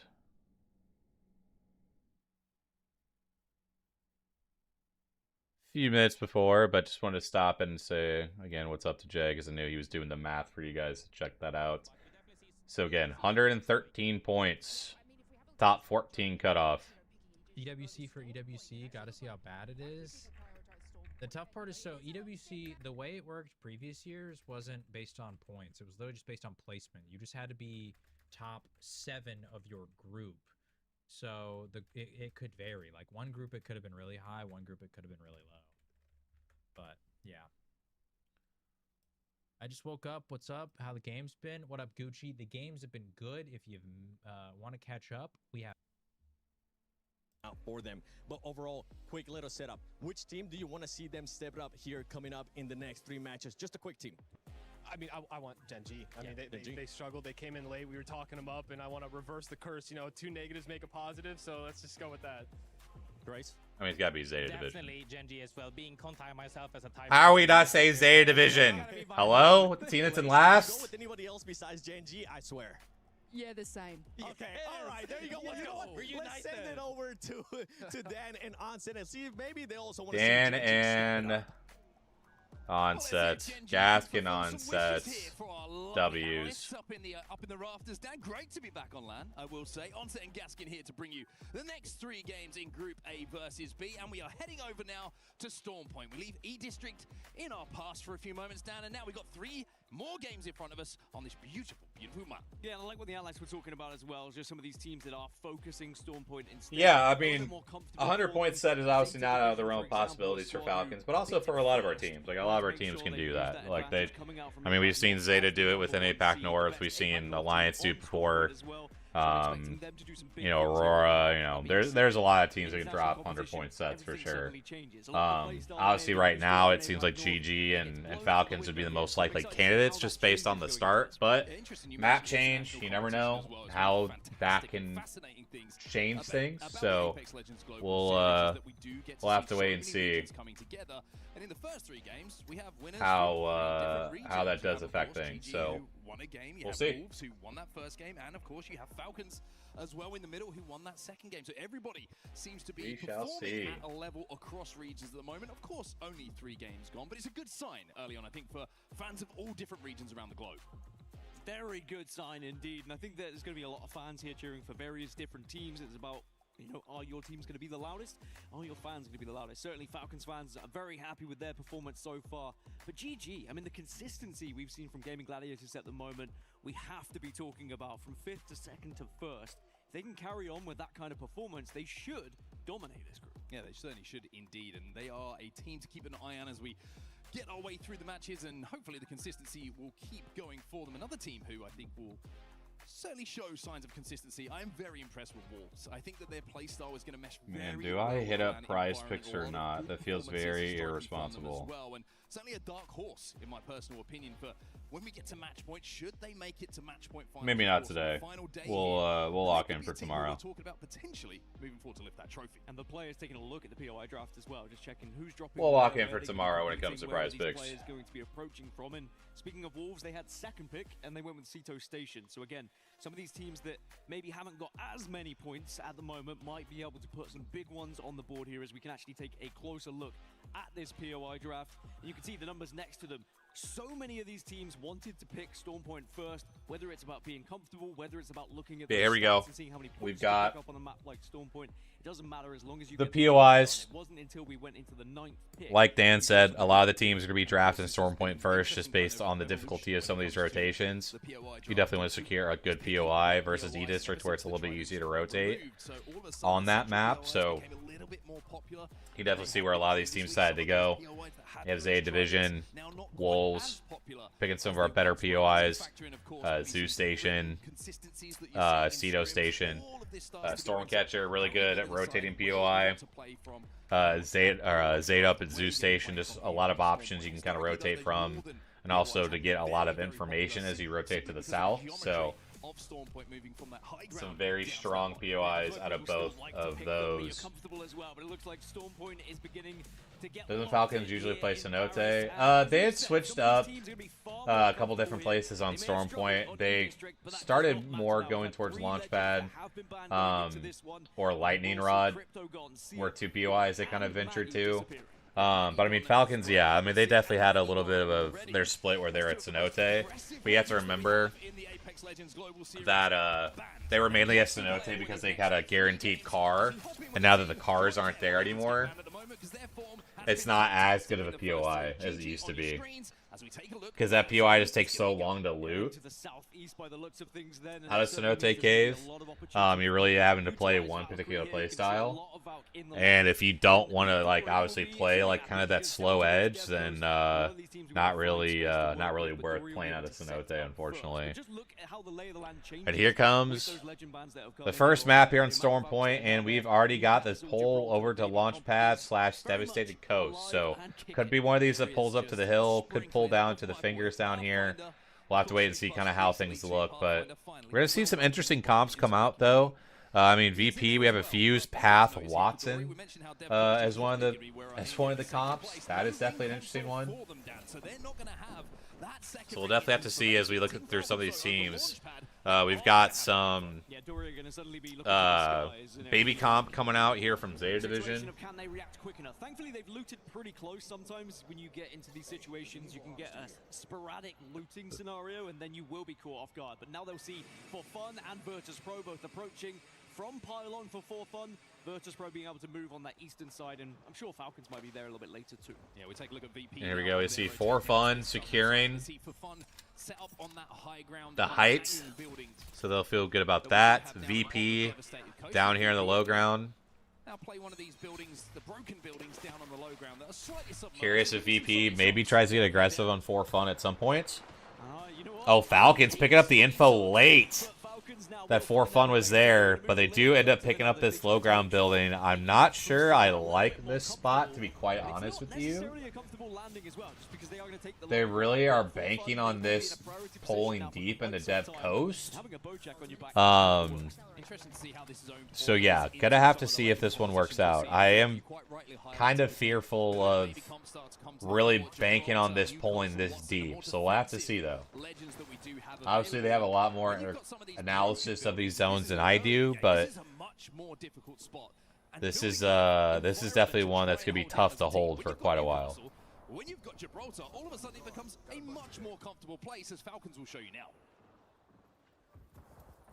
So we've got about 10 teams already moved to the southeast, but there's still going to be a lot of late movers, not worth moving as fast. Instead, they'll just play the game of trying to build up their economy, essentially. There's a little bit of a skirmish happening for the teams that did move early, but there's not usually going to result in actually any full-on engagement. Yeah, seeing a lot of like the Valk Gibby comps, it looks like. Some Newcastle there as well for a lot of our teams. So one composition that certainly interested me and raised my eyebrow, Daniel Gass. Just the one. It's going to be JDG. They are running Axel, Catalyst, and Gibraltar, which is very much against the grain when it comes to everyone else in the lobby. We'll have to see if that Axel, Cat, Gibraltar. What is JD cooking? That is an interesting decision. High ground. The one difficulty for them, of course, with the zone pulling their way. No access to any nearby Evo to get up to blue shields, so they're going to have to do it all with the guns here to get a little bit more comfortable. And if they get sniffed out a little bit later in the game with those white armors, then you wouldn't be surprised. Definitely keep an eye on JD as things go on based on that comp. They'll definitely be, again, one to watch for sure. Through a few more games, you can get comfortable on it, and you're not going to have any awkward experiences changing over. Now, speaking of awkward experiences, an engagement that's going to be happening up towards the north, kind of between Cascade and Command Center at the moment. Zipline building. And it's Our first time we've really been hearing from Unlimit, as they've not played well, and there's the third by Zeta. But he's not going to be able to output too much here on Axel. It's going to be AG who managed to take him down. Elsewhere in the feed, Waltzy just got knocked from Falcons. Should be able to be dragged back to his feet, though. But AG holding strong here on the zipline building. Zeta Division kind of hovering above them, quite literally. Is Glorybear able considering whether they should get involved to crawl all the way out here? I'm assuming not. It's a very difficult team to actually take a fight against is AG, so you've got to be careful with this approach. As now Zeta are the thing with the Zeta is that they're going to play a very aggressive baby comp.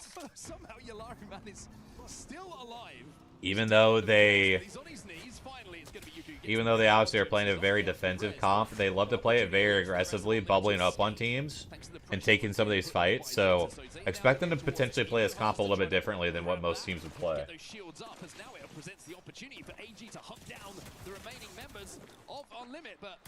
Peace is moving. Bro, Peace was putting on a clinic with that movement. My God. Go off on their merry way, and they said, thank you very much, we'll clean up the rest. There is going to be one player still escaping from Unlimit, so they're not going to be eliminated from the lobby. Still 20 teams alive and kicking here. You just got to be careful where you're going if you're on limit, because they're going to head west to try and get back up to a full 3. You've got the likes of Shopify Rebellion that are still there. Zeddy as well are going to Looks like Falcons is just doing the method of the revives. Exactly what you can do with the Picking up some Evo since they're going to be on not the best shield where they're at. Over to Shopify Rebellion now. A little bit of a different rotate through the center of the map for them. They're currently in Jurassic. They do have Ring Console and a Survey Beacon here to hit. So No Name, as he always does, picking up a ton of damage within the zone here. Picking up some knocks. Where Flat and Gen G Esports find themselves at the moment for even more info. We'll see this next zone pull here. I am genuinely curious because a lot of these teams were playing the Dev Coast side. And it does pull back. So Falcons do end up making the right decision. Which, again, not surprised. But, you know, it is a gamble. And we've obviously seen at times where you gamble too much to one pull. You get the weird bounce back zones. So good call there. There was a lot of water in. So it's not too surprising to pull all the way back to Dev Coast. But again, it's always one to keep an eye on, especially when we've seen some crazy zone pulls over the years. Or really this past like year or so. If you were running some of the compositions that we could see here, but now with this composition and this zone and the change of map over to Storm Point, the fact we're going over to Dev Coast, some of these buildings are very, very shaky. Some of these buildings don't have roofs, for example, as you can see here. So arriving late, it's very, very difficult to do. You're going to be relying on that Gibraltar. So see here, Falcons probably chilling. That one down and give yourself a little bit of safety. Just checking in with some of the replays as well. I was talking about the poke battles. Well, sometimes you do get those knocks. Don't usually result in all 60 players still alive right now. So Unlimit was able to get the full reset. Not really too surprising when we get some of these baby comp games that this is how these play out, as we've seen in years past. They may just be on blue, so you have to get up to purples, just like Shopify Rebellion have done. So if you are going to land and take a fight, you at least get a slight advantage in terms of those shields. Of course, you do get also the ability to fly into the skies immediately using that purple perk here on Valkyrie. So it's a little bit safer to Valcolt from spot A to spot B. For Shopify Rebellion, only 12 points on the board at the moment. A bit of a quiet start for them, but I would say this is one of the teams that started to pick up form towards the end of the split and also in scrims leading up to this event. I think it's very you have to see if Shopify can is huge for a team like Shopify Rebellion, and I think if they can continue let's start kind of pulling it together here. Stages, then they certainly will be see if they have a better second half here of the set.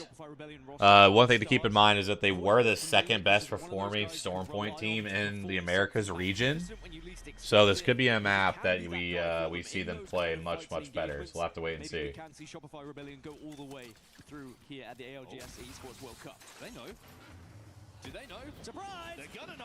Bubble goes down. And here comes the push.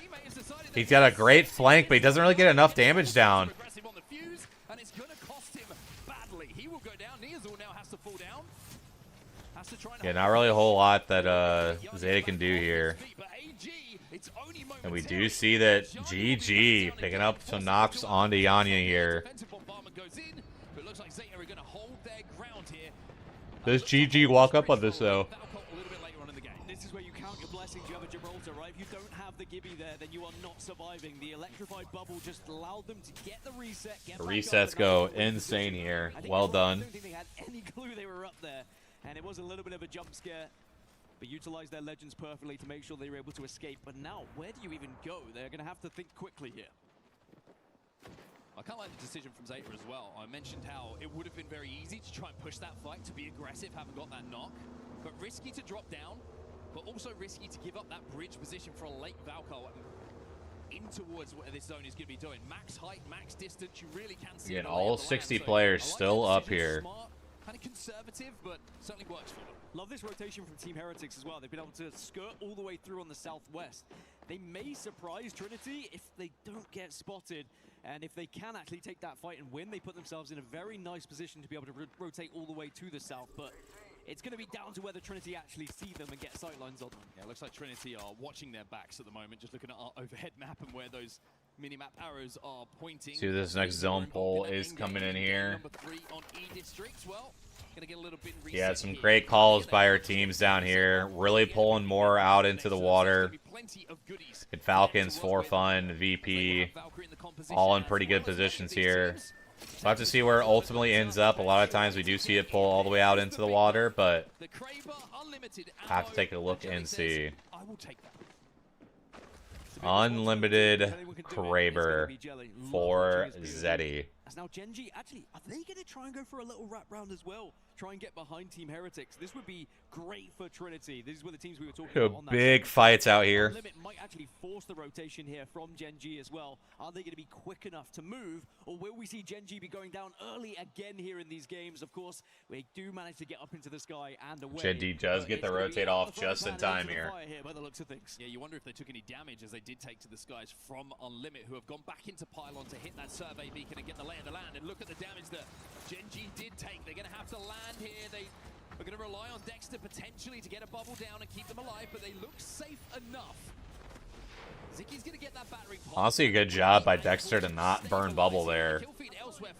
Found a way to be able to land without burning bub. So see Flat losing a couple members here, and down goes Flat, our first team out. Dude, that PS5 animation at the top is cracking me up every time I see it. Wolves picking up a couple more KP here. They waited, they made sure just in case they still kept that bubble up. Yeah, great stuff from Genji to get into that position. A slow start for them. I mean, the three of them, they're running on fumes and passion here on day number 1, but it's going to be enough, hopefully, to see them get some points on the board. One team who, of course, does have points on the board after a fantastic first 3 games is the team on your screen, GG. 41 points from 3 games for them as they approach now where they want to play in towards this zone. No Newcastle for them. They've got the Watson instead in the composition.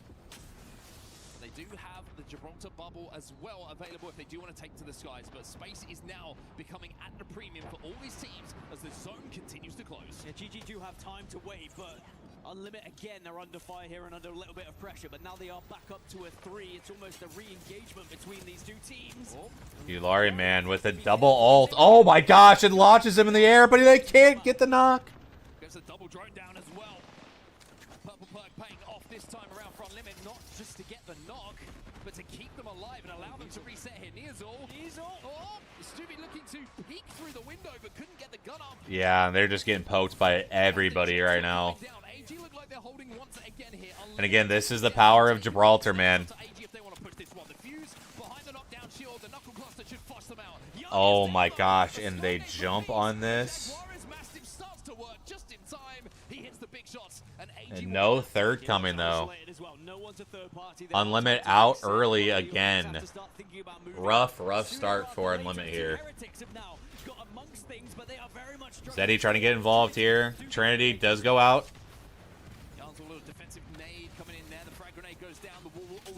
Genji picking up some nice KP as well. It really was just a jersey. My fault, Genji. Oh my god, the Fuse ult going insane from Prestis. Holy. And down they go. Bro, Fuse going from like everybody hates the character to just being a crazy comp is just insane. Fusey. And then you've got all these teams who, you spoke about it, all these buildings that have these gaps. You've got to be aware of where people are landing because you will be vulnerable from so many angles. Zeddy do find somewhere to call safe. Prestis doesn't feel safe right now. He's got a lot of teams around him, but one of those teams who's now... No name with a Kraber, and I'm pretty sure he's behind the Rampart wall. Havoc going down now. AG doing a really good job picking up some nice KP.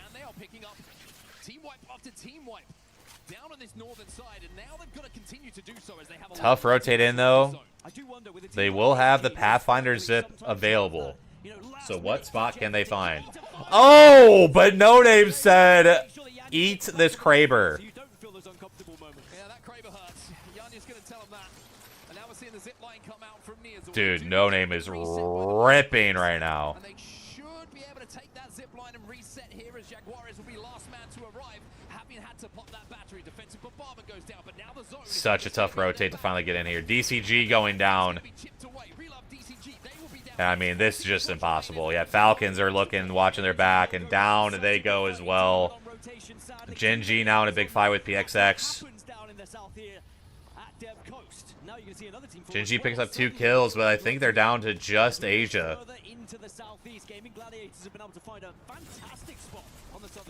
You can tell this rotate in to get to the backside was always going to be tough. We lose PXX here as well. Trying to pressure Dory inside of this building. You can see how far they have to go. My goodness, No Name is just ripping people with this Kraber. Before they do so, they want to try and move. In the kill feed, by the way, No Name with that Kraber has picked up another scalp. It's going to be Yuka, who's going to be... Gen G now causing some chaos here. Zicky does go down, though. Gen G will start to move in, but they're approaching 4 different teams. You can't just force this engagement. You've got to be aware of all the other squads, and Gen G do slightly back off here. Yeah, VP are just trying to hold. They're the team that are kind of gatekeeping everything on this eastern side. There's VP, Zeddy, Gen G all sharing these buildings that you can see on the map overhead here. But it's Gen G who are going to have to force their way in. They've already lost 1, and it's not looking good for Gen G here. Wait, are they? There's no way they get this buy. Yeah, I was just going to say, there's no way they're going to get that box res off. There's a third coming in, though. That's Zeddy pinching VP here. I really felt like VP just overextended for that. I did not think they had to dump that much util into the duo. They do get the res, though. Yeah, infinite ammo Kraber. Poor Jelly as well.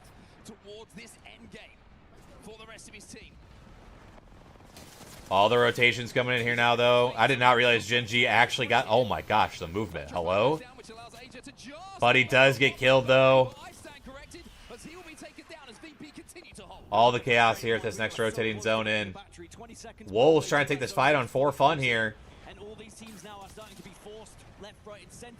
Wolves going down to 4 Fun. 4 Fun with the big fight win.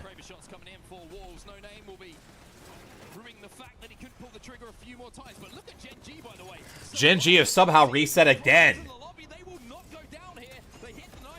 Dory out. Top 10. How Gen G is alive is beyond me. We lose GG now. Your second place team in the lobby goes out to JDG. Gen G now going out as well. I cannot believe they even survived a 9th. Pretty insane.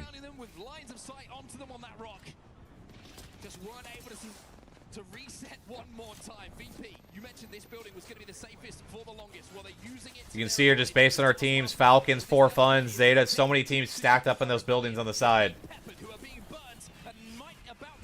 Yeah, and Falcons does get pinched out there. SR out as well. VP needing a huge game here. The Fuse really doing wonders right now.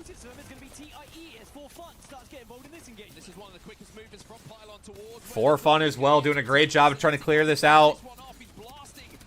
Oh my god. And they finally get rid of Zeta Division. 4 Fun absolutely needed this game. That is a better performance by Zeta Division, though, showing they are far more comfortable here on Storm Point. As now zone begins to close. TIE Esports in a very interesting position where they're at. Can they withstand? Problem is that they are going to face the Fuse of VP here once VP walks out of the building. Back on a jelly cam. Let's see if the cam matches the name and he's shaky, or if he's still. Oof. When it comes to hitting these big shots. Elsewhere, JDG. And JDG out. Oh my goodness. But Zeddy, take God, the top of the rock here, and now they're in the middle of a fight here now. This feels like it might be a Zeddy versus Ty endgame here.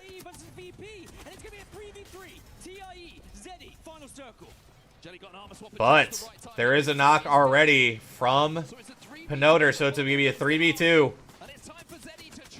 Yeah, this is all Zeddy's game here. Wait, there's the knock. Yeah, that's it. And Zeddy with a huge win. call it the dupe swoop. Zeddy, they deserved that one because they was aggressive. Huge win for the boys over at Zeddy Esports. They just timed it perfectly. They were able to read the lobby, see the kill feed going on. They knew they had the advantage going into that final engagement.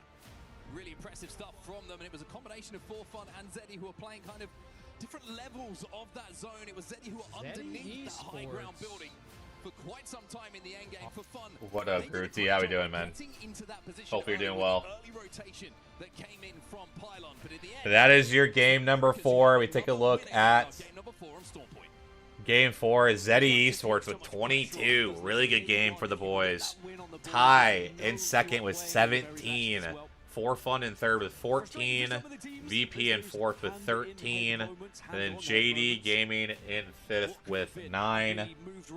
Those are your big games for game number 4. The overall leaderboard. We've got Falcons still sitting in first with 49. Zeddy Esports now move up to second with 45. GG in third at 43, Wolves in fourth at 34, and PXX in fifth with 31. So again, really good game there for Zeddy Esports. You love to see it. Solo queuing sounds awful. Sounds terrible. You're up 2K. That's good at least. Love that for you. Once again, Zeddy proving they are here to play. Gotta say, been really impressed by Jelly this split. I feel like he's improved dramatically. I think going through these first couple of days, it is Masters. Oh, okay, that helps. Of, you know, who is going to be up to the task? That definitely helps. Going to show that they can actually roll with the big dogs, and any wins on the board will raise eyebrows in a good way. Both of them, not just a single one. Double eyebrow. A double eyebrow raise. Wow, how can be shocked, Daniel Gaskin? Kind of thing on day one is I'm ready for the dates to continue. If you get a double eyebrow raise, love that from you. And I think that all the players would have been looking at that final circle saying, actually, had we mental boon, but he stopped hanging out with some people is no longer mental. There was vulnerable teams on that side. And a lot of people just committed to Valkyrie because you're scared. You don't really know what's ahead of you. Yeah, so you're going to use it, right? I think it's an interesting zone for that. You kick yourself afterwards, but it's always a hindsight situation. Yeah, it's an interesting. I think it's one of the zones where composition certainly played into that a little bit. You know, I really liked his development. I thought the biggest thing in his game was just being a lot more consistent with what openings he looks for. And yeah, it seems like he's really sorted out at least a few things so far this year. And then were able to swoop in as and when they needed to. But it's actually the Valkyrie, surprise, surprise, who made the difference in the end game as well, being able to jet up to that top of that rock, the armor swap that came in, making sure that they were all healthy as well, which is very important going into that final fight. But TIE very, very calculated on the way that they played that game. By the way, JDG into the top 5 as well. Very good game for them, who have secretly and quietly been going about their business as well, picking up a couple of points in these first 4 Yeah, good stuff there by Zeddy Esports. Again, some really good calls by Dupe, taking that top of that rock. Very, very well done. So, great stuff for the boys over at Zeddy Esports. Before they think about playing again tomorrow. The win for Zeddy puts them up into second place, just behind Team Falcons as well. But it's getting pretty tight between those top 3. Falcons, Zeddy, and Gaming Gladiators are clear leaders. But who's actually going to be able to take that initiative going into 5 and 6? Speaking of 5, we will not have Valkyrie. So for everything we were just talking about, you know, the height advantage. Valkyrie, your next ban here. Force your way into the final circle. For game 5. Now without being able to go up into the sky with that skyward dive. And it does change composition significantly going into this one. It certainly does. We're going to have to see if maybe we see a little bit more Pathfinder. Yeah, Zay Division really need to find a way to get a spark here in this game 5. Legend to be banned. Maybe a little bit very much on the struggle bus down in 19th. Unfortunately, kind of like we were talking about, APAC North really struggling right now. Again, there was a lot of roster mania, a lot of changes that took place at APAC North, so things were a little bit more wide open. Things were a little bit more chaotic in terms of how the games played out during Pro League. You wondered if that was going to carry over to LAN. So far, it is not. Obviously, it's just day 1, so you don't want to jump to too many conclusions yet. But seeing APAC North, 4 teams in the bottom 5 does say a lot, at least as of right now, especially because really no one else outside of Ty, which, you know, the one game Ty, you know, did have, has kind of, you know, saved their score. But right now, unfortunately, APAC North struggling a little bit. But again, You got Zeta Vision, Unlimited, who both can pop off, especially when some of the bans start getting weird.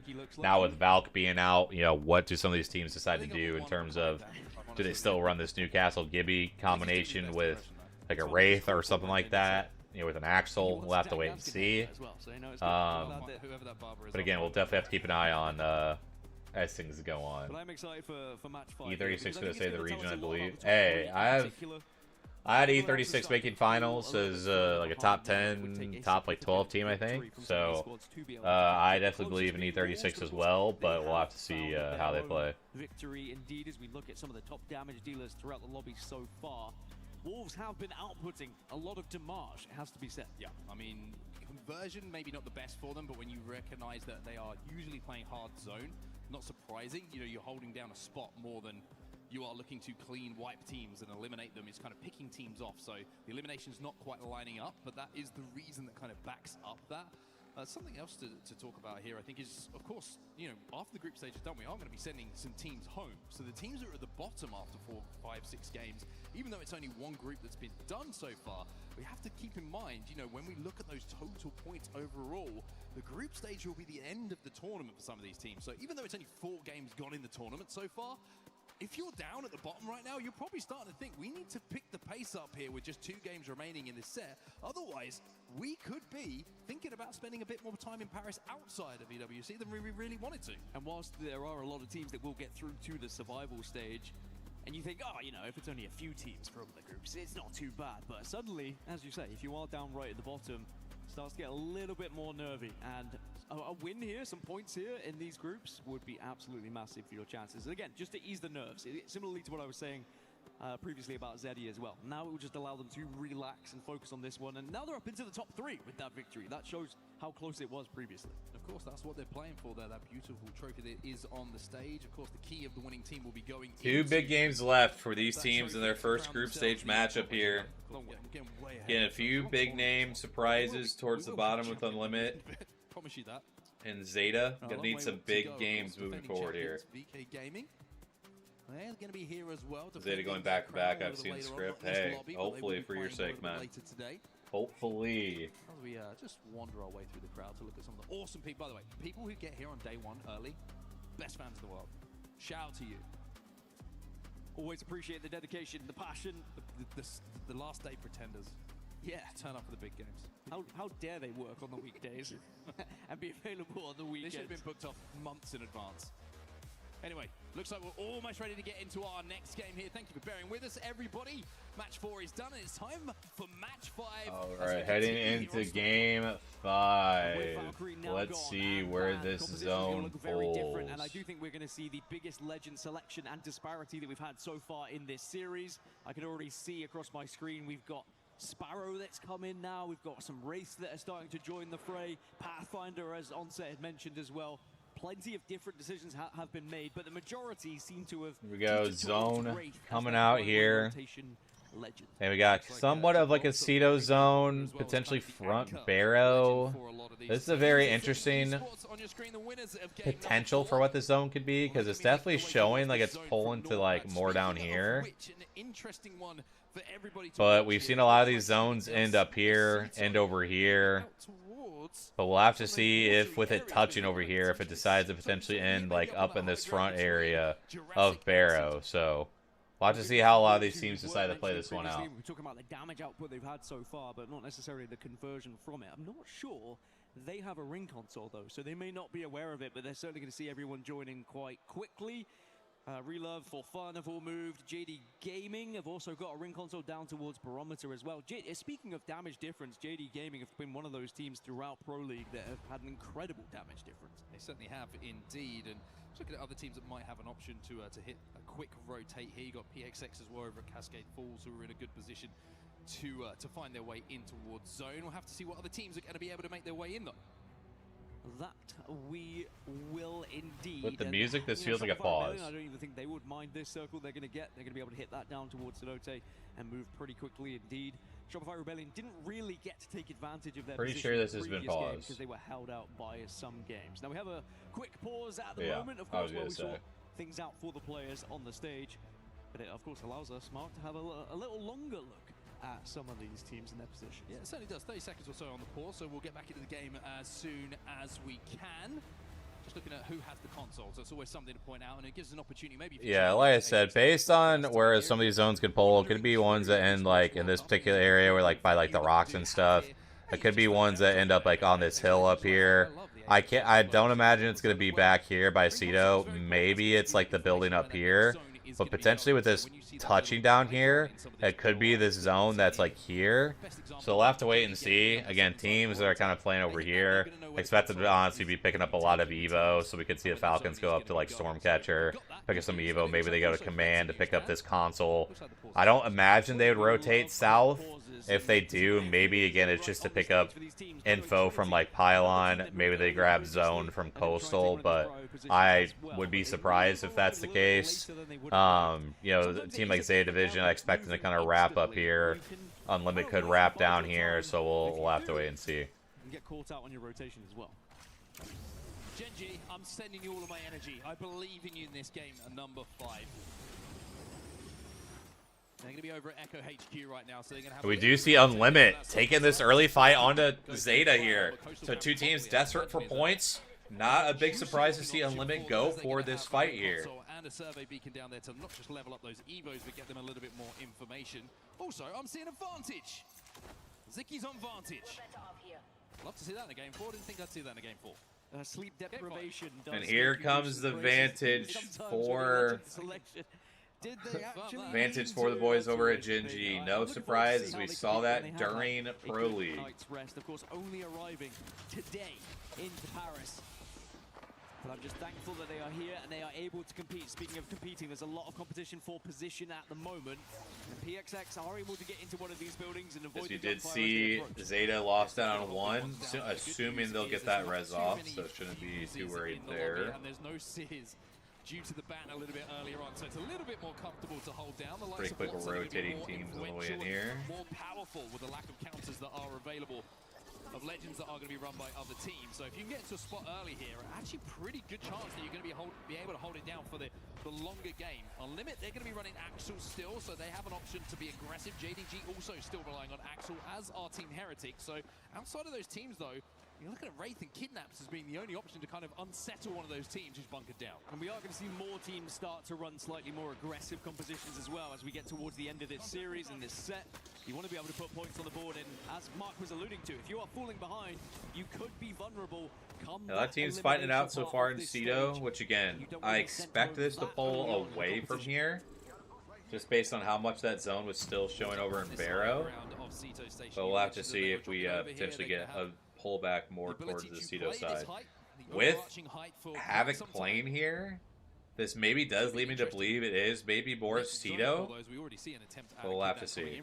You saw the Wraith just jumping down from the high ground to see if they can pick up a KP and steal away a player. Falcons, a little bit of a different rotation. Oh, this is very bad for Hal here. Hal is very much caught out. Oh my god, he lives. Well, lives for now. Able to get out of that sight line though, so they should be able to stabilize. They're just gonna have to reconsider their approach of how they want to move from this position. And I'm not sure. Looks like Heretics won't. At the moment, they're kind of just scouting around, and now finally they do get eyes on. Looks like Heretics won't aggress on this, so Falcons chilling for now. You might disagree with me here, Mark, but I just think I would rather be one of these teams who is approaching from the edge. I would be frustrated if I was a team like Wolves and the zone has come my way.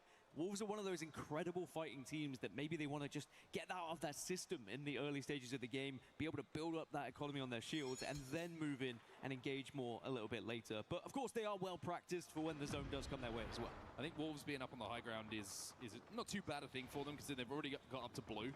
So that's not going to be too much a concern. And the fact that it is such an overarching height here at Cito Station, and they have the Newcastle as well to get that wall down, they're going to be able to do a lot of poke damage. Something that was interesting to highlight, though, just on that other side of the map is I think Sparrow is actually going to be a pretty good pick as an aggressive character in this lobby. Think about flushing those Newcastle teams out, those Watson teams out.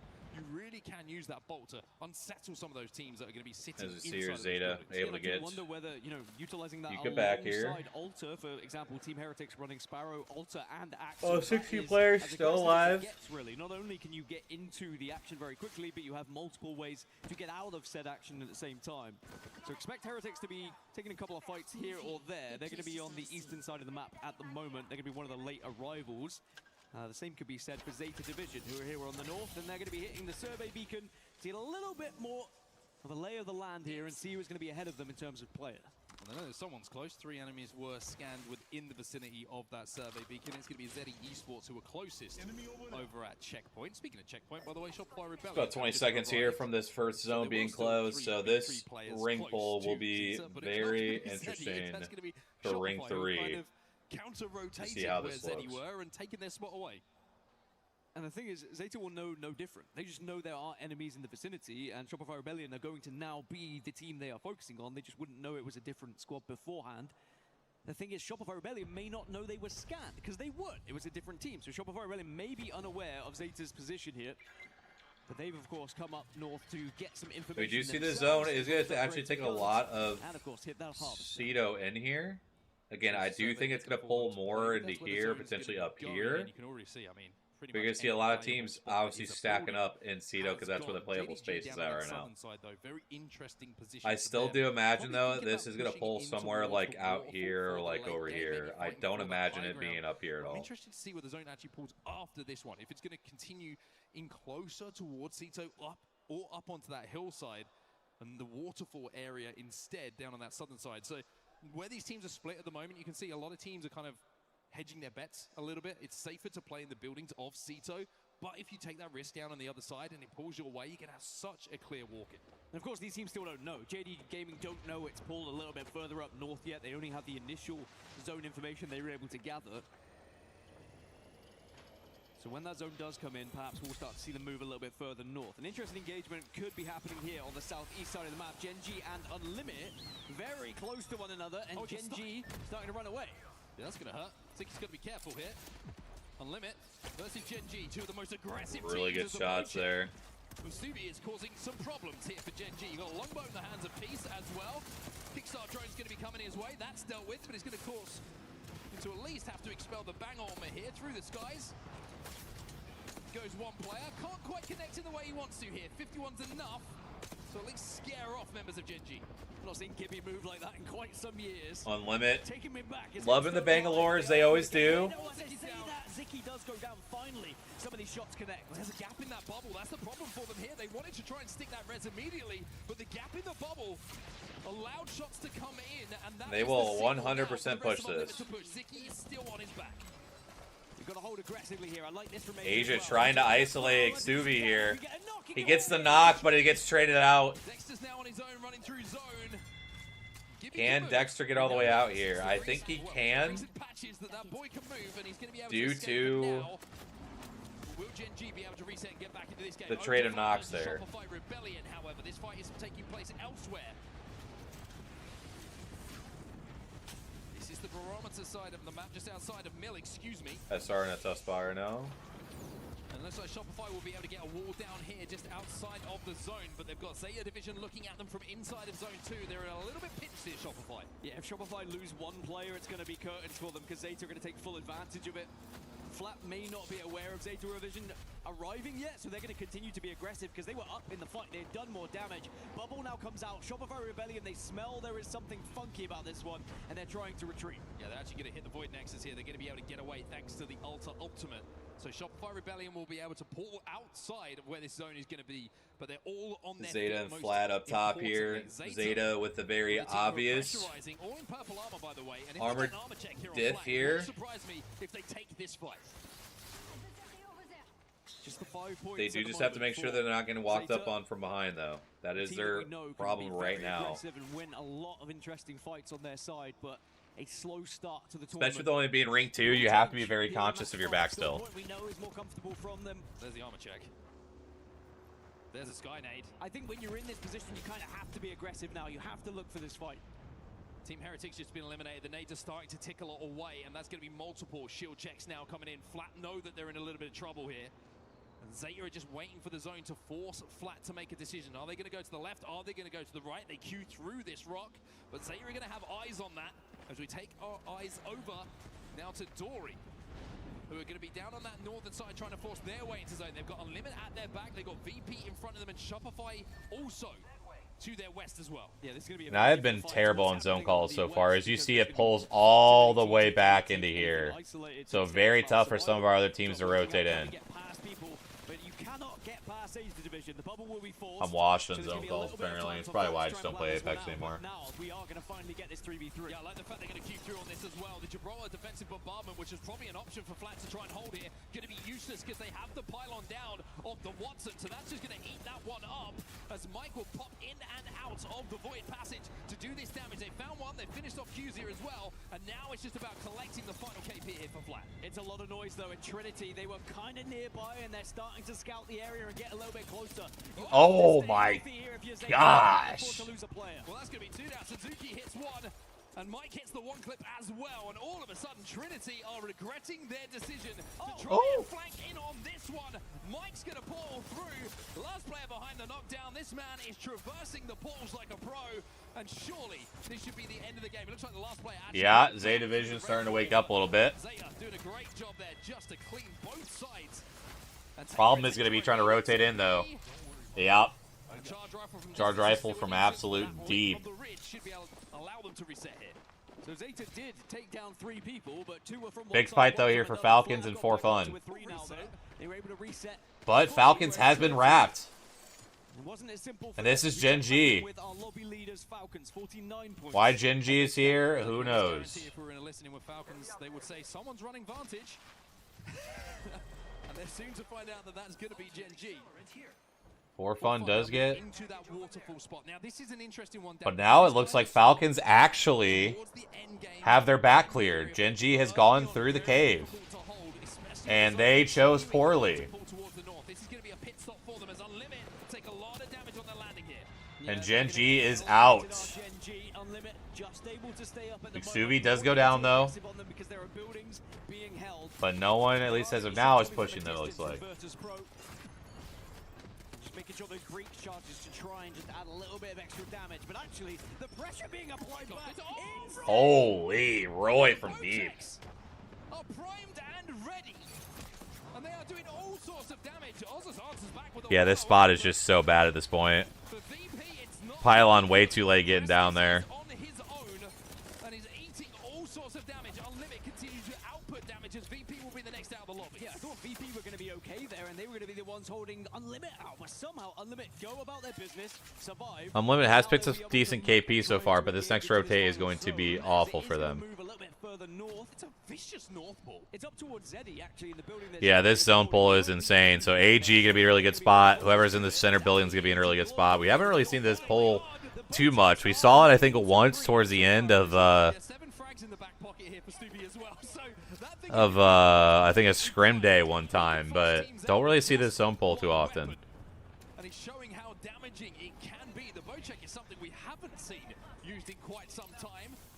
A lot of weapons more popular than that when it comes to the Apex Legends Global Series, but when that thing's primed, when it's charged up, you can flush teams out. For Fun will zip their way into zone by the looks of things. That will leave on the southern side. Flat actually got a reset after all that. That's kind of insane. Checking in on the southwest with Zeta Division. Again, still looking up towards Flat. JDG and Falcons are going to be in a big fight here on the southern side. Approach to zone, but it's about whether you can win that engagement and then survive into zone. Trinity just been eliminated. A tough rotate actually now for Zeta. They may have left it a little bit long. A long way to go. Unlimit now try and collapse onto Shopify Rebellion. This is the team that they were trying to force the fight on. Ilari man gets ripped by Koi. This fight was always going to be very tough for Unlimited trying to walk their way in. And Zainu says we have to send it. Let's take advantage of this. We've got the extra player.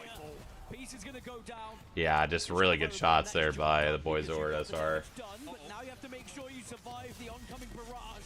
Falcons trying to balloon in here. Where do they go? They're also flying in at the same time as Zeta. Oh my god, the chaos of all these teams trying to get into this zone.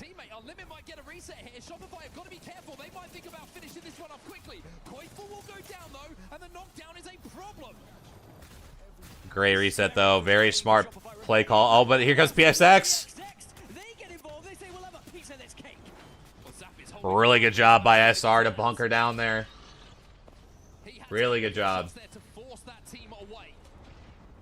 PXX wanted to move in, capitalize on the damage, and now all that's really happened is everybody has reset. JD Gaming, they are eliminated. They Dory just in an impossible situation here. Holy.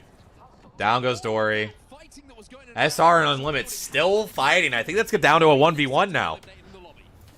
This engagement still happening, by the way, between Shopify, Unlimit, PXX, all of them fighting tooth and nail at the moment. Unlimit down just as Peace. Falcons eliminated early here. By the way, Peace, kill leader right now in the lobby. And down goes Unlimit finally. SR found their way in. My goodness. AG's honestly very lucky that they try to commit to that and nobody took their building. Super lucky.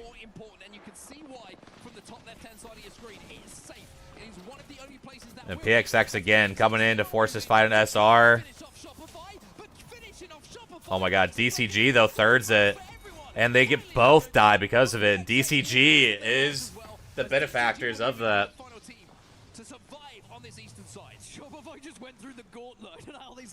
DCG did such a good job there of thirding that. DCG will be the final team that arrives and actually picks up all of those pieces.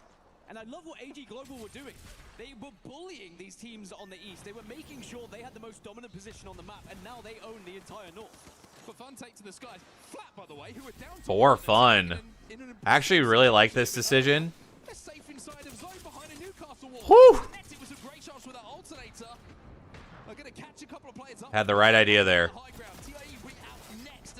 Thai Esports going down to AG. It was AG Global taking out TIE, by the way. Again, another team that started to approach their general vicinity, and they removed them so quickly. And we might see it again. Zeddy Esports again into a top 10. Playing really well. Oh, that Fuse ult's gonna go insane. From Yanya and AG, Fuse has been a difference maker in some of these competitions so far, but Jaguares now has to duck behind the bubble and back into the cover as GG are overextending, looking to finish off. GG also playing really well right now. Eliminated next in the lobby. Gaming Gladiators third place, 46 points. Remember, Falcons got eliminated earlier, so a fantastic chance to catch them up here in this lobby. But can you survive AG in the moment, because they have just been dominating anyone?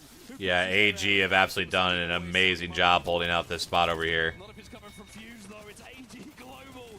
And down goes GG.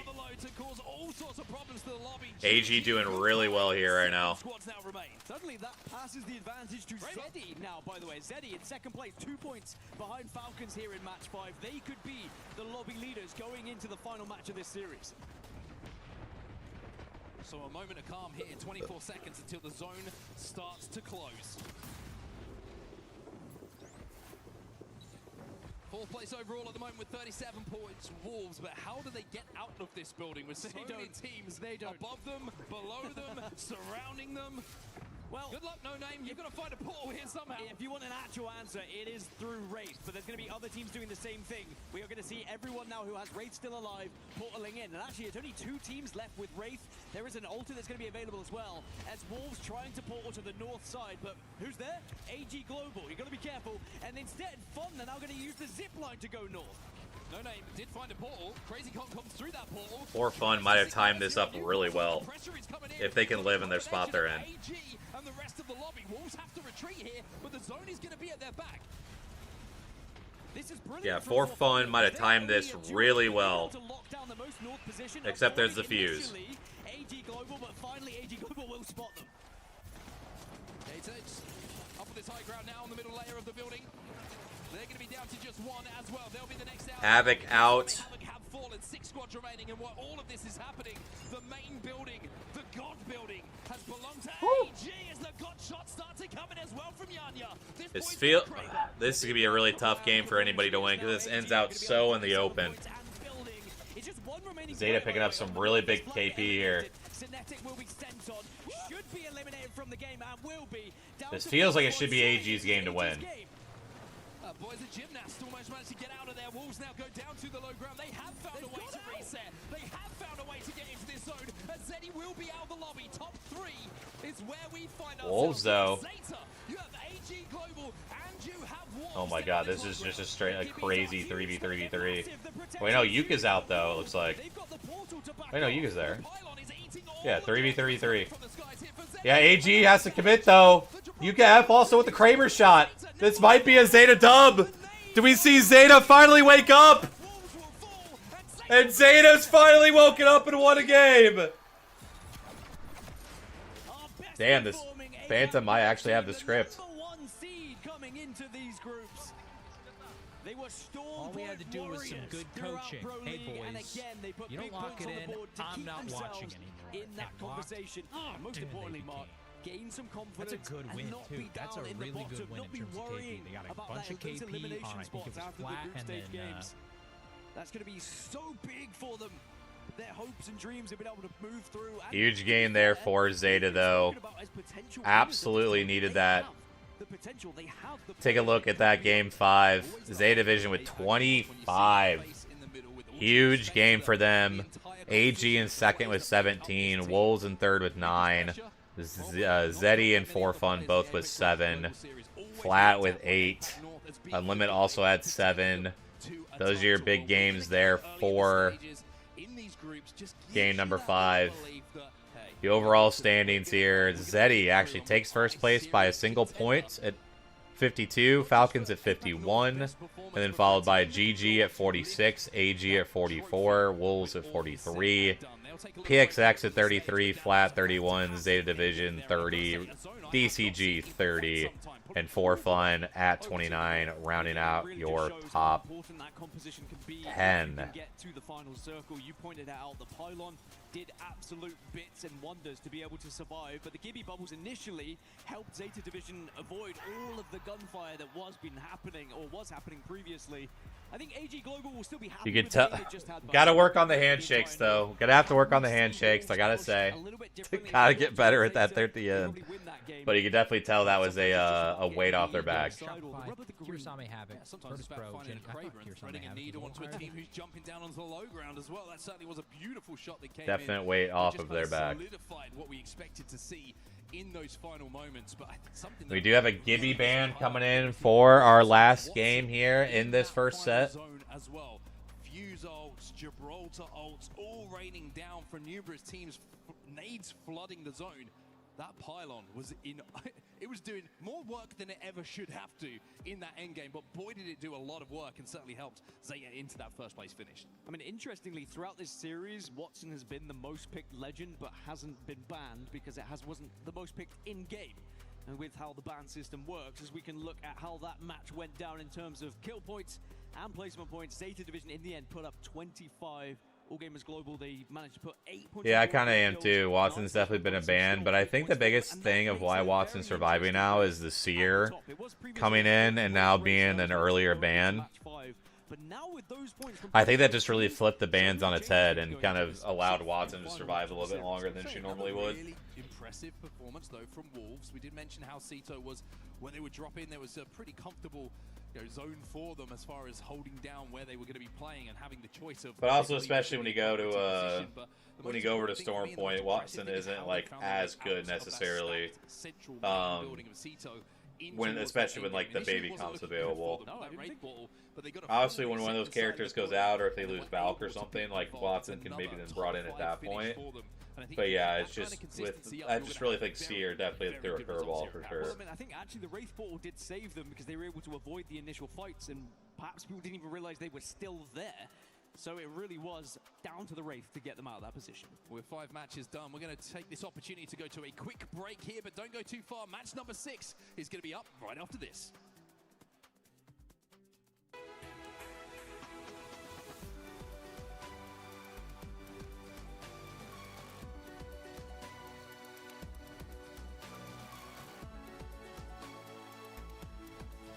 All right, one more game here for this first set of the day. Oh, welcome back once again, everybody. We are back. That was a quick break. That was a quick Very break. quick break. Almost caught me off guard there. But we are back here in Paris at the Esports World Cup at the ALGS Split 1 playoffs. We've just seen 5 games done, and we have a team not even at their station yet, so we're not like starting right away. Leaderboards, and who's going to be a little bit worried going into the rest of the group games? My favorite thing about that is sometimes these was nuts, man. Absolutely nuts in champs this past year. But typically, most of the years, you're looking at around the low 60s, which averages out to about 64. So, If you're There's your a cutoff, if you're a fan of a team 64. who's doing poorly so far, let's say for example, 46. AG Global now up to 4th place on 44. And Wolves Esports, you were saying it, they are still being consistent, putting points on the board. They are at 43. With the wins, Zeta Division do put themselves up into 8th on 30 points. So there is an outside Let's chance. hear, If that's they go my back to back, then team, maybe, that's my just maybe, team. they can get first place. Yeah, very My interesting team, how my it team, looks at the my moment. You mentioned teams. kind of Yeah, outside- my after 5 the teams Wolves, a so little bit of far. a drop-off in points All doing to the pretty rest of the lobby. decent. Those top In terms of the top five draft. teams are kind of just locked down top 5 games and the points in the leaderboards as well. One of the teams on the left-hand side, of course, that you can see right now, and you can see them in full screen right now, are one of those teams that win a little bit earlier on. Some good performances on E-District, but a little bit quiet so far in Storm Point. They were involved towards the end game of that game number 4 down at Devastated Coast, but a little bit quiet by their own standards. But I'll be honest with you, when you talk about Team Falcons, I'd say quiet by Gen G, their own though, standards tough means one. they haven't won the game with 57 kills. They still are the kill leaders throughout the lobby. They have That's my 32 point, kills yeah. at the moment, right? They are still putting points on the board, and I think regardless of what happens, they will still be happy with their performance here, even if they don't win out. As long as you are in the top bunch in your first matches of the day. As let's check out Duplex's folding skills. Let's see how he gets on here. He's going for what can only be described as a traditional corner fold there, Dan. He's done very well. Very well trained, great professional. The dupe swoop, some call Did not realize Yanni dropped to 4K. That's insane. From Naughty as well in But the again, they were in event. kind of a god And position full for most of that game, That is a beautiful piece of work. so not too big of a surprise. Can't see you on there, Dan. I could be, though. You know full well. Lurking in the shadows, as you tend to. Always waiting and always watching. There's AG Global. Yeah, there should be. I mean, I know they didn't manage to get the win Because the start time is set for 10, so that'd be an hour and 10 minutes from now. But obviously they got to play this game out. They're going to have to switch everybody off stage, so you have to bring on the new players. So I imagine it'll probably be like 90 minutes, maybe after this first set's over with. Had things gone slightly different with how those I'm not matches sure gone I'll down in that stream the final second they set, could have because been to be victors. honest, I But now just they give themselves the chance. They're on 47 have not points. felt They like are streaming over a 8 lot. points behind first place. Again, Maybe we'll they see could if I be even the stream the winners rest of the of week, this. to be quite honest. Might just go chill in Jay's chat or Jumba's chat or something. But If you can clear one but yeah, I would say there'd probably be like at least probably anywhere from like an hour to a 90-minute break between the two sets. The most difficult thing about holding a Just spot based on like typical is when you're Apex.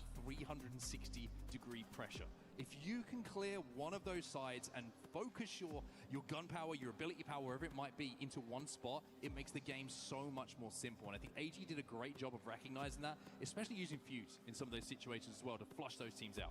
I saw some world champions in the audience there. I think there was the Sentinels roster just rocking up and making sure they're watching the rest of the tournament here to prepare for their games. They'll be up next, of course, in the other groups competing. Very excited to see what they can do on the main Looks like stage. here As we are getting well ready as for the game reigning number 6. Our defending teams EWC are loading in. UK Gaming will be here. They will be on the stage playing a little bit later on today. But before we get there, of course, we've got to finish off this Last series. game of our Another first set game to here. get done as we head back to Storm Point now. Game number 6, the final one between groups A and B. Looks like it's live, Dan, as we can jump back in and see who's going to grab the final points available. As we go into match 6, it was Gibraltar banned from match 5. So again, And we're going to have a wall poll, as we see up here. So AG, feeling really good about that. GG should have a pretty quick rotate there as well. So Zeta also should have a pretty quick poll there as well. So classic zone for wall. A lot of the zones we've seen potentially end more on like this backside, but I mean there's just so many options we could still have. It could end more up in this area, it could end more out on the rocks like over here. There's just so many different spots. It could literally pull up into the front area. There's just so many different options right now that this could end. I'm assuming AG will probably play more towards this back right building. But we'll have to wait and see, because I don't believe they have ring. They do have ring consoles, so they should know that this is pulling on their head.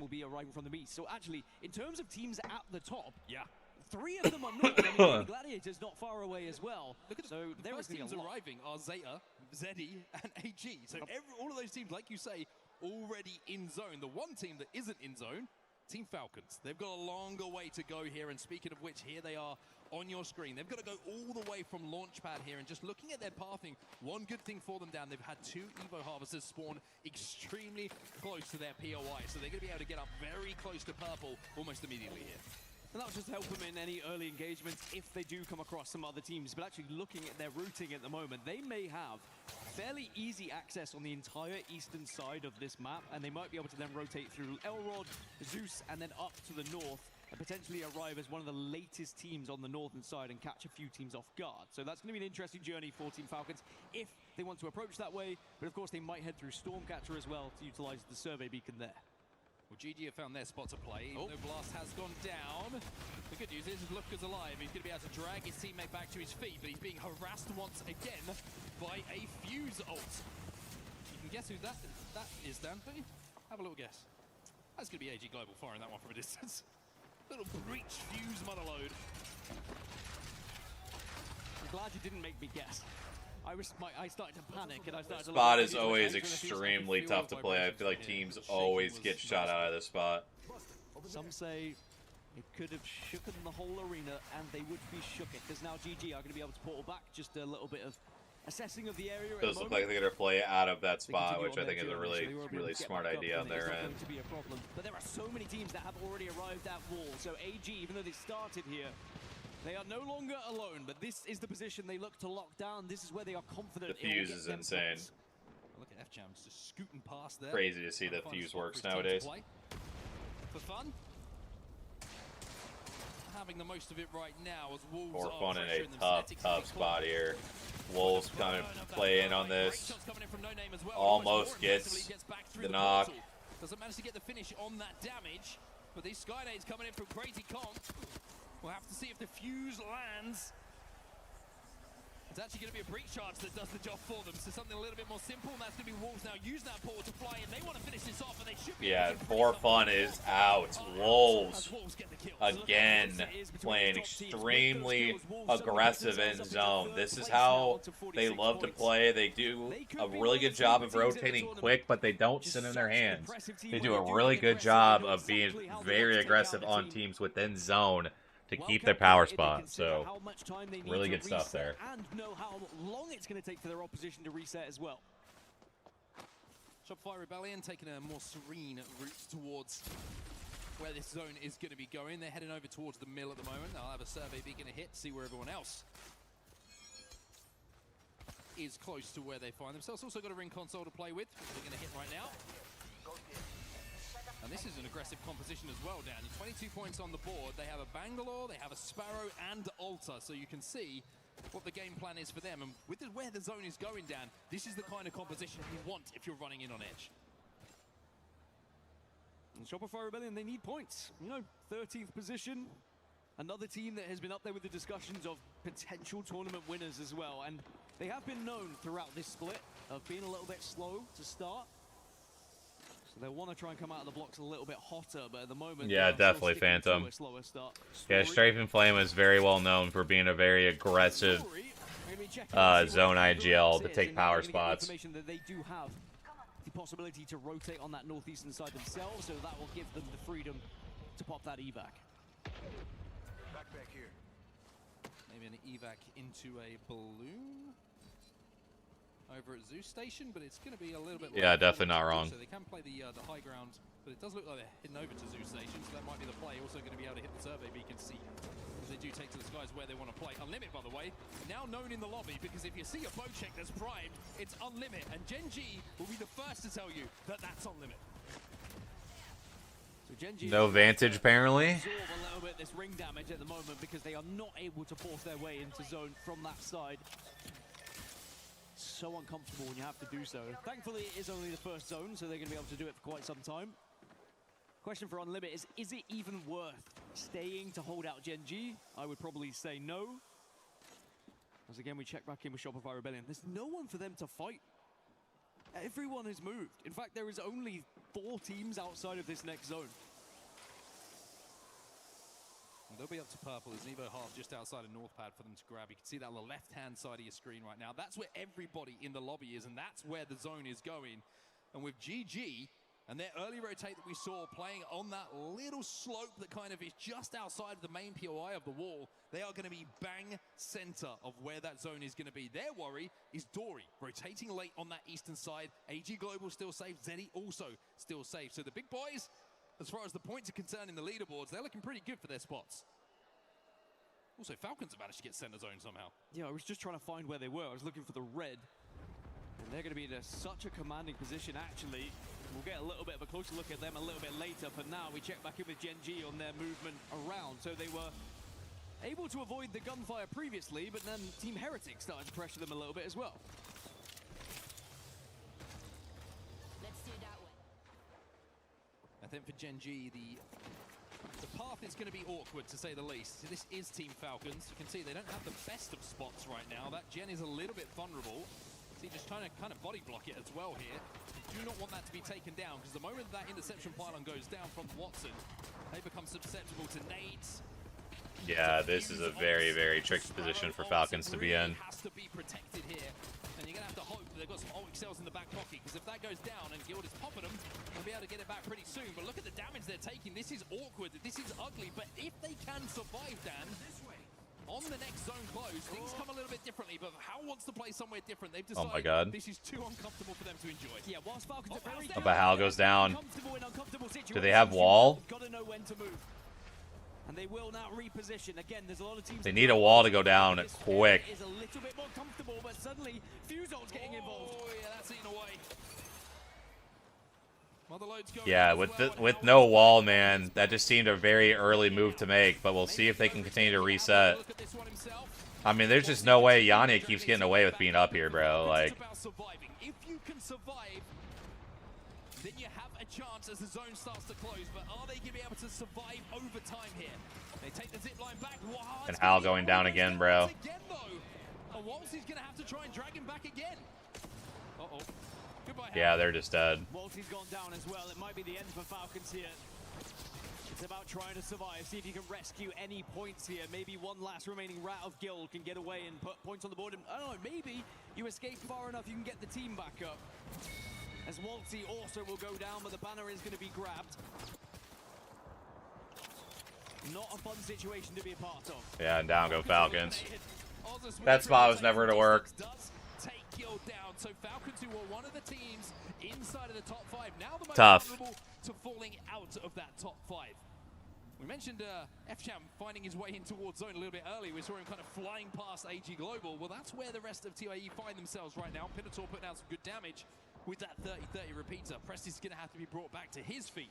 Elsewhere, outside of zone, down in the south, JD Gaming are involved in a fight that you can see against Kirasame Havoc. As Team Heretics, well, they're involved in a fight on the Yeah, definitely tough for Falcons there. But again, they've struggled on Storm Point quite a bit. Struggled on Storm Point very, very much. I think they were like one of the worst Americans teams coming in, or America's teams coming in. Yeah, Cochran, I just can't do those conversations today, respectfully. Could probably talk about it the next couple days during LAN, but today just ain't it. Thank you for seeing the pin message, though. Like I said, I don't want to go on tangents today. Hopefully you're doing well, though. I appreciate you stopping in. Hope all's well. And they'll be alive and kicking for a while. It's going to be a 1 minute 20 before we see this zone moving next. And actually, it was a good hold here. Shopify Rebellion now starting to have a little prod, Yeah, like I said, they, I think, only scored like 25% of their points or like something like that on Storm Point. Which obviously, if you look at it, you're hoping to be at 33% for all 3 maps. So like for them to be that low on a single map, like it's not like they're like horrible, but it's definitely, you know, it's definitely not a good map for them. But down to 2, and you would expect Shopify to try and push this advantage, but Gen G are here now. But they have retreated. They have recognized that a couple of kills here isn't going to save their series. It's actually going to save Kirasame, though. Gen G doing that, it forces Shopify away. They know they don't need to take that fight. They've been able to get the KP they were looking for. Although they still need more, still in 13th place, still on 20. Yeah, let's see where Falcons fall off, though, depending on how some of these other big name teams do. Remember this engagement. If you win this fight, you are in a fantastic spot for the late game. Gotta be careful here. Alonzi gets away. Kus has gone down though, and they might have to hit the Void Nexus to get him back to his feet. Can he stay alive long enough for them to drag him back and try this fight again? Shopify Rebellion versus Gen G does start taking place, and Asia will be the first to go down. Zap is also down though, by the looks of things. So it's a 2v2. Hold tight, I got your back. Smoke goes down, so Zainu has a little poke at this one. Koifel's going to send some frag grenades in. And are they going to come down and hit some big targets? It looks like they are. Sparrow's also down. Koifel's out in the balloon. Just to try and survive this zone closing behind them. Yeah, it's about getting ahead of them here. Don't have the banner. Yeah, SR having a pretty average day to below average day, honestly, really. Gen G probably landing on Shopify here. Koifel's going to hold this. Koifel's on his own. Finally, it looks like the rest of Shopify are going to kind of try and walk their way up to him. Wolves are having a look at this one as well, but it's Koifel essentially is a man on an island, and Gen G know this. It's a 1v2 for Koifel. Oh my god, Koifel. He'll go down I mean, the fact he even got one. Can Zainu swing in and get the other? He's just late to the party. It's a 1v1 still. Manages to get attacked, manages to get a little bit of information from that Sparrow, but I think the call has been made by himself, or potentially from Koifel. Might be better just to avoid the zone here, play a little bit ahead. Dexter now taking a lot of damage. Zainu played that so well. Will win the fight, but at what cost? Zainu, last remaining player. Zainu played that really, really well. Was very patient, swung back to get a better spot to get the ult down. Really good stuff. Gen G inside of that zone, ticking away at the damage, and then the wingman shots. Bread and butter for Zainu. 16 squads now remain. It might be going down pretty quickly. Flat and Zeddy Esports in a big fight here. Taking some damage, but it looks like Zeddy have been able to win out that engagement, or at least get on top of Flat. And Wolves going out to PXX. PXX really surprising some people so far. Flat out as well. As now the Deathbox recovery is going to be attempted, but there's damage coming from elsewhere. Yeah, it's going to be AG Global is firing in. Those knuckle clusters trying to force them off of that box. Deeds will be able to get back. There's a rogue. Zeddy's got some plot armor right now, man. Down for him from another team that helps him get back into that body. Duplex. If I know this man, it's a no man left behind kind of character. He gets Jelly back. He does go down though. And should be able to and here comes PXX. Void Nexus. However, there's now a team approaching, and that's going to be PXX who smell the blood in the water. Yeah, PXX are on the hunt at the moment as well. Zeddy having to retreat and back themselves into a corner, but there's still a job to be done here, and Dupe can definitely output damage. Dupe's a one-man army at the moment. Jen's going to go down. Yeah, it feels like PXX is going to take this fight, but yeah, down goes Zeddy. PXX, again, looking really good right now. Zainu picking up 2 KP, by the way. 55 points, so that's going to be the number to hunt now for all these teams who are chasing. Think of AG. Yeah, you see this pack right here, really the main 3 that can catch our teams that are already dead at the top. GG, AG, and PXX. Maybe some outside shots for some of our other teams here. 7 points in the moment as Shopify Rebellion starting to get kills in the kill feed. Koifel's back up on his feet, so there are 2. Koifel lives. Team Heretics just about doing so themselves, but they're going to have to send it on to Dory here. They can't win that. And Heretics go down again. Heretics is a really rough opening set. I believe they finished 20th. And Unlimit starting to pick up some KP. Unlimit, that's 3 more. Shopify does eventually go out. Unlimit getting another pick. Man, I wonder how much KP they're already at. GG also picking up some knocks. So GG and AG really putting on some pressure to our top 3 teams here. All of that carnage happened. Everybody, by the way, from Wall, who has to move towards his zone, has to leave the buildings. VP will be next. Zeta and AG Global, the only 2 teams in zone right now. And AG Global just positioning themselves so successfully now to try and catch up those lobby leaders as PXX. PXX is dead. After being able to delete the dupe swoop a little bit early. So we got GG now tied with Falcons. Falcons do have the tiebreaker, but GG just needs 1 more point. And AG could still join the group as well. Oh my god. Hello? Oh my god, and DCG is leaving. And that's exactly what DCG do. It looks like there's a line in the sand. They agree that you look too vulnerable to Tie, dead. So now GG is past Falcons here. Dude, Unlimited picking up more KP.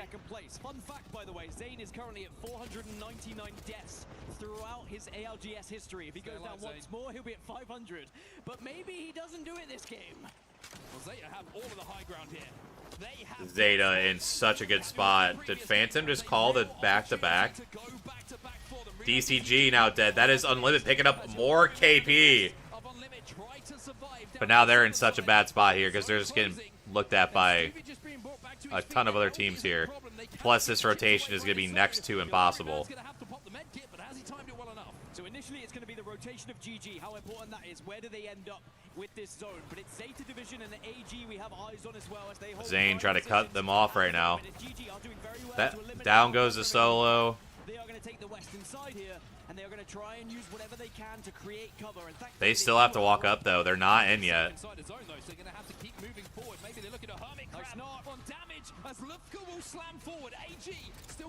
Yeah, AG now tied with Falcons here.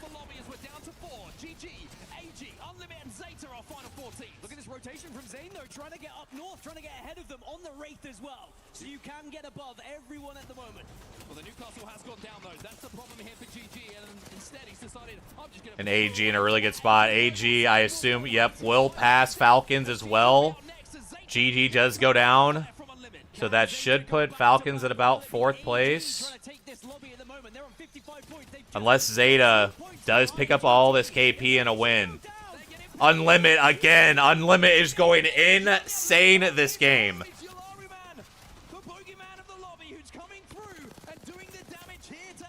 It still does feel like this is going to be a Zeta win just based on where they're currently located. Dude, Unlimited has picked up all of this KP. The two APAC North teams that struggled mightily to start this day off. And there's the pick. Does Zeta Division actually pick up the back-to-back? They are actually going to pick up the back-to-back. Phantom has called this. Wow, Zeta Division. It may not be a series victory for Zeta Division, but boy is it a statement. Wow, what an ending there by Zeta Division. Incredible work. Tallies at the end, but I think we might be looking at GG as winning that series, just being able to get those extra points on the board when Zayn took his final. Looks like this should be the final scores. So Zeta in first with 16, Unlimited in second with 22 points. AG in third with 11, GG in fourth with 11, Dory in fifth with 7. Other big ones, VP had 8, Shopify had 8, PXX had 7. But our overall leaderboard for our first set, it is GG taking the set win at 57, Zeddy second with 55, AG in third with 55. Falcons in fourth with 51, Wolves in fifth with 47, Zeta in sixth with 46, PXX in seventh with 40, DCG in eighth with 35, Unlimited in ninth with 34, and Flat in 10th with 32. Some of other names at the bottom leaderboard, Heretics, Trinity, Gen G, all struggle, unfortunately, to get off to a good start, but some big performances there from Unlimited and Zeta Division to absolutely pop back off towards the end. I'm going to go ahead and hop off, though. I'm going to go watch the second set in Jay's chat and probably mod and stuff over there. So appreciate everybody that was here for the first set. I will figure out if I'm going to stream the rest of the week or not. Like I said, I just have not really felt like streaming too much. But if it ends up working out, maybe I can collab with some other people to stream later this week. But appreciate you guys being here. And again, I'll be over in Jay's chat. So make sure you go over to Jayhawk and check him out. But W first set, and